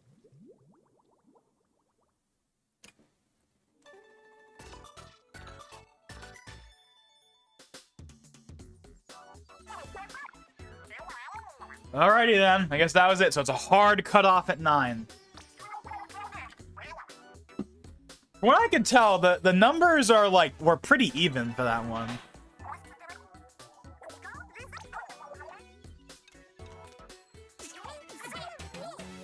Yeah, we're not gonna find out for a while because they don't release the numbers until a little while. Okay, so this is what it looks like. So this is what Splatsville looks like under normal circumstances. Looks nice.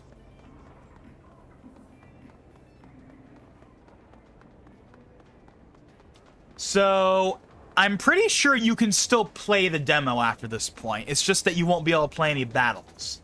You can walk around the area and like there's the tutorial, although I don't think you can replay that. Yeah. Okay, so I think that's it. I think that's it. 4 hours. We have crossed the 4-hour mark. I tend to not go much further than 3. I mean, the longest stream I've ever done was 8 hours and 25 minutes. I still know that, but this is a pretty lengthy stream. I don't expect any of the other, like, Road to Splatoon 3 streams to be this long. But, yeah. So, I guess we can walk around a little bit just to see what everything looks like in the daytime. Oh yeah, where's the thing from the trailer where I was like, oh, that's where the new mode is? Yeah, I saw that floating piggy bank or whatever, and I was like, oh, I guarantee you that's gonna be the entrance to like whatever the new like Salmon Run equivalent is, and of course it was revealed later than that. Salmon Run's just coming back, and there's no like big new mode. So that's a bit unfortunate, but yeah, I like Salmon Run. And they got rid of the thing, from what I heard, they actually did get rid of the thing where, the biggest complaint everyone had about Salmon Run was it was time gated. You could only play it at certain times of the day, and nobody liked that. I believe that has been fixed. Don't quote me, but I remember reading somewhere that they did confirm that yes, you can now play Salmon Run whenever you want. In fact, you know what? Let's confirm that for ourselves right now. Let me go ahead, right before we sign off here, let me go ahead and look. Let's see. Where is it? Oh, yeah, what's the name of the new darn thing? Okay. Okay, so yeah, so Squid Sisters is Callie and Marie. Off the Hook is Pearl and Marina. And then, what are the new ones called? What the heck is the new characters called? Deep Cut. That Deep Cut is the name of the new idol group. So that's Shiver, Fry, and then the Manta Ray, which is Big Man. That apparently like is like a lot of people really like because he's like a meme or whatever. Okay, so anyways, okay. Let's see, where is it? Salmon Run.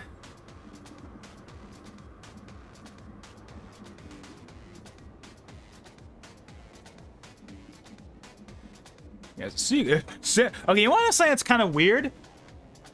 I say Salmon Run is coming back, and it is. But they're not calling it Salmon Run. They're calling it Salmon Run Next Wave. They're giving it like a subtitle, and like on the wiki it has its own separate page from like regular Salmon Run, which is like weird. Why not have it a part of the same page? It's the same mode. Just because they gave it a subtitle in the new game doesn't make it a different mode. But anyways, let me see. Can I find, where's the thing? Does it say resume the rules on that change? Those be big. Yeah, all the new stuff. Those does look cool. I don't see anything on the wiki that confirms that it's not time limited anymore, but I remember reading somewhere that they supposedly are not time limiting it anymore. But I can't find definitive proof of this right now.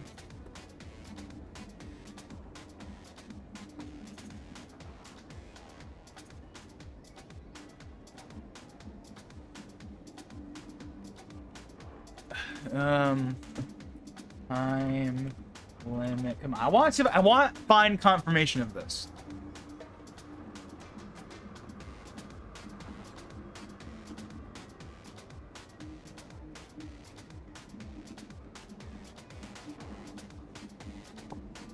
Why can I not find it right now? I cannot find... Why can I not find it?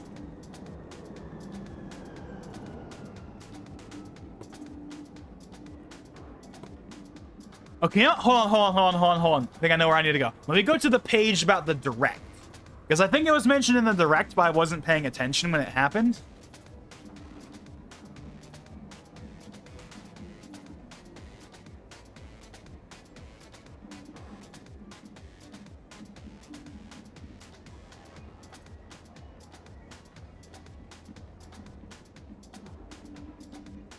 Okay, here we go. And I quote from the wiki. The Direct also revealed that the mode can be played at any time rather than being available on a set schedule. There it is. The biggest thing everyone wanted is there was for Salmon Run. So that's great. And if I'm being completely honest, even though the limit was annoying in Splatoon 2, I actually didn't mind it that much. But obviously, it's great that we can play it whenever we want now. So, yeah.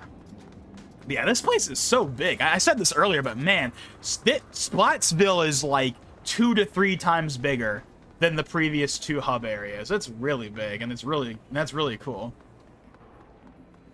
But, yeah, so I don't think we can do literally anything else.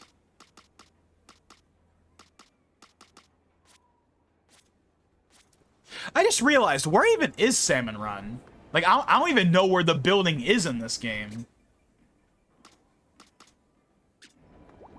Like, I see this. This is where the single player is gonna be. The single player is always through like a grate. So this is where the single player mode is, but I have no idea where the building for, like, we obviously won't be able to do anything, but I want to find the building real quick. This is gonna be the last thing we do. I just want to find the building that houses Salmon Run, because I have no clue where it is. Oh, I can go up here? That's cool. Ah, I can't go up there.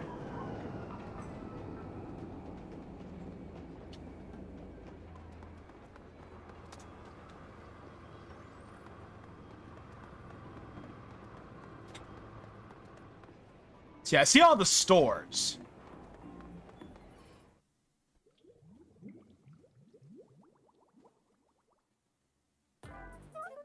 Oh god, I forgot about this guy. This is basically Larry the Lobster, but in Splatoon. I mean, look how big this guy is. I guess that's the shoes place. Okay. But where's Salmon Run? Okay. So yeah, that's a store. That's a store.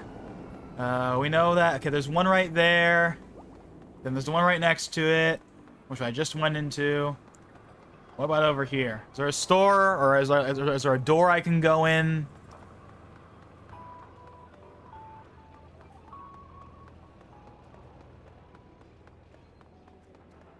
Let me guess. It's hidden in the back, isn't it? I wouldn't be surprised if they hid it in the back. Would make sense. Because in the original game, it was still like pretty much where everything else was, but it was a little off to the side. But with how much bigger the hub world is in this game, I wouldn't be surprised if they really put it. So yeah, here's the card game. This is where the card game is. That obviously I can't play right now, but it is there.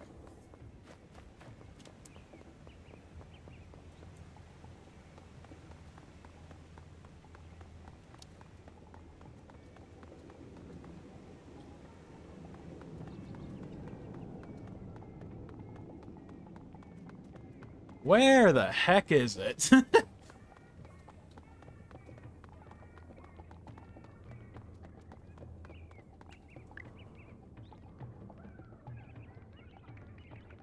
I have no clue where it is.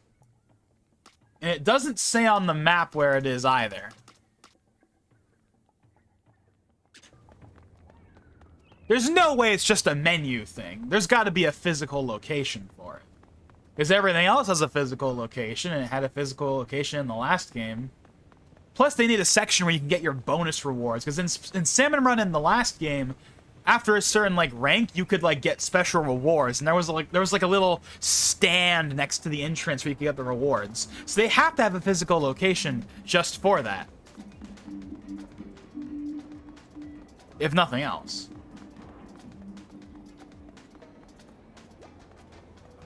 Okay, so the shoal is right there. That's like the local multiplayer land thing. Oh, it's right here. This has to be it, right? I think it's right here. I think this is where the Salmon Run is. Now I have no idea where the bonus thing is. Maybe they okay, so you know how now they have, so in the first two games, when you go inside this lobby door right here, it just takes you to the lobby. But in this game, it takes you to the training area. Right? What if they do that with Salmon Run, where Salmon Run has its own little like area, and that's where like the bonus stand is. That's probably what they're doing, because there's no real room for a bonus stand right here. So yeah. Alrighty then. So I think we've made. I think that's been long enough. Okay, so let's go ahead and go out of that. So yeah, that's the Splatoon 3 Splatfest World Premiere. So yeah, that went on a bit longer than I expected, but hey, I enjoyed it. And I hope you guys enjoyed it too. So all two of you that showed up, well, I know VeggieBake showed up earlier, so that was cool, but yeah. So that was fun though. That was fun. I definitely like some of those new weapons. I like some of those new maps. So I'm definitely looking forward to playing more of that when it comes out. But of course, this is just part 1 of the Splatoon 3 journey, because this is supposed to be the kickoff, right? So, just in case anyone's forgotten, because it has been 4 hours.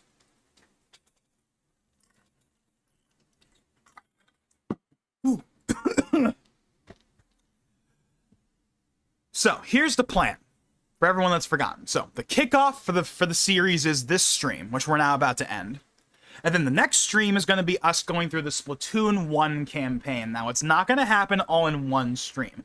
I think I can get through the Splatoon 1 campaign pretty quickly, because of all the Splatoon campaigns, it's the one I have played the most by far. I have gone through that campaign like 3 or 4 times. I've only gone through the Splatoon 1 campaign all the way 1 time, and I've made it partway through on a second account.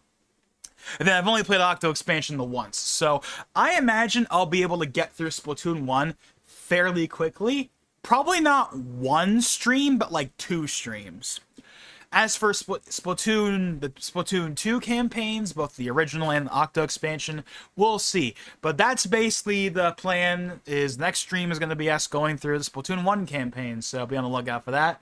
As for when exactly we're going to do it, I mean, probably tomorrow, but we'll see. I want to try and space these out a little more, because like I was kind of talking about earlier, I kind of have a habit for like doing these kinds of streams back to back to back to back to back. And I want to kind of space it out a little more.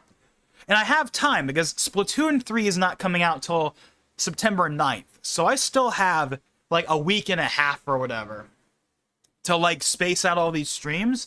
So we might not do one every single day, but or at the very least, we'll space out, like, the campaigns. Like, we finish the Splatoon 1 campaign, we'll wait, like, a day or 2 before we start the Splatoon 2 campaign. Stuff like that, at the very least, right? But we'll see what happens, but anyways, yeah, thank you, Jay, for being here. It was fun talking with you. And thanks, VeggieBake, for showing up earlier as well. And no thanks to the 69mega.com bot that actually just posted again. Yeah, I don't know what to do about that, but yeah, so but yeah, thanks Jay and VeggieBake for being here, and thank you to everyone that's been watching this, whether it's live or, since I'm going to be keeping these up after the fact for a while, watching this after the fact. If for some weird reason you'll want to watch this after the fact, I think the campaign streams will be more viable for will be more viable as like dang it, what's the word? like evergreen content. I think those will definitely hold up better than this, but I don't know. But anyways, the darn like AI dating bot. Oh man. But anyways. But yes, yeah. Thank you, Jay and VigiBake, for being here. Thank you to anyone else that's been watching this, and hope you are looking forward to the future streams in the series. Yeah, this is kind of like the last like big stream series I really have planned, since there's nothing really else for me to really stream about, and obviously I really should be getting back to the videos. But hey, this is going to be like a bit of a special series, so I'm going to make an exception for it. Plus, we're doing it on YouTube, so higher quality, and the streams will actually last and not go away after 7 days or whatever. So there's that too. But anyways, with that being said, this is Logan59XP, and I'll see you guys next time.